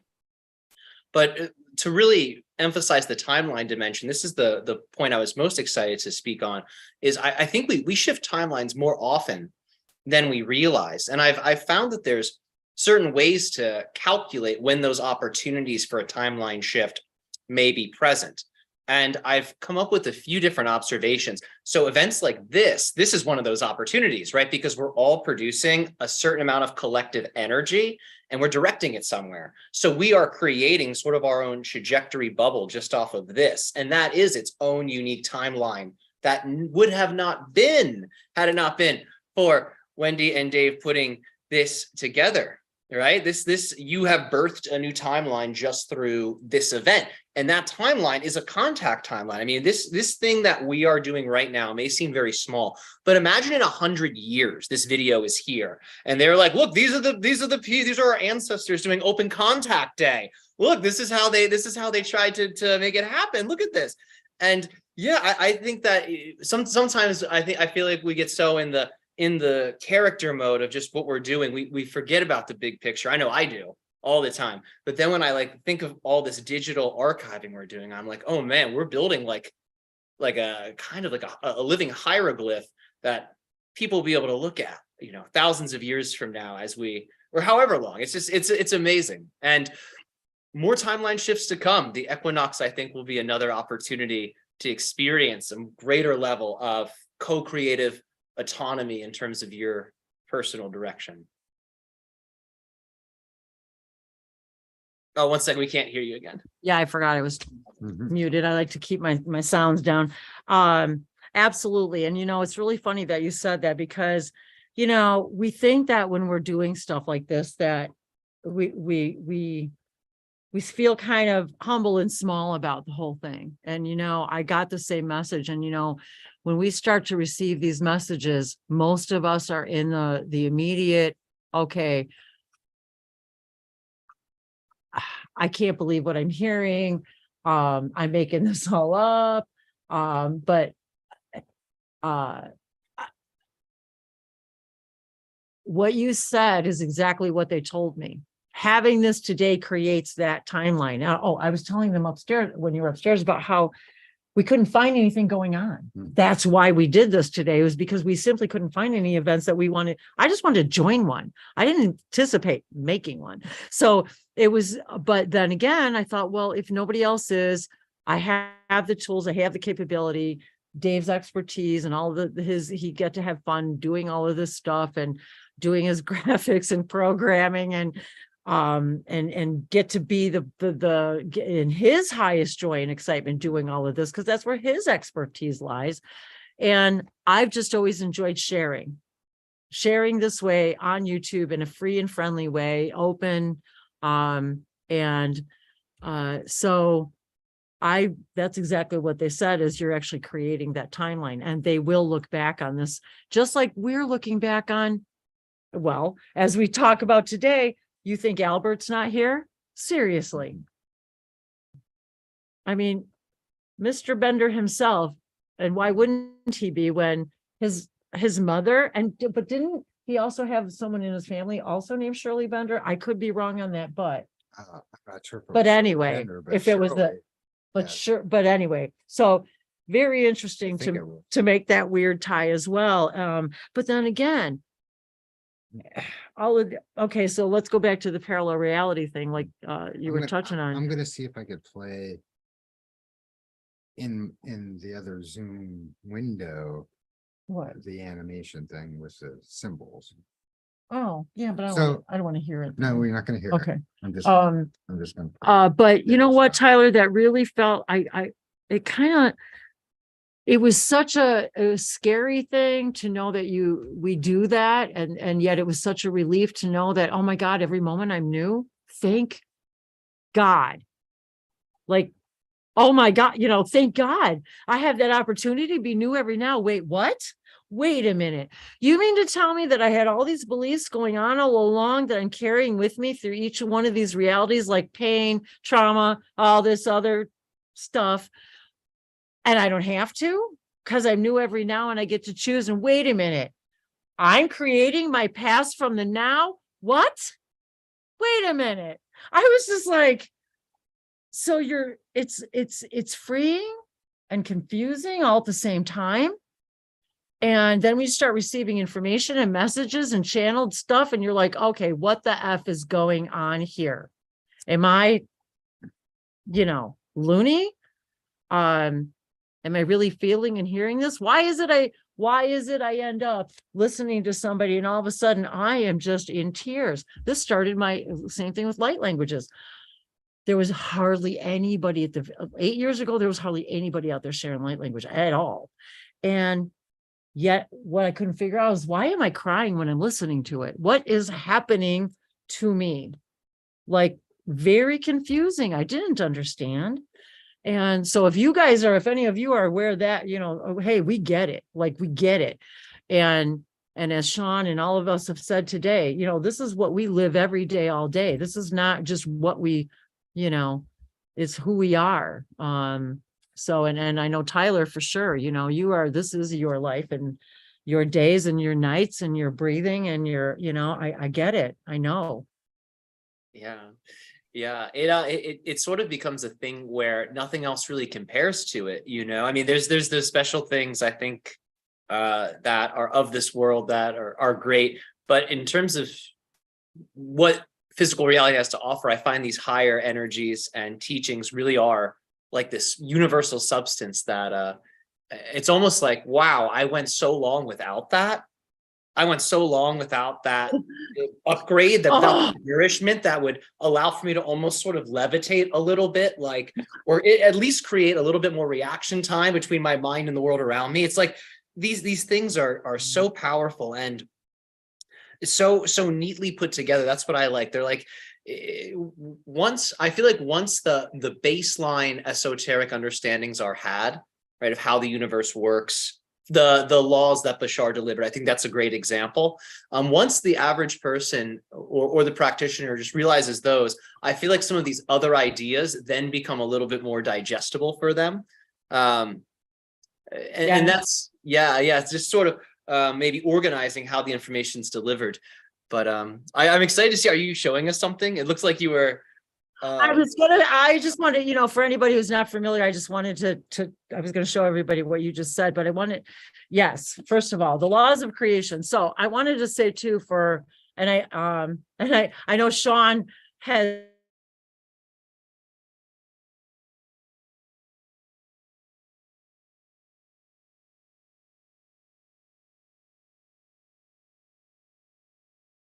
this is when I found all of you guys, when I found Shaun and I found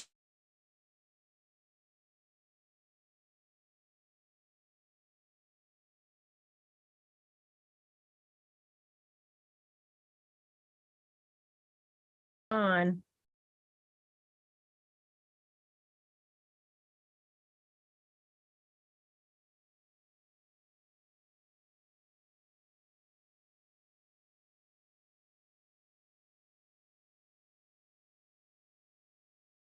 Ask everybody on mute.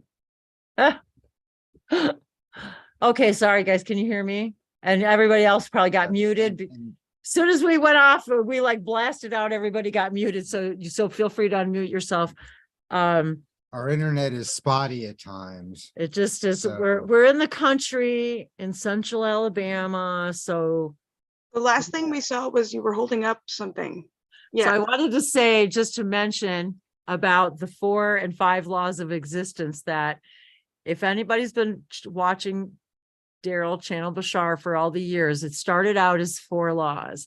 And then those of us who were watching were asked to participate in a vote to add the second and insert it for 5 laws of creation. So as you mentioned that, Tyler, it reminded me, and I had also, I believe, read this on your website, Shaun, about the laws of creation. And so I couldn't even believe it. I'm watching this event and he's talking about, so if any of you watching want to vote on the idea that we add insert number 2 and create the 5 laws of creation. And I'm like, I'm just watching this going, yes, yeah, I want to be a part of that. And that's all it takes, you guys. That's all it took for me. It was like, woo. And so, Well, the new law was. so I wanted to read for any of you who are not familiar. This is what kind of gives us the laws of creation. 1, you exist. So therefore, anybody who's, I don't know, maybe right now not all excited about the things that you're creating and you're kind of pissed off that you exist. Well, like they told me, get over it, because guess what? You exist. You always will. That's it. So you get to choose now whether how you want to dance, but you exist. Number 2, which was inserted, everything is here and now. And now we understand that from the prime radiant, quantum physics. Every single thing was created from the same one particle. Everything. So this is I am by no means a mathematician or quantum or nothing. No.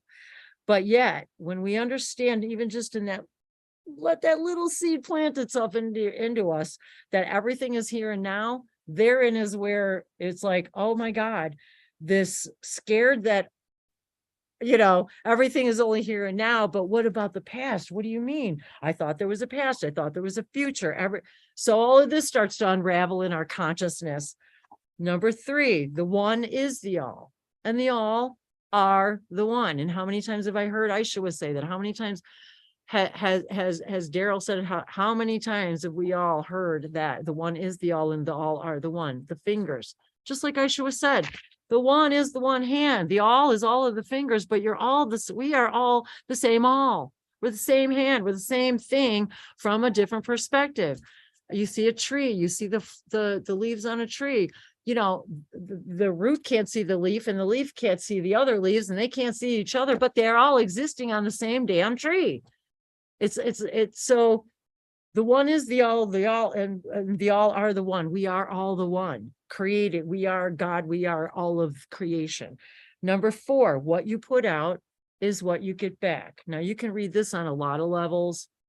You can look at it in physical or non-physical, but it's all about frequency and vibration. And as we understand from Tesla, from Tesla, totally here today, you guys, totally here today. Why wouldn't he be?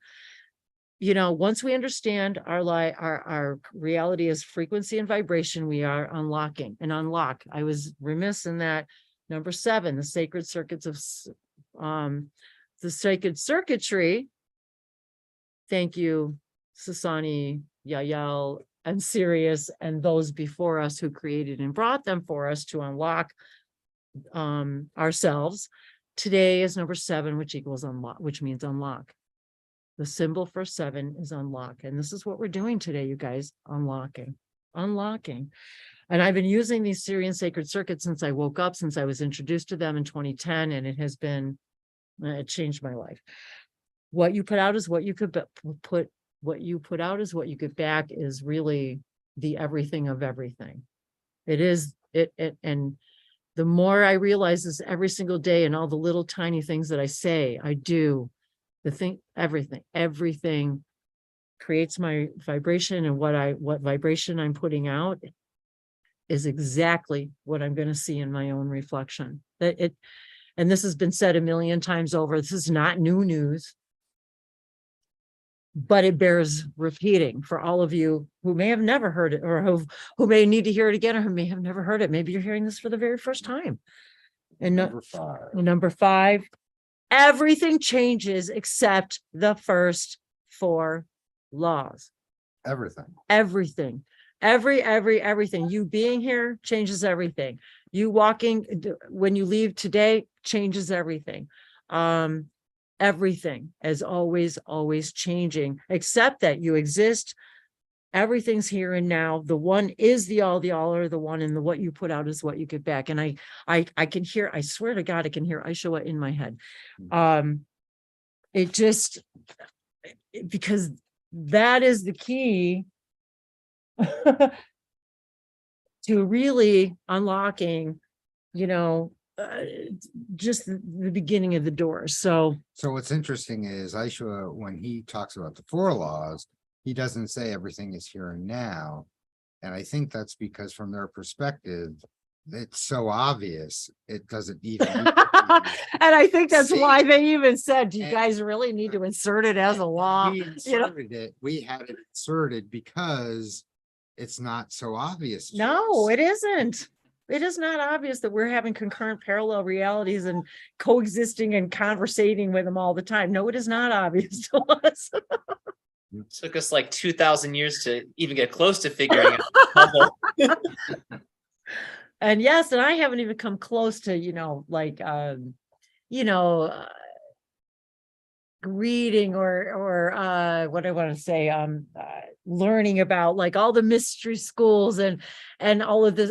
But yet what I will say is, you guys, I know I'm already doing it in all these other concurrent lives, and they all excite me. They always have, all of it, every bit of it.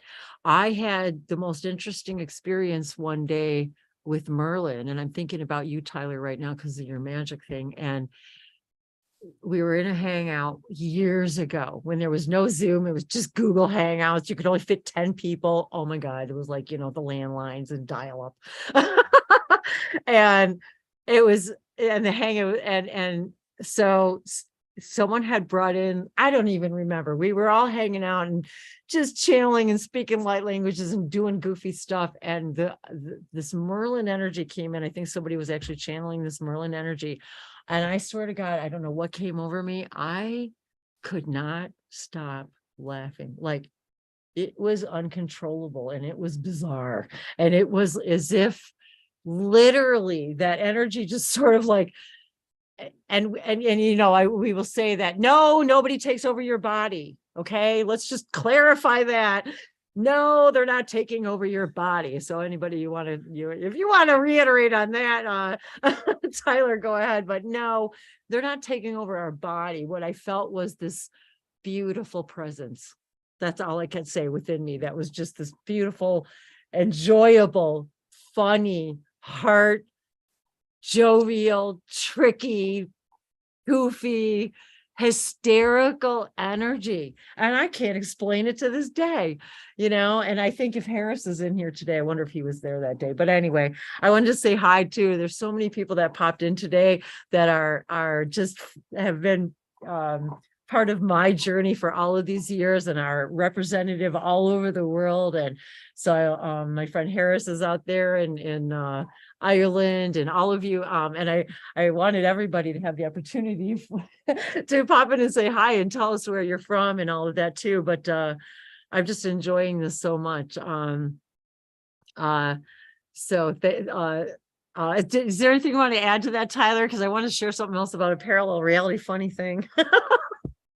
Well, yeah. So the magician energy, which I think Merlin's a great archetype of, is for sure hilarious. And I describe it as, so in real life, monkeys are kind of like terrible and like menacing, but right in our minds, monkeys are like Curious George and they're little cute mischief makers. And in the Eastern traditions, right, they have the idea of the monkey god. Right, this monkey who essentially becomes a god, right? He climbs all the way to like heaven, and they're like, "Oh no, hell no, get out of here! Like, you got to go.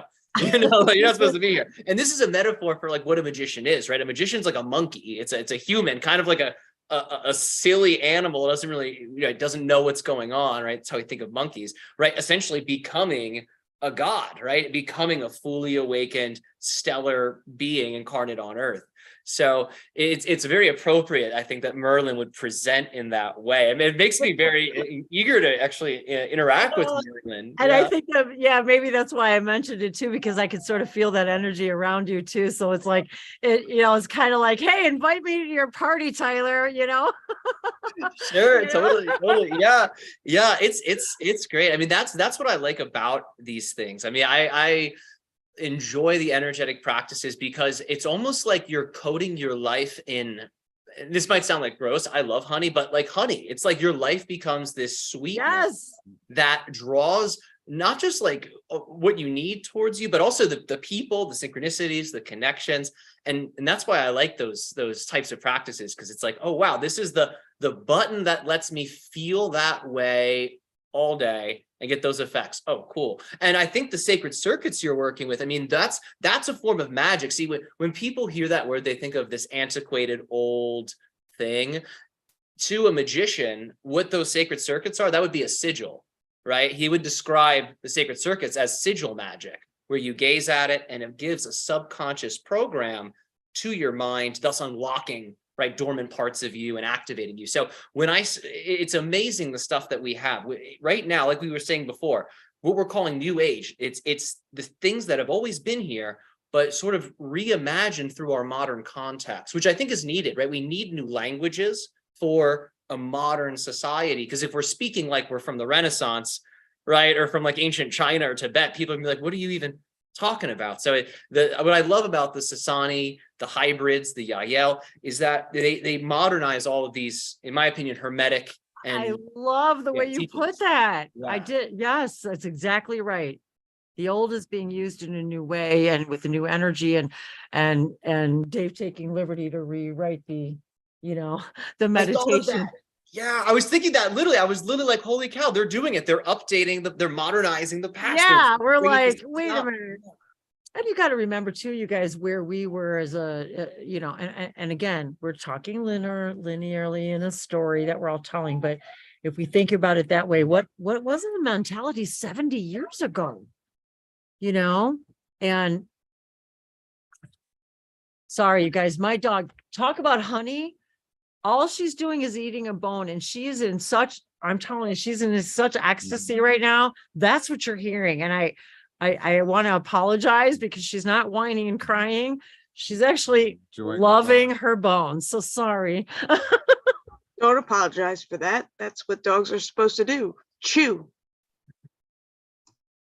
Going. Go ahead. And Yeah, Tyler, no, Wendy, uh, uh, I was showing Wendy. the Sacred Circuit video that I created animation around the crystal skull. And that was originally for a crystal skull meditation. Oh, a crystal skull for meditation we did for, Halloween, yeah. Atlantis. For Atlantis energy, and because we're really into the whole crystal skull thing too, and that's why I wanted to. Funny you bring that up about see today, you guys connecting with the crystal skulls. This is a big deal, and I'm so glad you said that. Thank you. So I wanted to show that again for a couple seconds. So what Dave did was he took the Sacred Circuits. If you're not familiar with it, you guys go to bashar.org. It was the Sacred Circuitry. I think it was June 10th. God, what year was that? Geez, June 26, 2010. And ever since I saw that broadcast, I started using these sacred circuits. And anyway, when we were guided to use them in any way we could find imaginable, one day I asked Dave to create a graphic with them, the sacred circuits going in a circle. And that was the first time you created it, was to connect with the 13 masters of the crystal skulls. And then, so we want to maybe touch on that a little bit right now. Oh, well, I first made the graphics for your website. Oh, for my website. Oh, is that what then it I'm like, was? what else could we do with this? We're going to have them spinning around and we still don't have the answer to where they came from. Like who presented them to the IL, who presented them to the serious beings. So those answers are still yet to come. I've often wanted to ask Bashar, well, where's the next set? And then the funny thing is that I've been downloading these for years, and they're like, so you know what I mean? It's like I've been doing, so they're like, so just in the idea of sharing these symbols with the world, I just started doing this. Had this idea that Wendy's, one of her dreams was always to distribute her symbols. Here's some. And we had this idea that synchronistically was presented to us through a YouTube channel about doing side hustles. And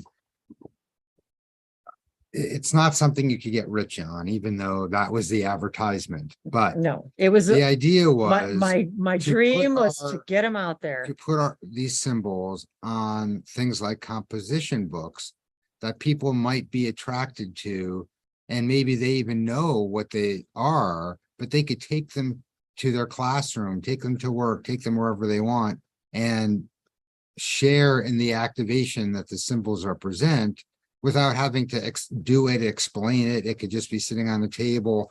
And here's like one example. That's just one of them, but just a composition book. And there are some that look a lot more galactic. There are some that look like circuitry. There are some that look like this is a 52-week planner, which has, and all of these symbols came right out of my private diaries, my private journals. All I did was start writing them. I just start putting them in print just this year. And a lot of these go back all the way to 2010, 2011, 15, 16. I mean, there's lots of them. And in this one, so here's it. Every week they're new. Like every week in this book, the symbols are new, each page for each week. And really the idea, you guys, was, how can I take my imagination and get these into the mainstream? How can somebody get activated just by having this laying on the table and looking at those codes and walking by? And they started to tell me. Cheyenne shows.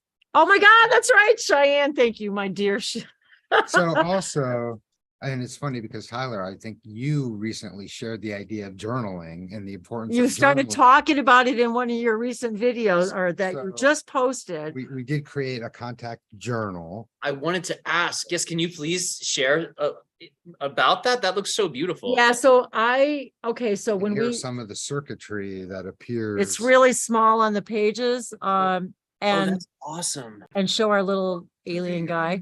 So, and all of the, like the borders on this page and everything, and the borders on here are all from a little table I painted, which actually Dave's avatar for Open Contact TV is the table I painted, which is some of the symbols that are on here. But the World Contact Day Journal really came as oh, wow.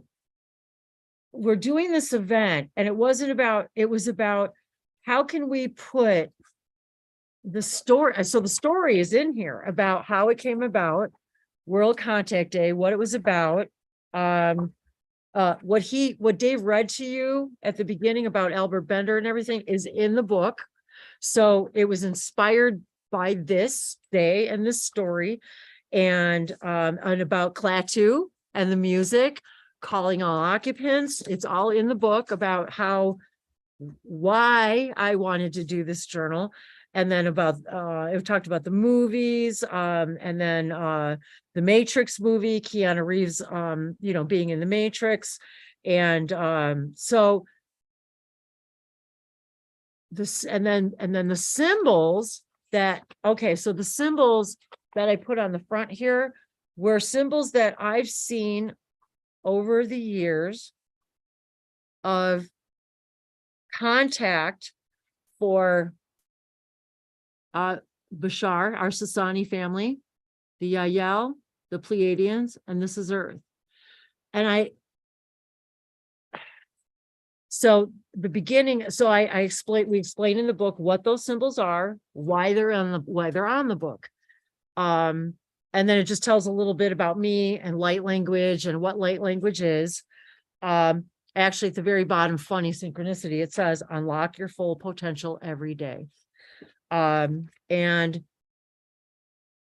do you have him? I was just looking. Go get him. Are you sure? Oh, maybe he's got to be up there. He's got to be up there. Anyway, the symbol on our Open Contact YouTube page has a little little green alien guy. Well, it's literally this little rubber statue that Dave has had for years and years and years and years. And so he just recreated it in a graphic. And so right next to the light languages is this little guy on every single page, because we had to, but let me tell you about Open Contact and all that, and all of these races of beings, and Yael and the Pleiadians. They look a lot more like us than that guy does. But I also have the images hanging in my house and all of that from that Bashar event. I do, Tyler. They're hanging all over the, of the alien faces. And he's like, and paste them up in your windows and have them looking in your windows. And Dave and I were like, well, that's a little creepy, but but they're hanging on, so we would hang them on the mirrors and on the walls. And so we made sure to let them know that if they were going to come visit us, it's probably not the smartest thing to peek through the windows, knock on the door, like, float around in the an issue with like peeping. Not peeking through the bedroom window. Not probably the best idea. So I just want to make a commemorative something to commemorate today, like for me and for all of us, and so that it's out there, and that's something that actually says 70th anniversary, and Carl Sagan's quotes on the back. In the deepest sense, the search for extraterrestrial intelligence is a search for ourselves. Carl Sagan.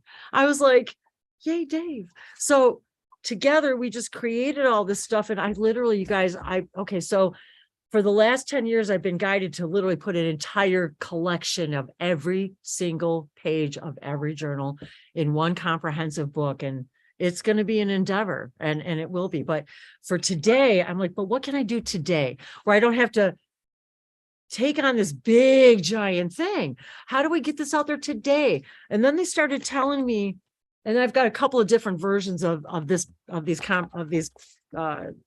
Oh, is this a different one or the same one? Oh, it's different, but the same. Anyway, each one has different symbols on them. But what they started to tell me was about how the children being born today and the people who are in school right now, regardless of what age, that as we begin to put this stuff, all of us, and share this stuff out into the mainstream, they started to share with me about how literally what happens when these are carried around humanity. Just by viewing them, and these are things that I can't say or claim. I say this out loud. It's just what I've been guided.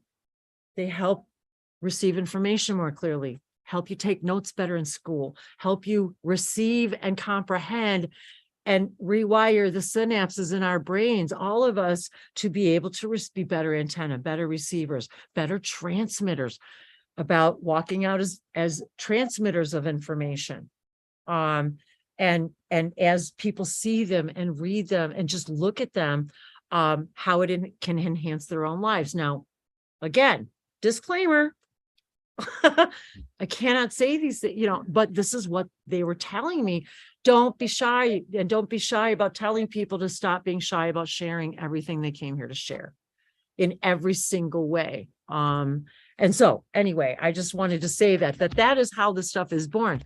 It was born out of the guidance to put it out there, that it meant something, that it changed something, and again, we're not changing the reality we're in, but if this can help us all connect to each other better and vibrationally shift to the version of reality that I prefer personally, this is all this is about, because it really, at the end of the day, there's nobody here but me. So then there's that. Wrap your minds around that, guys. There's nobody here but me, and I'm just your version of you, and I'm just your higher self talking to you. Yeah, Tyler, like, so how do we explain this stuff, and then explain, oh, but this is what happens to me on a daily basis from the moment I wake up, and I start waking up and I start writing in my own damn journals, and I'm just crying my eyes out because I can feel you all. What the hell's going on?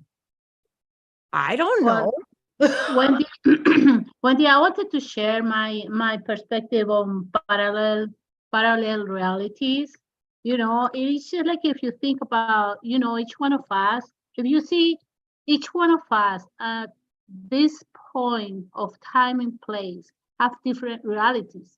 Not even you two, Dave and Wendy, you guys have completely different realities. Yep. Because the way you see each other, like Dave is looking at you, you are looking at him. And Taylor is looking at the computer, he is looking at me, and Shaun is looking at me or listening to me, but I am looking at you guys. So each one of us are having completely different realities. None of us, we're sharing, but we are not having the same realities. We're just sharing a little bit of time, So, that's something that I think is just like, that makes sense, And each one, the millions of people that are in the world, each one of them have different realities.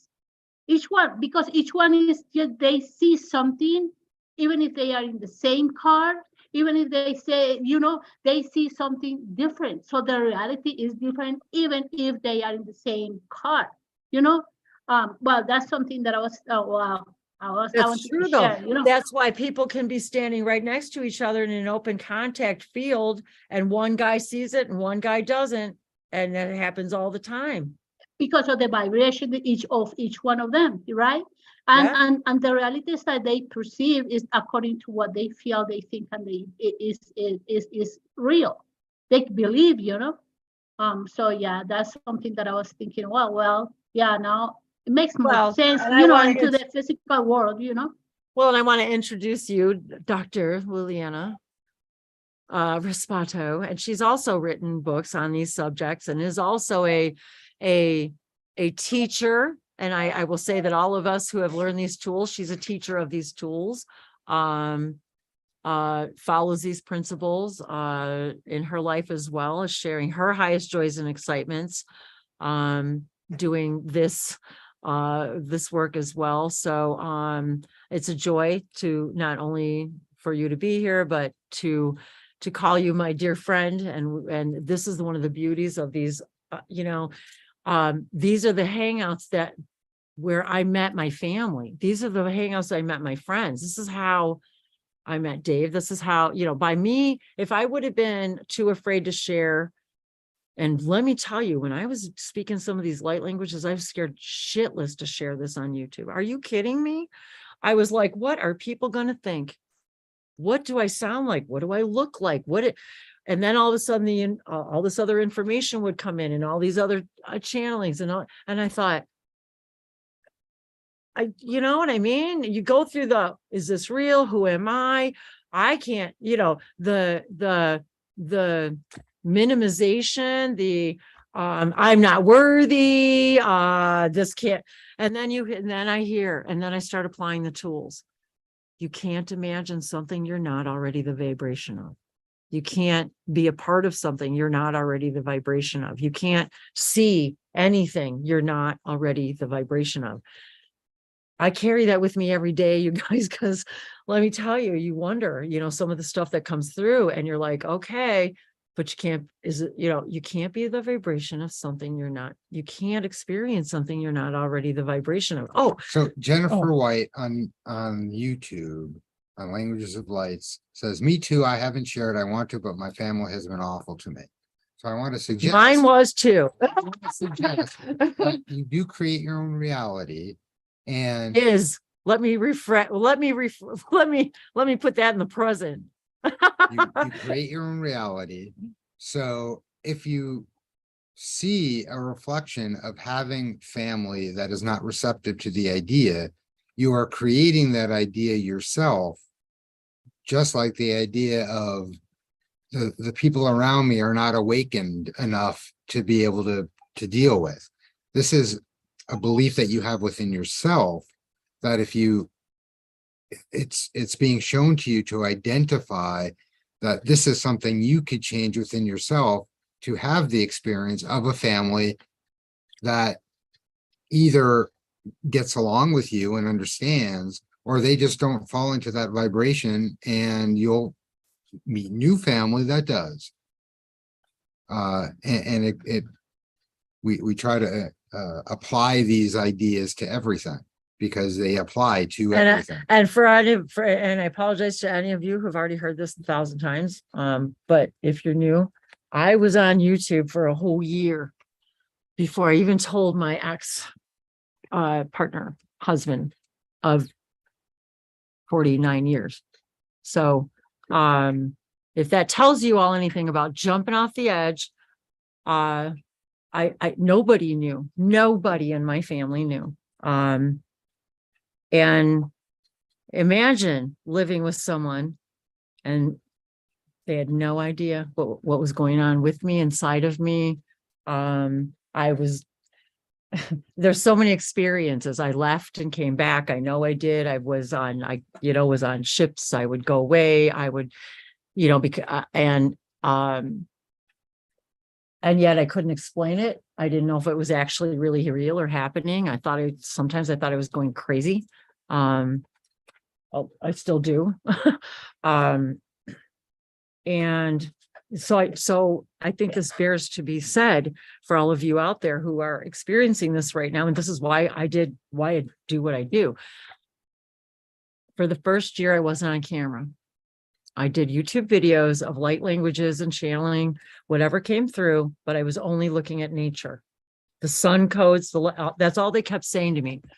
There's light codes in the information. There's light codes in the sun. There's light codes in nature. There's light codes the way the sun hits the leaves. It hits the flowers. And you're going to teach people about vibration and colors and chakras and nature and flowers and flower essences. That's how I started connecting with the hybrid children, through the flowers. That they called it. That's a whole nother thing, which we could get into. That's a whole nother subject. But that's how I started opening up to my own hybrid children and my own. They would introduce themselves to me when I was in nature. They would, and this is real, you guys. This is real experiences. Let's just put it that way. But the point is, and the moonlight. Okay, once I heard about the Sasani, and their collective consciousness, Epsilon, Epiphany, and Eclipse, and their oversoul, that they were beaming down energy along with Sirius energy through our moonlight. I'm like, let me have it. Are you kidding? I was outside in the moon as much as I could be. I put my crystals out there, my water out there, my intentions out there, my light language symbols, I put them out in the moonlight. Are you kidding? I used this little spiral thing to connect to their entire collective consciousness, because Bashar once said that he built a spiral out of crystal that was a mile high. And I said, well, by gosh, I'm going to use that to connect to them. I did. Do you see, guys? It's just, and this was at the very beginning. And then, so the point is that do follow your heart, follow your soul. They're not in your frequency. They're not going to see it anyway. I was so worried about people being able to find me because I wasn't, since I hadn't told anybody or come out of the closet in my own personal family, I was afraid to be on camera on YouTube. So I was waiting for that time when I came out. And then once I did, then I jumped, but it was like I said, a year later. But the point is, it wasn't important, my face in that time. It was the energy, the light languages, the information coming through nature, the connection that I was making with the hybrid children, with the Yael. They were some of the first that came to me. Say that by allowing ourselves to be more of who we are, the enrichment that we've received is beyond words. And even being here and being able to hang out with all of you is it's a dream come true. Every time we're doing a hangout and being able to hang out and talk about this stuff with other people who are also interested and excited about it. Yeah, we do this all day. I mean, it's with just each other. So that's a gift in itself. But yeah, sometimes it's not so much fun living with Bashar. You know what I'm saying? Well, you create your own reality, and maybe do you want me to really tell you how I feel, or do you? So yeah, then there's that. But you know what? The thing is that me putting out my rockets of desire has even just all of the technical stuff too. Barely any of this did I set up myself. Now, I was doing it alone all those years, and I did have a lot of help from friends exactly when I needed it. Shout out to my buddy Brianna, who's out there, who helped a lot of us connect. So if any of you know Bree, hey Bree, wherever and whenever you are in your journey today, we love you. And she had a lot to do with bringing Dave and I together as well. So, but it was always in the joy of doing these hangouts that that's why I do what I do. And, I technically was retired a long time ago, and then my life changed and we shifted and I moved to Miami, and then now we're in Alabama, and things have completely changed for us together. So the more you are yourselves and acting more and more of yourselves, regardless of what your parents, family, children. My children were grown, you guys, at the time that all of this came about for me. And none of this came out in my family until years after I was really underway. So the point is that I was on YouTube for a very long time. I had told my ex-husband at the time, a year after I had been on YouTube, but didn't tell anybody else. Nobody else. So, I mean, in my immediate family, but. And I do want to share some of the notion of Aisha's message today, that our connection with all of you is infinitely joyful and exciting and infinitely growing all the time. Every day, my heart and love expands in ways I can't even imagine. And And I expressed that recently, even in a live broadcast with Cheyenne too. Just, when you connect with people and you just get that feeling, you guys share it.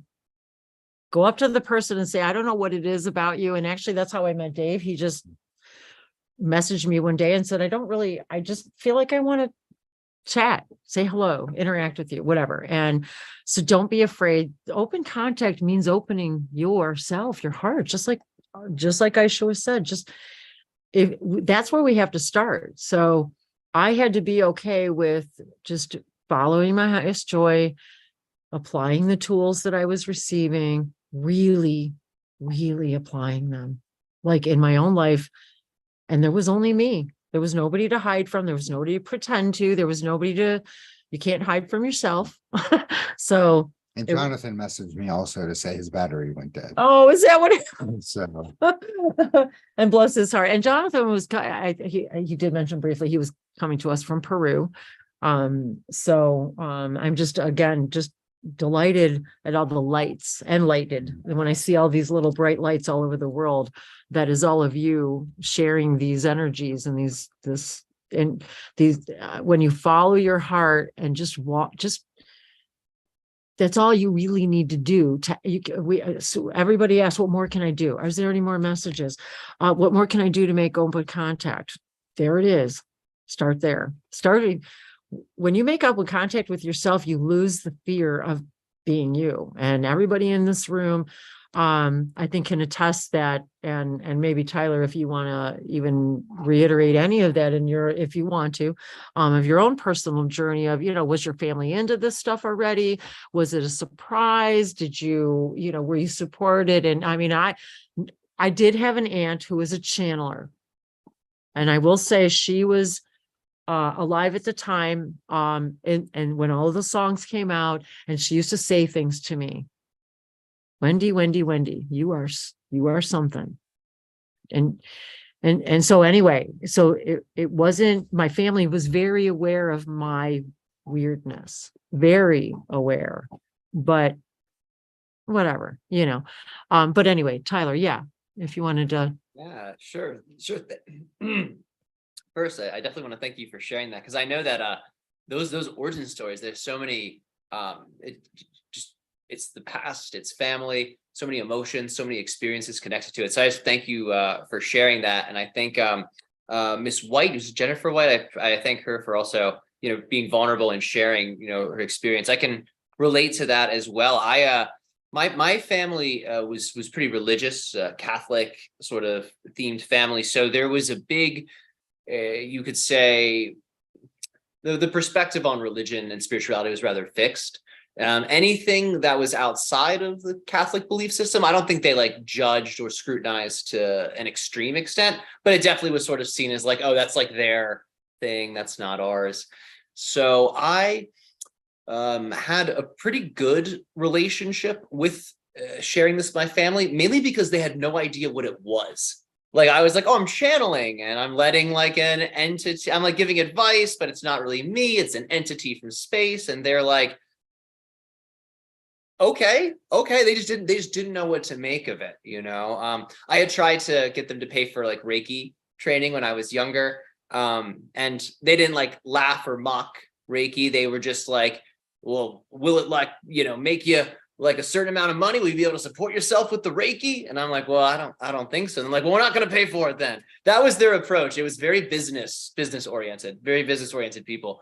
So thankfully they weren't fundamentalists, oh, you're doing an evil thing or a sinful thing. There was none of that.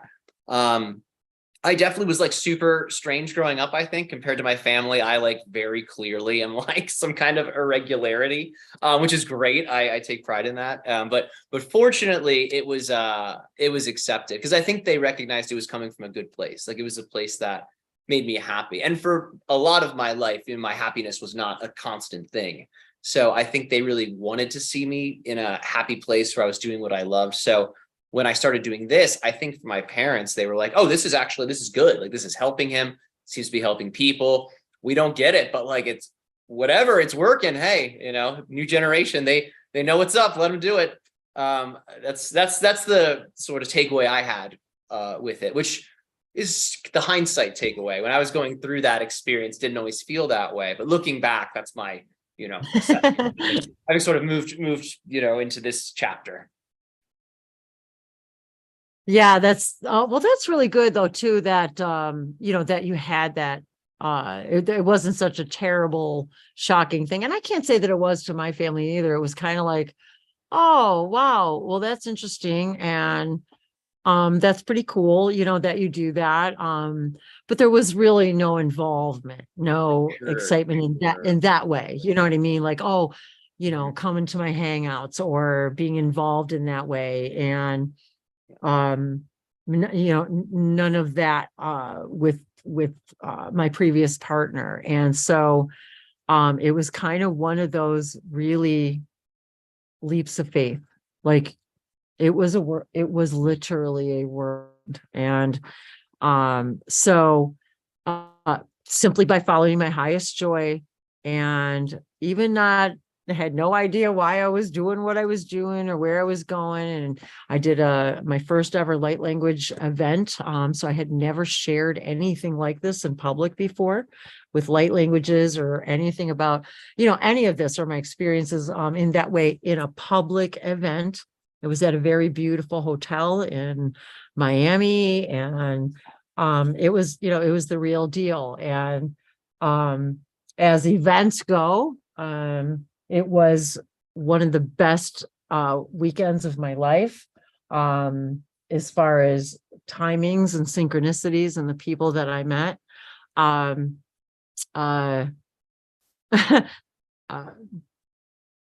And yet the event itself was a disaster.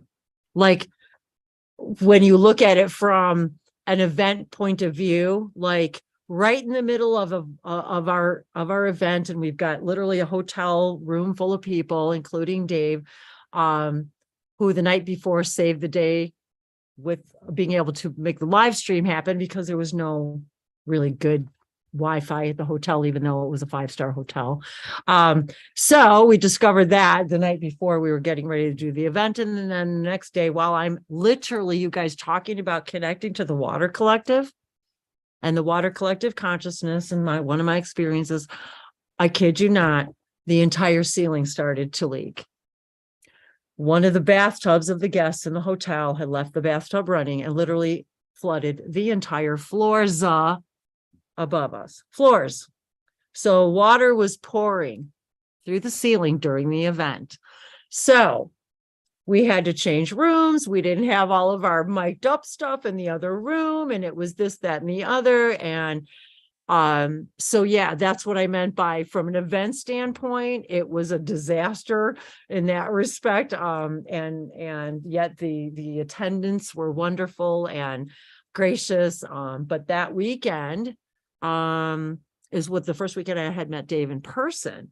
And what else can I say? And then, so that was in August or July, August.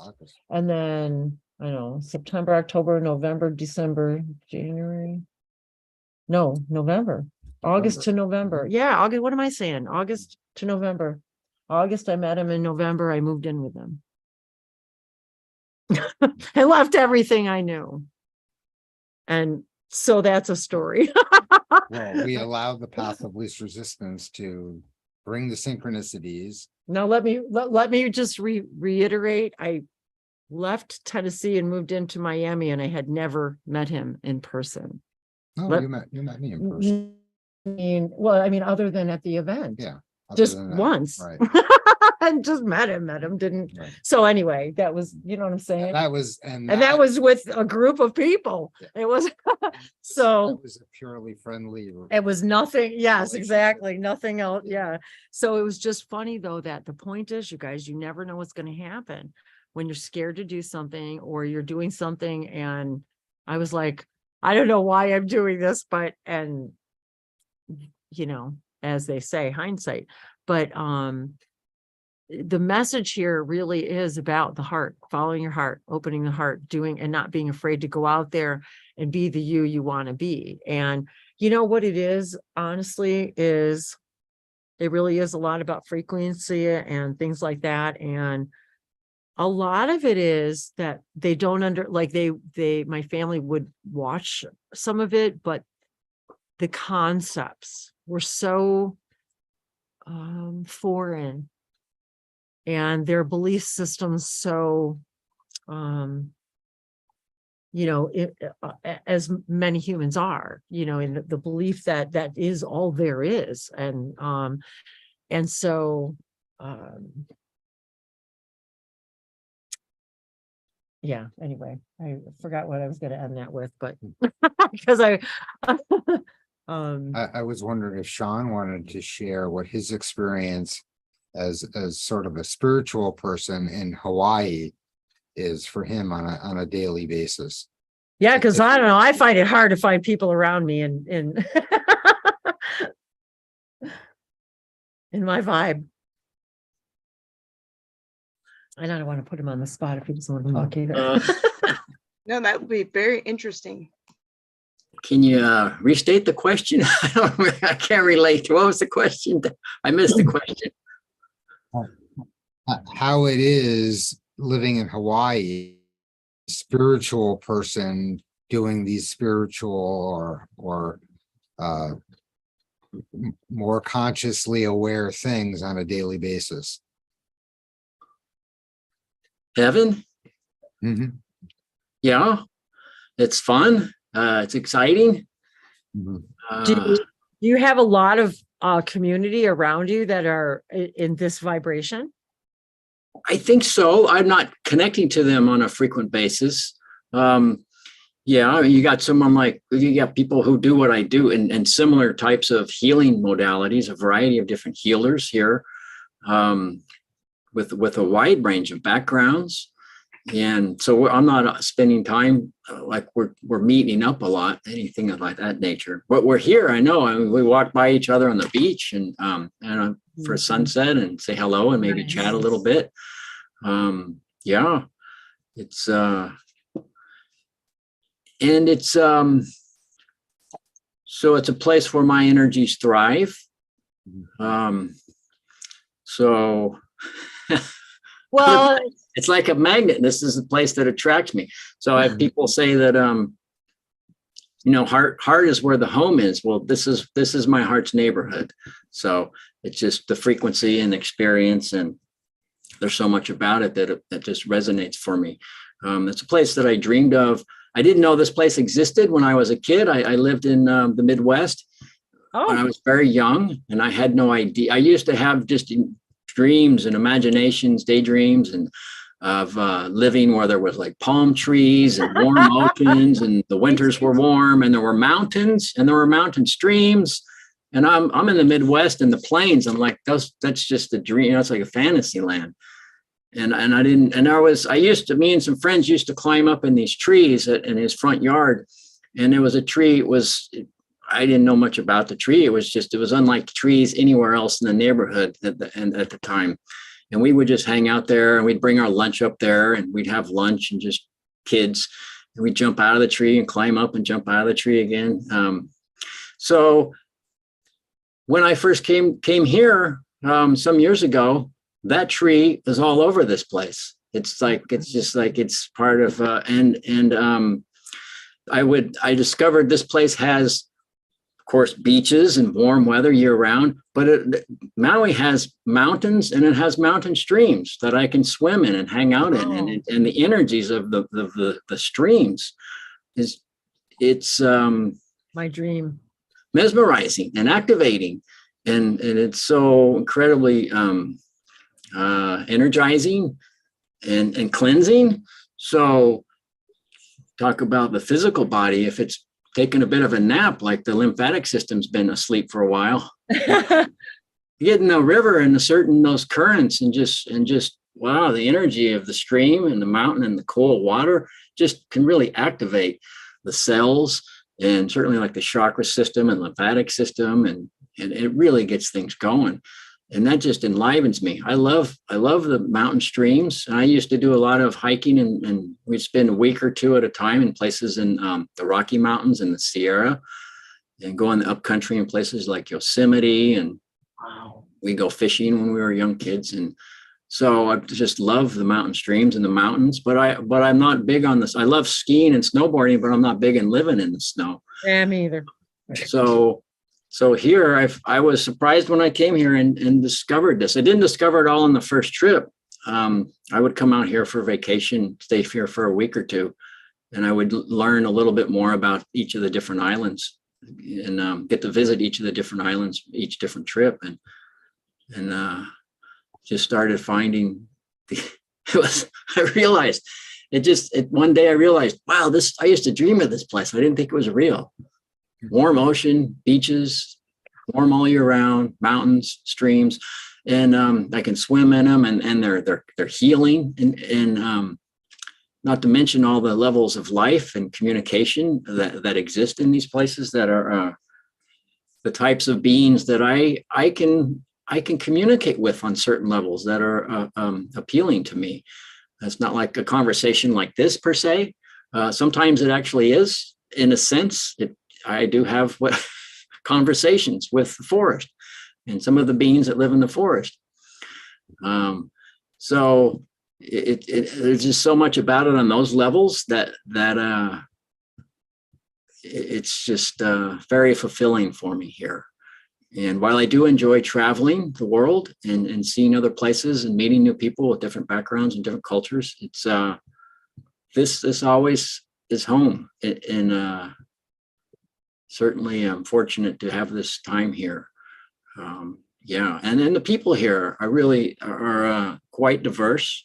They're different backgrounds, and some of them haven't heard about any of the stuff we're talking about now, and others are into it and supportive and bringing forth this information themselves. So it's a good times, really good time. We both had similar dreams. Yeah, so it's and funny. We lived in Miami for a while, and it has the palm trees, but it doesn't have any of the other things that you mentioned. And that's why one of the reasons we moved to Alabama here is because temperature is temperate. We have a lot of trees, waterfalls. It's Alabama is the state it's a place of 1,000 waterfalls. So that's one of the reasons that's amazing. I've just recently learned that. I grew up in the Midwest as well, Shaun. I grew up north of Chicago in the very, very northeast suburbs of Chicago, in the very northeast corner. And so it was very cold. So we're not into the snow thing. And Dave and I, we really have been looking for home, and we've considered Hawaii many times. There's lots of things to take into consideration. So we're always excited to hear about what life is actually like there, and, day-to-day stuff and food and, just all those sorts of things. But, need to go five. well, she might. Mm-hmm. But yeah, it's been one of our dreams. I'm sorry to interrupt you. I know, did you want to say something else about that besides our dream? Mm-hmm. But every time we talk about where would we want to be, of course, palm trees is always first, but Hawaii, and also isn't it the heart chakra, you guys, of the planet? Well, there are those who have said that. Yes, and I believe that Daryl had channeled that through Bashar as well, that it was the heart chakra. So it would only stand to reason too that especially you yourself would resonate in a place that vibrates in the heart chakra energy of the entire planet. My sister has been there, my father's been there, and they both absolutely love Hawaii. So everything happens for a reason, and we're still looking for that perfect place and space. And I really love all of the energy that you've described there. Yeah. Well, you let me know when you're on your way over to visit. All right. Around some of Maui. Be happy to do that. That would be great. Thank you. I appreciate the offer. And it is definitely on our list of places to go, and definitely on our list of one of the places to maybe move. So we've been thinking about it. Yeah. Put it out to the universe. It's a rocket of desire that's been out there for a while. Yeah. Well, you can do it, and if it turns out you're attracted to some other place, you can always move to that place. Exactly. And It that's, doesn't have to be a life commitment. I'm glad that you said that, Shaun, because that's a really good message for everybody. Everything is here and now. And this is one of the things that even when we found this place, and we've only been in this house for a year, and all of that happened very synchronistically.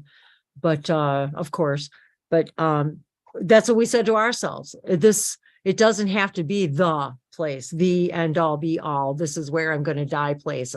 Nothing really is unless you decide that. And that's what we decided, that if it wasn't, yes, but then we could go someplace else if this wasn't the place that we completely resonate with. But I also know that we're always where we need to be when we are there for whomever we have meetings with, whether we know about those meetings or not, even me walking down the street. In the right place at the right time, following your.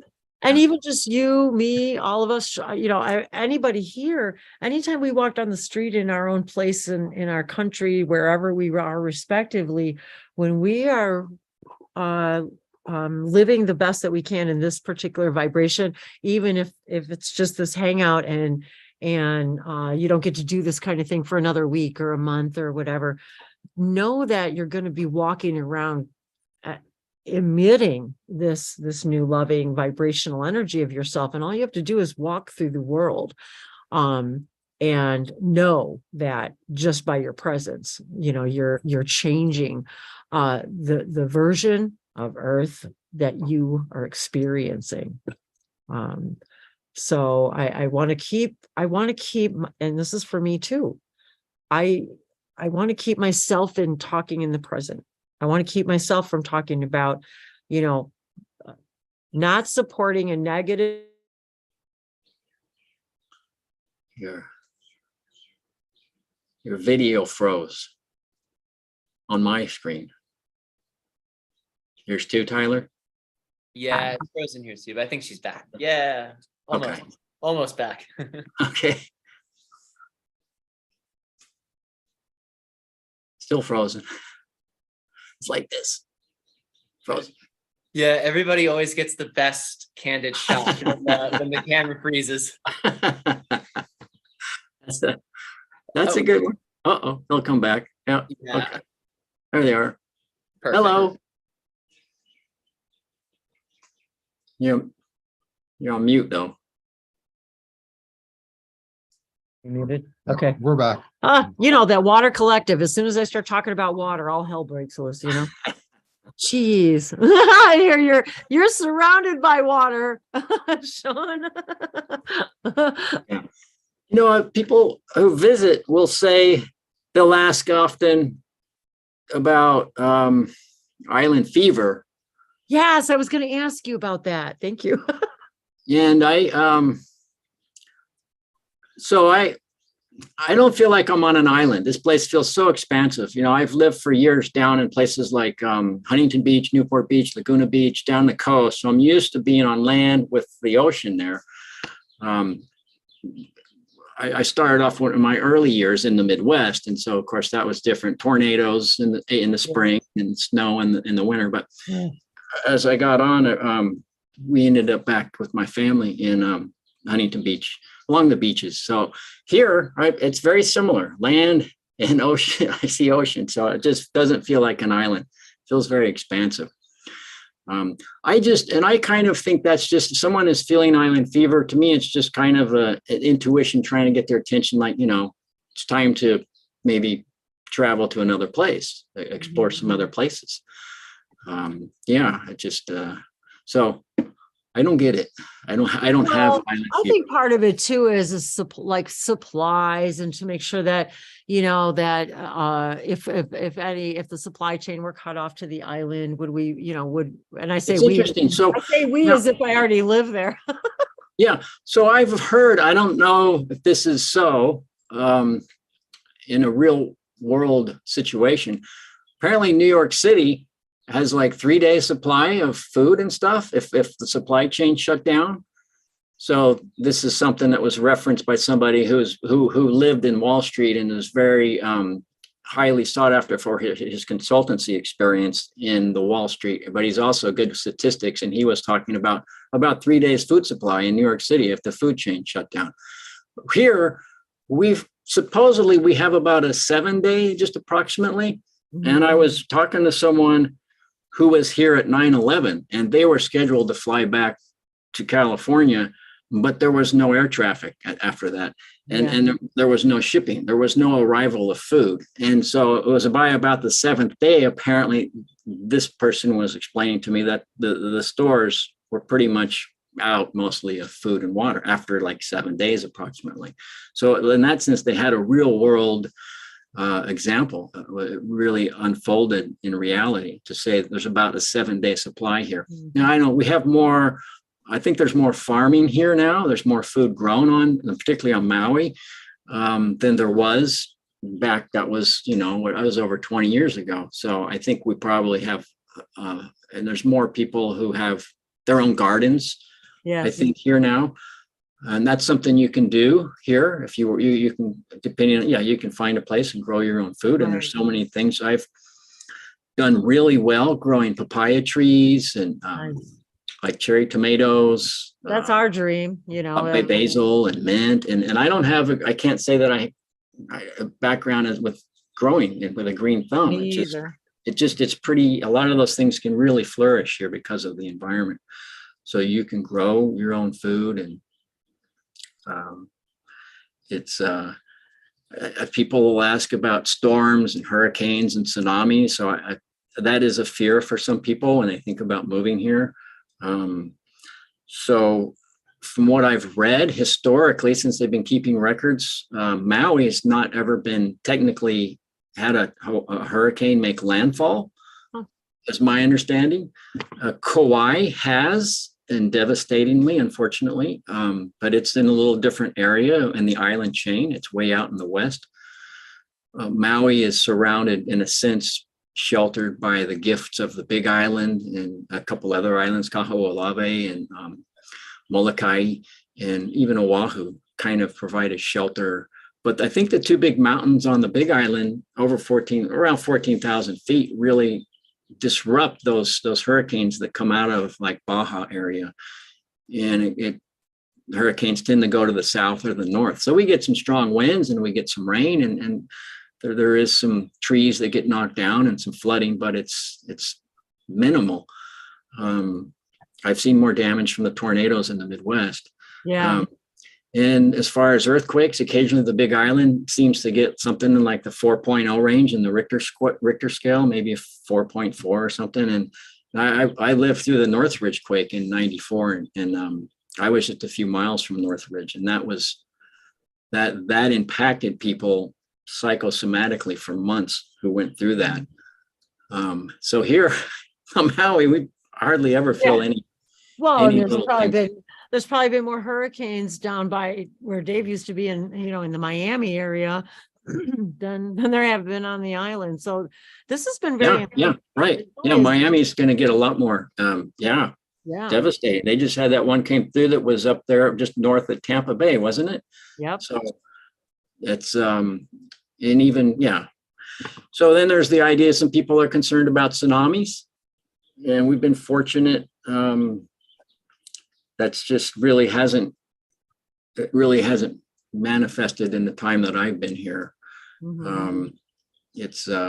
So the island seems to have some of the however you want to look at it, it's well protected in that respect, and it could be from the spirits of the islands, perhaps. Well, guys, I just however you want to look at it.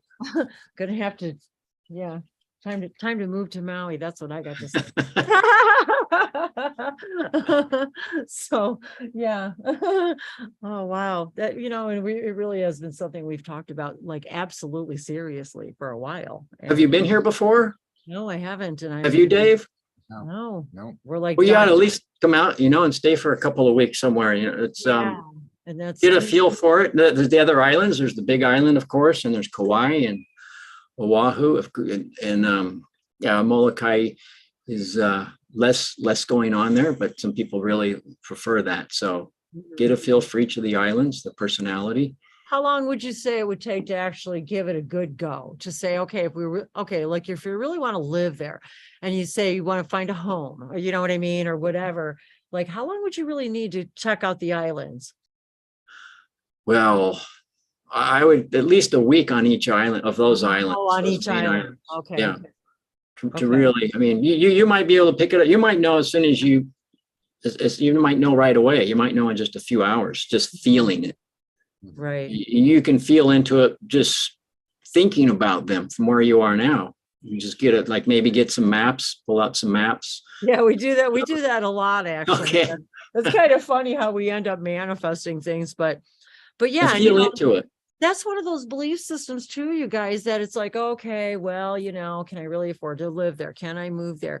I mean, Dave, when everything came down a couple of years ago, Dave was in the airline industry and the programming industry for the airlines, and that all went away. And so since last May, like this is what, we do. I mean, and so, when you are living the love of your life and, so doing what you love every day, and just, hoping every day that you're going to know where your next, rent check's going to come, or whatever, car payment or whatever. But, so I'm living there with the rest of you. So it's not like we're, have any kind of a, fortune sitting aside here and just want to go move to Hawaii, so yeah. So, anybody who needs a private session, let me know. But that's part of what all this is about, you guys, too, is the belief systems and the trust that you ended up there, Shaun. I mean, it was just, something that you manifested and we manifested coming here, and we've all manifested where we are now. And a lot of times I ask myself, do you remember when you wanted what you've got now? And so a lot of times when we ask ourselves that, it's like, and then what was the frequency of what we were in when we were asking for what we've got now? That's a good question. I like that. That's good. Because I think about that a lot. And, the thing is that the miracles that had to happen, even for Dave and us to be here, where we are together, alone in this house, because our life was not like this, 2 years ago? No, not even close. No, Yeah. not even close. It was like, I never thought I would see out of that situation. And yet that's really all we did was think about it and talk about it and vision it. We allow. And then we allowed. For the synchronicity We literally worked this stuff, is how we did it. show us the way. And we just followed the flow and went for the ride. But you have given us such, I don't know about Dave, but you've really given me a lot of clarity and also inspiration to tell myself the same thing. If this isn't what it is that, yes, it's the perfect stepping stone, but if it's not the where we want to be, then I also have to, shift my own belief systems, and knowing that if that is, and I'm telling you, this is all Dave and I whenever I ask him out of the blue, okay, stop and don't just tell me what the first answer that comes to your head. I always say to him, don't think about it. What's your dream house? And the first thing out of his mind is beaches and palm trees. And I'm like, and we love mountains, and we will love streams, and we love hiking. And this is why we ended up here, is because there's streams and mountains and hiking. So, You've got it. You know what I mean? But no. But it's not warm enough here for me. Does it get snow on the ground there, or is that kind of rare? Very rarely, very. Although these last 2 days, we've been in the freeze. We've had freeze warnings and frost, and so even last night, it was pretty cold. It was well below freezing, and but very rarely does it snow here. But actually, the 2 years the 1 year since we've lived here, it's already snowed twice, and it hasn't snowed here in like I don't know how many years, like 20 years, something like that. So, and we were here for like the coldest day of the year on record, and and we haven't even been here that long. But no, it's not. The other reasons why we chose this place are no longer part of the equation, which is interesting. So, so now, yeah, that part of the reasons why we came here were for some of the other reasons that were part of the equation at the time that we dreamt these manifestations. And so since all that changed, now that is no longer a part of it. And so, Well, we left a lot of breadcrumbs bringing us here. So the name of the town, and we found this place literally by just getting in the car and driving and looking. And when we first pull into town, I see on one of the buildings this beautiful mural of welcome, and then on the wall is a set of enormous angel wings. Oh, right. All across the whole building. And then on one of the walkways was this where the artists paint, and there's all these amazing paintings just along the walkway on all the buildings, you know, a little kind of walk. And then for any of you Doctor Who fans out there, talk about ETs. And I've always, okay, let me just say, I've always believed I was a Time Lord. I always thought I was a reincarnation of River Song. I'm just going to say it out loud. So any of you BBC Doctor Who fans out there, yeah. So we pull into town, right? And what would you believe? A life-size version of the TARDIS is in our downtown. Of what? Of the TARDIS, of the Doctor Who's. Oh, is I don't have any of my stuff down here. So if you know who Doctor Who is, his TARDIS is his time traveling machine, which actually stands for time and relative dimensions in space.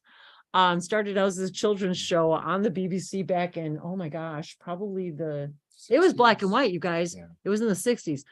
And it's, as far as I know, it's still going on. You guys in the UK tell me, I don't even get it anymore because I don't have that channel. No. Is it on? So anyway, I was watching all of that stuff for since the 80s. So anyway, we pull into town thinking, you know, we might look for a house around here or something. And there's the life-size version of this TARDIS, which is actually a blue police box, telephone booth. UK police box, but it's blue. And so for any of you Who fans, so those were, like, we pulled in and we're like, okay, angel wings and Doctor Who and time and relative dimensions in space. And the name of the town is actually ONEONTA. So it starts with one. And so it was like, whether I know that even if the only reason, and Dave and I've talked about this, even if the only reason I came here was because Abby came into our life, I was like kind of a stop along the way, if you will, like, oh, she had to come with us. So we had to, you know, take the TARDIS and go pick her up first. But anyway, being a fan of that show for all my life and ET everything, you know, has been in our consciousness, at least here in America, and definitely the BBC. Oh my God, changed my life. Some of the greatest ET related television whatever, I don't want to say sitcoms, that's not the series have been a deep part of my life. Funny. I think one of them was actually called Blake 7 too, so I was thinking about 7. It was called Blake 7, but anyway, neither here nor there. So these are the synchronicities that kind of brought us here, but I also have known it was also just a stepping stone. And for today, it's the perfect space and the perfect place. And but yet I sort of already have that, like, do I fully unpack or not? Like, we've been here a year, I'm still not unpacked. Not completely. So I don't know. Yeah, it's hard to say. And then these things happen and I meet you guys and, you know, and yeah, it's true. Aren't you still in Connecticut, Tyler, man, it's cold there too. Yeah, I don't. Well, I actually moved. I moved back to my home state, so I'm in Delaware. Oh, you're in Delaware. Well, Uh, see, it's cold there it's too. been- I have friends in Delaware too. It's been a mix. Like it was warm for a bit and then it like plummeted into some cold temperatures, and now it's sunny, windy, and sometimes I get the temp on my computer. I don't know what the temp is now, but it hasn't been snowing here. But anyway, yeah, I don't mean to cut you off. I should probably No, go ahead. should depart. I'm just looking at the time. It's getting a little late over here. Yeah. So I appreciate you having me on. I didn't mean to interrupt, but this has been a really fun. No, not at all. Yeah. I was Okay. just gonna say I'm just done with the snow and cold. Live in North Chicago. I grew up north of Chicago. It was so cold. I'm like, that's another reason why we want to be either here or warmer, but you know what? Honestly, Miami is just too hot. It's intense. It's like intense. It's intense. Yeah. Well, Thank you, Tyler. Oh my God. Thank you. so much. Absolutely. Thanks for having me on. It was great to meet you. Shaun, great to meet you too. Good to meet you, Tyler. Yeah, I've been familiar with your work for a bit, and really nice to get to hear you as you. So I really appreciate that. Yeah, well, sir, I'll see you again somewhere soon. We'll set some in the future Awesome. here. Sounds great. We'll talk Sounds soon. great. And Wendy Thank and you, Dave, have Tyler. a Yep, we'll see great you rest of soon. the night. Much love, Yep, both you of you. too. Thank you so much. And everybody else, Yep. Citrine, Maria, and Yinka, everybody, thank you. And Cheyenne, of course, everyone who's here. Have a great night. Bye-bye. You too. Thanks. Yeah, I'm really excited to work more with all of you guys. And oh yeah, Shaun. And hey, Shaun, if you got to go, just say so. We get it. You've been here so long, and we love and cherish all your sharing. So believe me, we're not kicking you out. Stay as long as you want, but we understand if you got stuff going on, and I totally get it. So do you make it a point to walk on the beach every night or every morning? I initially I did, but now it's just let it happen. So sometimes a day will go by and I don't get out there. But sometimes I'm out there 2 or 3 times. And sometimes just in a day and sometimes just in the night. So it's just a couple of miles, 5 minutes down the hill here from where I'm at. And it's the stars are fantastic, really clear. Most of the when it's just wow, the amount of stars that are visible. And I can't. well, which one would you like to talk to today? Who's calling? Yeah. Which civilization is reaching out with their starlight energy? So yeah, it's Yeah. great. It's Oh my gosh. Well, Wendy and I have both found that sleeping under the stars Yes. is a very What a difference. enlightening and enriching experience.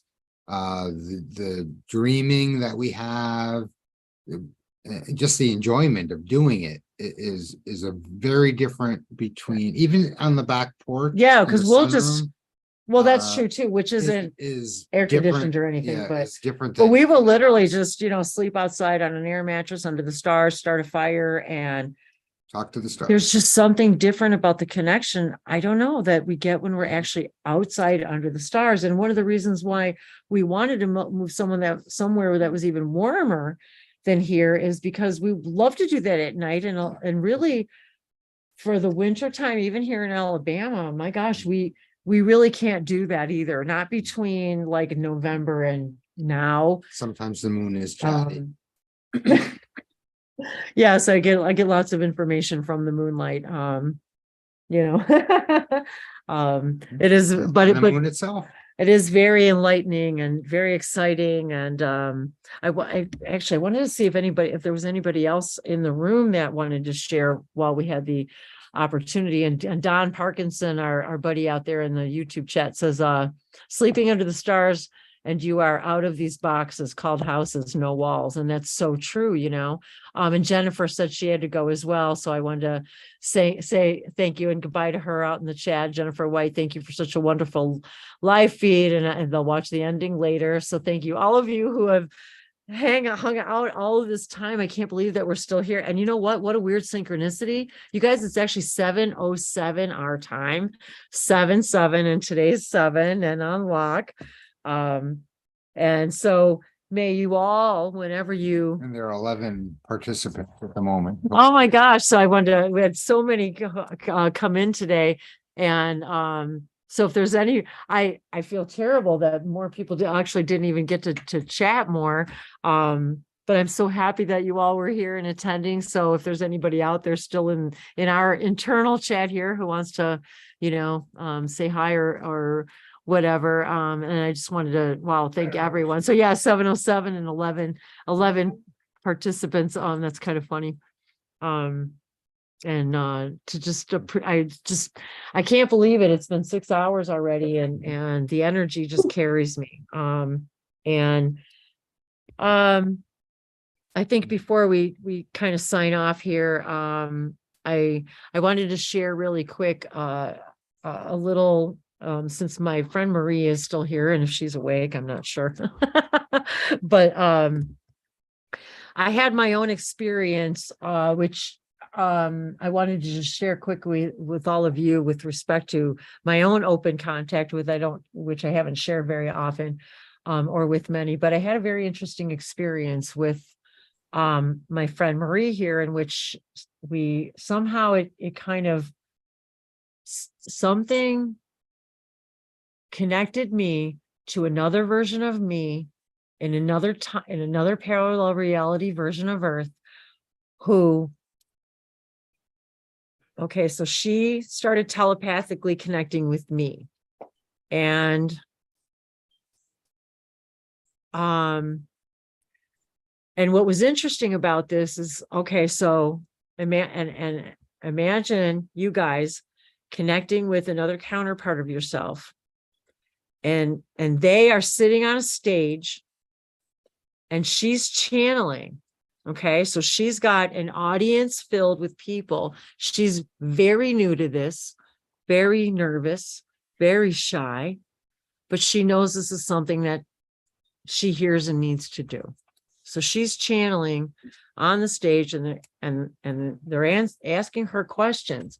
She's channeling me. Okay, that freaked me out.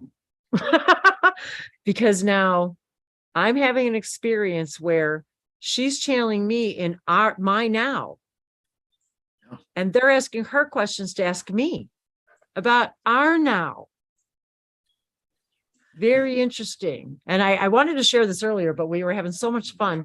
So if you do happen to catch this in any of the playback or whoever's still here, but it was a really weird experience. And as a result, the reason I bring up Marie is because she was sort of in on it. I discovered that Marie and another counterpart of her was my best friend in that timeline. Was her best friend, hers, the other girl. And we also we find out too the protocols of contact. That's kind of part of it. After initial open contact occurs, some of the next stages are training to be channelers to other new civilizations and finding new civilizations. And I wish I would have brought this up sooner so Tyler could have chimed in on that, but we'll talk about that maybe in another webinar. But yeah, so I don't know. It for some reason it just now came into my head, and maybe it's because of all of this and Aisha and the energy and counterparts and that kind of understanding, but that it was a very interesting experience, I have to say, being sort of on the other end of it.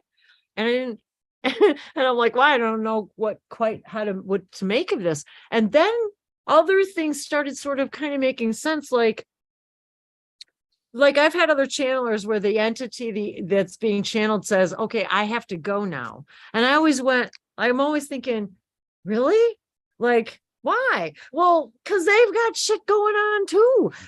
So I'm the one being channeled, and then I have to say to her, I have to say to her now, the girl in the other reality who's channeling me, to tell her audience one moment, because I'm telling her, okay, so I'm telling her I have to go eat dinner. Like, I need to go make dinner. I'll be right back. So we have this telepathic conversation. Now, let me just say, in her timeline, no time has elapsed. I'll go eat dinner. I'll go let the dog out. I'll go do those things, come back an hour later, connect with her, and she's not skipped a beat. She is still in her timeline, and I can't even understand it myself, but we pick up right where we left off. Like, I didn't go have dinner. And so now I get it. There's only now. It's like, and now I get it. I'm the one, if I'm the one being channeled and I got to get up in my timeline, in my life, and go take care of the children and the dog and the dishes and the ponies and the yard and the farm and the, you know what I mean? It's like, oh my God, you know, like, wow, this is a thing. Like, we are being channeled now by other civilizations that when we open contact. And so I felt like this was a really important thing to mention. There's Marie. And so that's how it was, like a really interesting experience. And then I got kind of like nervous and scared, like, well, how do I, you know, but the thing is all they're asking is questions about what it's like for us now. Well, those are easy for me to answer because I just answer what it's like for me here now and in my reality.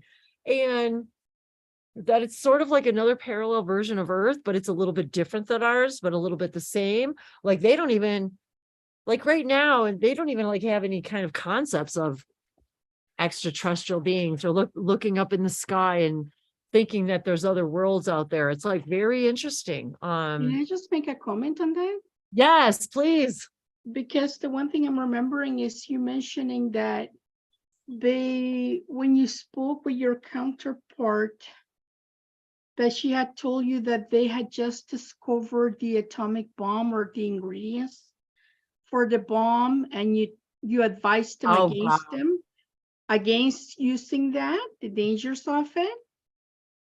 And there was something else that my mind just went blank. Yeah. So that's kind of a deep point you bring up. As a channelee and a channeler and all those things in between. And now I understand this, that you can't share something that you're not allowed to share in a particular reality, if I'm explaining this right. And I'm just going by my own instincts and my own intuition, not what I've been told, but what I'm hearing and understanding. And that, so for example, that's so weird you brought that up. That's really deep, girl. Because for a moment there, I hesitated, and it was kind of like I had to sit for a moment. And it wasn't that I was analyzing it. It was sort of like I was sort of, I don't want to say calculating. That's not the right word. I was sort of maybe reaching out, I guess, into maybe their timeline. And it was like, is it okay for me to even say this? Is it okay for me to even say, that may be something you might want to reconsider and not develop. That's probably one of the weirdest, deepest things I probably encountered. That's so weird of you to bring this up right now. But it's important. I think it's very important.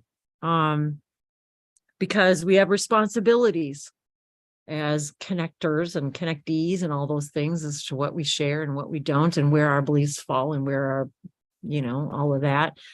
And in that moment, I can't even explain it. It was like, in that moment, I just felt like it was okay. And it was important that I tell her. Now, how many people are going to listen to her in her reality and all that, just like here, and how many people were actually in her audience, and, who ultimately is going to hear it. But I literally I was actually pretty adamant about the idea of her explaining to her scientists that is not something you want to implement. And it's certainly not something that's going to be allowed to be implemented.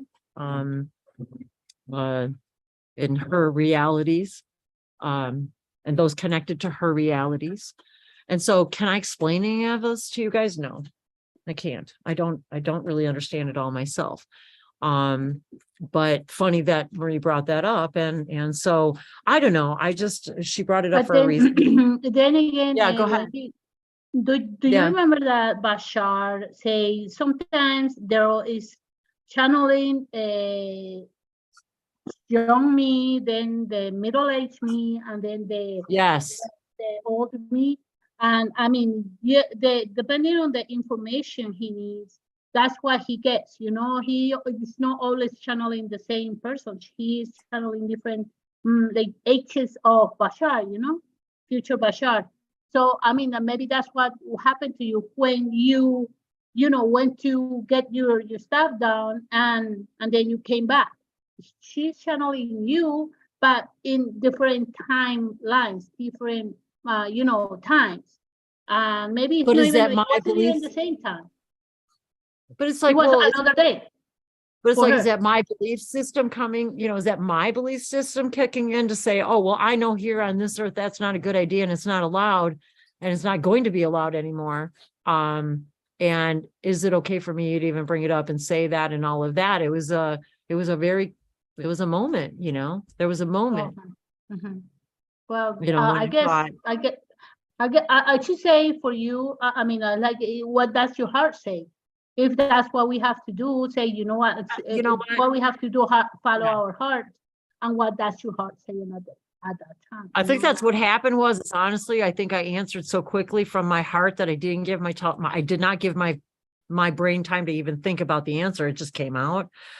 And then when my brain caught up to what I just said, and you know what I mean? And then you're like, okay, never mind. I made it all up. It was like, that really didn't happen. And then,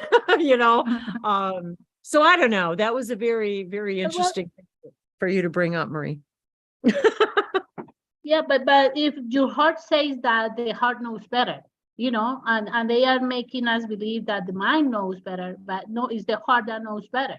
It's the heart that keep us alive, basically. It's not exactly the mind. Both working together, Well, had somebody channeled that information years ago before we even, implemented it or discovered or, whatever, that technology, had somebody heeded that, then of course our world would be very, very different. But again, those kinds of situations, just as Aisha was said, those situations happen as a reflection of our belief systems, a reflection of who we are collectively. So those things will and can happen, although now we know not to that degree, because it affects other universes in ways that we didn't understand. So it will not be allowed here anymore. And so then I say to myself, well, who am I to tell her that? And if her world is as real to her as it is to me, but yet had somebody said that to us, maybe would we not have gone through those things? But had we not gone through those things, we wouldn't have had the learnings from those lessons from that timeline. So who am I to say what's right and wrong and good and bad? I am not, but I will say, that's what came out. We advised them against it. Let's just say that. Well, and then again, Wendy, I mean, who you are. I mean, you are a very intelligent being, and you had the right to say what you say, because maybe if you know better, how can you guide them in a way that they should be guided, Well, So yes, you are. Because, yes, you just said it. You just made me realize that. Okay. Yep. Okay, so just by me saying it, I'm basically just sharing my experiences, even from my own reality, which is really what all channeled energies are, is in sharing experiences. So I'm simply, I guess, even if I'm giving that advice, because I'm the one I'm the being that she's like talking to, right? So in my reality, in my being, maybe it's me saying to her, that is not a good idea. We've done that here. Not a good idea. And let me just tell you, kind of like Bashar told us, but let me just tell you here, you're not going to be allowed to do that. We're just going to tell you right now from this reality, you're not going to, there will be things that will happen that will not allow that to take place. But just so you know, it's not a good idea. Don't even play with it. Don't practice with it. Nothing. Well, Don't in the frequency of which in that way, earth that we're on now, those kinds of things just cannot happen. Just like the idea Right, of sharing right. information that you're not supposed to share, it can't happen. And I mean, I've had situations where I've had conversations with people and I've wanted to share some, let's just say higher consciousness information, and they literally did not hear it. They did Just not can't hear it. They comprehend. were not in a vibration allowing them to hear it. And sometimes I would get, it's not for them, but sometimes I guess, sort of like Jonathan says, in my excitement to share this information, I just share it, and it's literally like I was not even in the room. And I'm standing there talking to them. And so Well, like the laws of nature don't allow information that the person isn't supposed to hear, whatever Right. that means. And I just had to leave it at that in my heart, that I was just speaking my heart. And so yeah, I don't know if anybody wants to, comment on any of that. I'll show you guys my alien bean. I've been wanting to show this on camera all day. My little alien bean is here. This local gal, she creates these little knits, excuse me. She knits these and bewitching stitching. So she's local here. But anyway, I just had to bring my little alien bean and show you guys, but maybe to put some levity into the moment. But yes, Shaun, thank you so much for coming and hanging out with us. And it is, when the invitation to you and the others that responded went out, the intention was literally to just to talk, join in unity and for the idea and of hang raw out, contact, to share and have our energies together. And I'm so grateful you got to meet, Tyler and Jonathan. It was such a wonderful, beautiful interaction today. And I know that there's just so many other amazing meetings going to happen as soon as I go to sleep tonight. would you like to do some light language before we I go? will. I wanted to let Shaun talk though. Yeah, well, it's wonderful. There's- Thank you for the there was- invitation, guys, and reaching out. And I was grateful to get to talk to you and meet you guys and sharing this experience, and also to meet Jonathan and Tyler and all the rest of you. It's a great group. It's great energy, and it's got a future ahead of it. Thank you, Shaun. Yeah.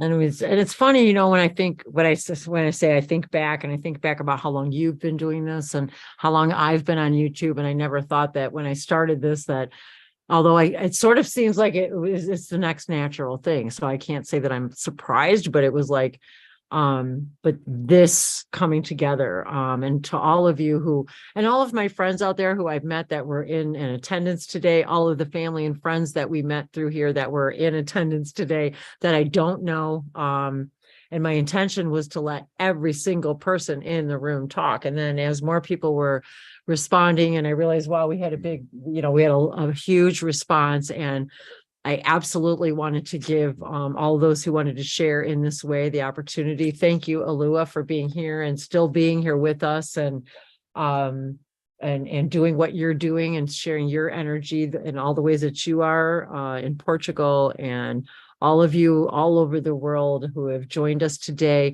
I apologize if you guys that you guys didn't get to talk. So that just means we have to have more hangouts with all of you so that we can talk even more with all of you who attended today and brought your loving and love energy.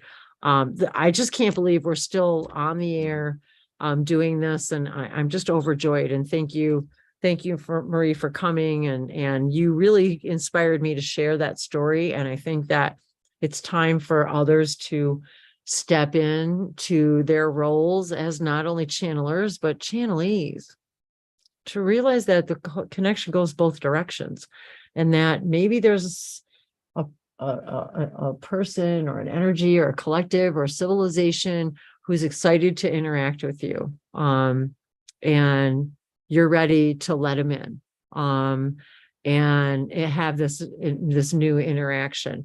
I keep thinking about what Aisha said, this whole thing about never being alone, and fully integrating that idea for myself, that we hear it, and I hear it, and I say it, and I say it, and we've all been hearing it. You're never alone, and your guides are always with you, and God's always with you. The angels are always with you. Your spirit guides and your spirit animals are always with you. They're always with you. But something really connected to me today with that when he said that you're never alone, and that because Shaun has Aisha and Aisha has Shaun, that they're never alone. And I burst into tears. I was like, Yeah, we had to shut the video. I was like, turn off the video. And he's like handing me the box of Kleenex. But I would definitely, if anyone has lasted this long watching the video, if you've listened to Aisha today or any time in the past, and we'll put some links up on our website to everyone that has participated. And I've been sharing your links, Shaun, all for days. So Thank you. For years. Well, for years, actually, I've been sharing all your stuff. And you know what? If you go back to some of your videos from 8-9 years ago, I'm in there, comments, I swear to God. So awesome. If yes. you heard Aisha and something did not resonate, or you didn't follow the advice, go back and listen to it again and keep listening to it until you do get it, because it is for everyone. And if you're hearing it, it's for you to integrate. And I've heard some of your channelings where some of the people that were listening were just not getting it. And that's a reflection to me, saying they're still part of my collective that isn't on board, and I got to work on it, I suppose. But again, we don't need to worry about the other guy or who's following, who's getting it, who's not. It's none of our business, as long as we follow our highest joy and do what we're doing. And again, we wouldn't be here together today in this beautiful way if every single one of us hadn't done that. And thank you to Dave for all of his technical expertise and graphics and programming and all of those things that just enhance the day. And so we apologize for any internet technical feed difficulties that may have made that transmission not as clear as we had wished and hoped it would be. And thank you to all of you, and all the way, and Jacquelin, of course. And Shaun, you are still doing private sessions, I believe, correct? Yeah. Good. Okay. So yes, Shaun, please do hook up with Shaun. He's also doing private sessions, and definitely I'm gonna take advantage of that tour guide offer. And when Dave and I come, I'm definitely gonna find you. And you know what? We've been talking about this seriously for months, about even just going there and looking and making those arrangements. And so I love planting those seeds. And all of you, I could go on all night. As you can see, this is truly my highest joy, passion, and excitement. And from the moment I came upon all of this, all I ever wanted to do was just share what I've learned, because it made such a difference in my life that I wanted everyone to experience the magic and unfoldment. And I'm not saying my life was fun or easy through the process. And I'm not saying it didn't have challenges and heartbreaks and heartaches and making life-altering decisions and leaving things and leaving lives behind, family, all of it, everything I've ever known. Having all of you have given me the inspiration and the courage to do all of that. And every one of those people out there, as I said at the beginning, who have shared this all of these years from my own awakening and beginning. And I want to go back all the way to even acknowledging, Jane Roberts and Seth, the materials and all of those that even in the 60s and 70s, when all of this was, just a mystic crystal revelation, it was to know that as a child, I'm standing there crying, listening to these songs, as a little girl thinking, why am I crying to these songs? But yet if everything's now, my now me was telling her, you just hold on. Yeah. The first 60 years are going to kind of suck, but it's you're going to have the time of your life and your dreams are going to exceed, and so that's where I am today. So no, I am not saying it's easy. And no, I am not saying it's always fun and that a spiritual awakening is, a walk in the park. Nope. We're masters here. We are masters. It's been wonderful to partake with you in this, and you're doing the group, the two of you, just doing a wonderful. It's fantastic, and look forward to being a part of something with you again in the future here. That's true. Thank you, Shaun. Yeah.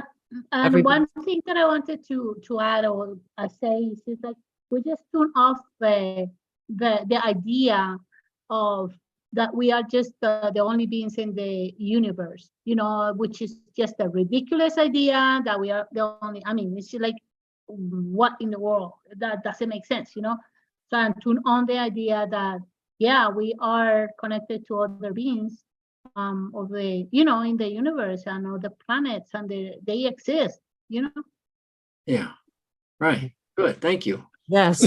Thank you for that, And Liliana. before we go to end, I'd like to just read the meditation that I redid for today, and then you could do some. Oh yeah, and I'll do a light language blessing. I can't believe I haven't So done it. we do this with no insistence, no assumptions, and just allowance. Calling occupants of interplanetary craft. Calling occupants of interplanetary craft that have been observed on our planet Earth. Calling all multidimensional and extraterrestrial beings within our awareness and those we have yet to unlock and discover.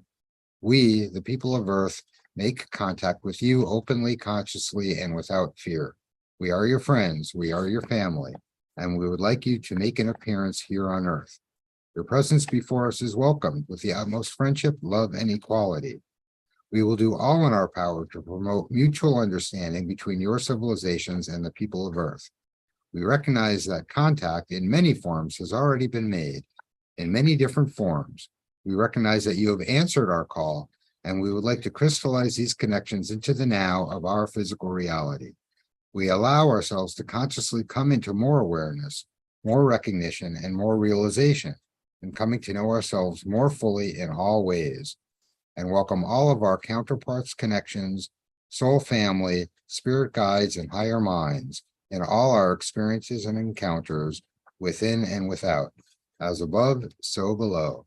We express our intention to allow the unfolding of our evolution in a way that serves everyone in the highest good and in the highest love and light, individually and collectively alike. With love and peace, we are your friends, we are your family, and we are one, and we welcome you. And so it is, and so it is, and so it is. Can you hear it? Welcome home, everyone. Meseva sono tabeshono tevlashono kaya. Plahintai kinota vitore vesamotove eke. Kleshose. Simotoye. Bandore viatore veshono bo ontokiado sono. Pliashana kila kateva samone ahawa. Masoto king de sibalo shala kiala liata kilu. Alakuteveshana moya kasifa show. Ako tu via samalavo shiatu. Ikia matu seto koshuno mayava kotovia sopahite plagindo kotu amana yawa koto eshasa hoduvate hodavasi monovako havisano to vesha kotu hase Aminaya kunaya lalaki monomaya latu atiha menela tuvasho monoya kalahi mohoyura sima mishayito visona alavoshe lagondi tayendo kumpatea Mesendore ki ise sebesomore vishaboa ono e ane ki shoshea samosovete intia kuiuse samotovi inome ashonto. And we have very much enjoyed the songs from all of your hearts. Yekosime suposhiti sibeshono yala kateva somaya ala ki ase nayashete. Kashinatiya sapore alakite. Mahala, mahala, mahala. The light within me illuminates the light within you, and the light within you illuminates the light within me. And together, greater and brighter, the light of all that is illuminated and grown brighter because of you. Nalukea shato shayasana tuato ashon tayasana. So for every one of us that you shine your light, you give your light to another to remind them of their own, and that they may discover, realize their own beauty and walk in their own light. Nalukea satoshe shanatea ko'ote sabayasha. Namaste. Amen. Any Hebrew blessing? Nako deva shoa. No, but I'll light language. Okay. Aniti anu nete awa te na aika na hayo ta ana te ta ka anete na tu and I will say Baruch atah Adonai Eloheinu melech haolam shachechenu b'kiyamanu b'higyanu l'zman hazeh. And as we found out recently that it is a thing, that the Hebrew language does contain frequencies and sounds that help open and unlock the codes of literally physical, well, all of reality, creation. Excuse me. So there's more on that to come as well. And thank you. And I will sign off YouTube, and we won't kick off the Zoom quite yet. Thank you very much. We love you all. See you soon.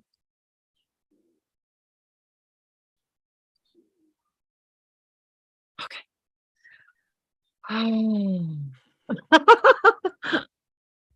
Holy tomatoes, you guys. God, Shaun, you've been here. Oh my goodness. Bless you. Bless you. Bless your heart.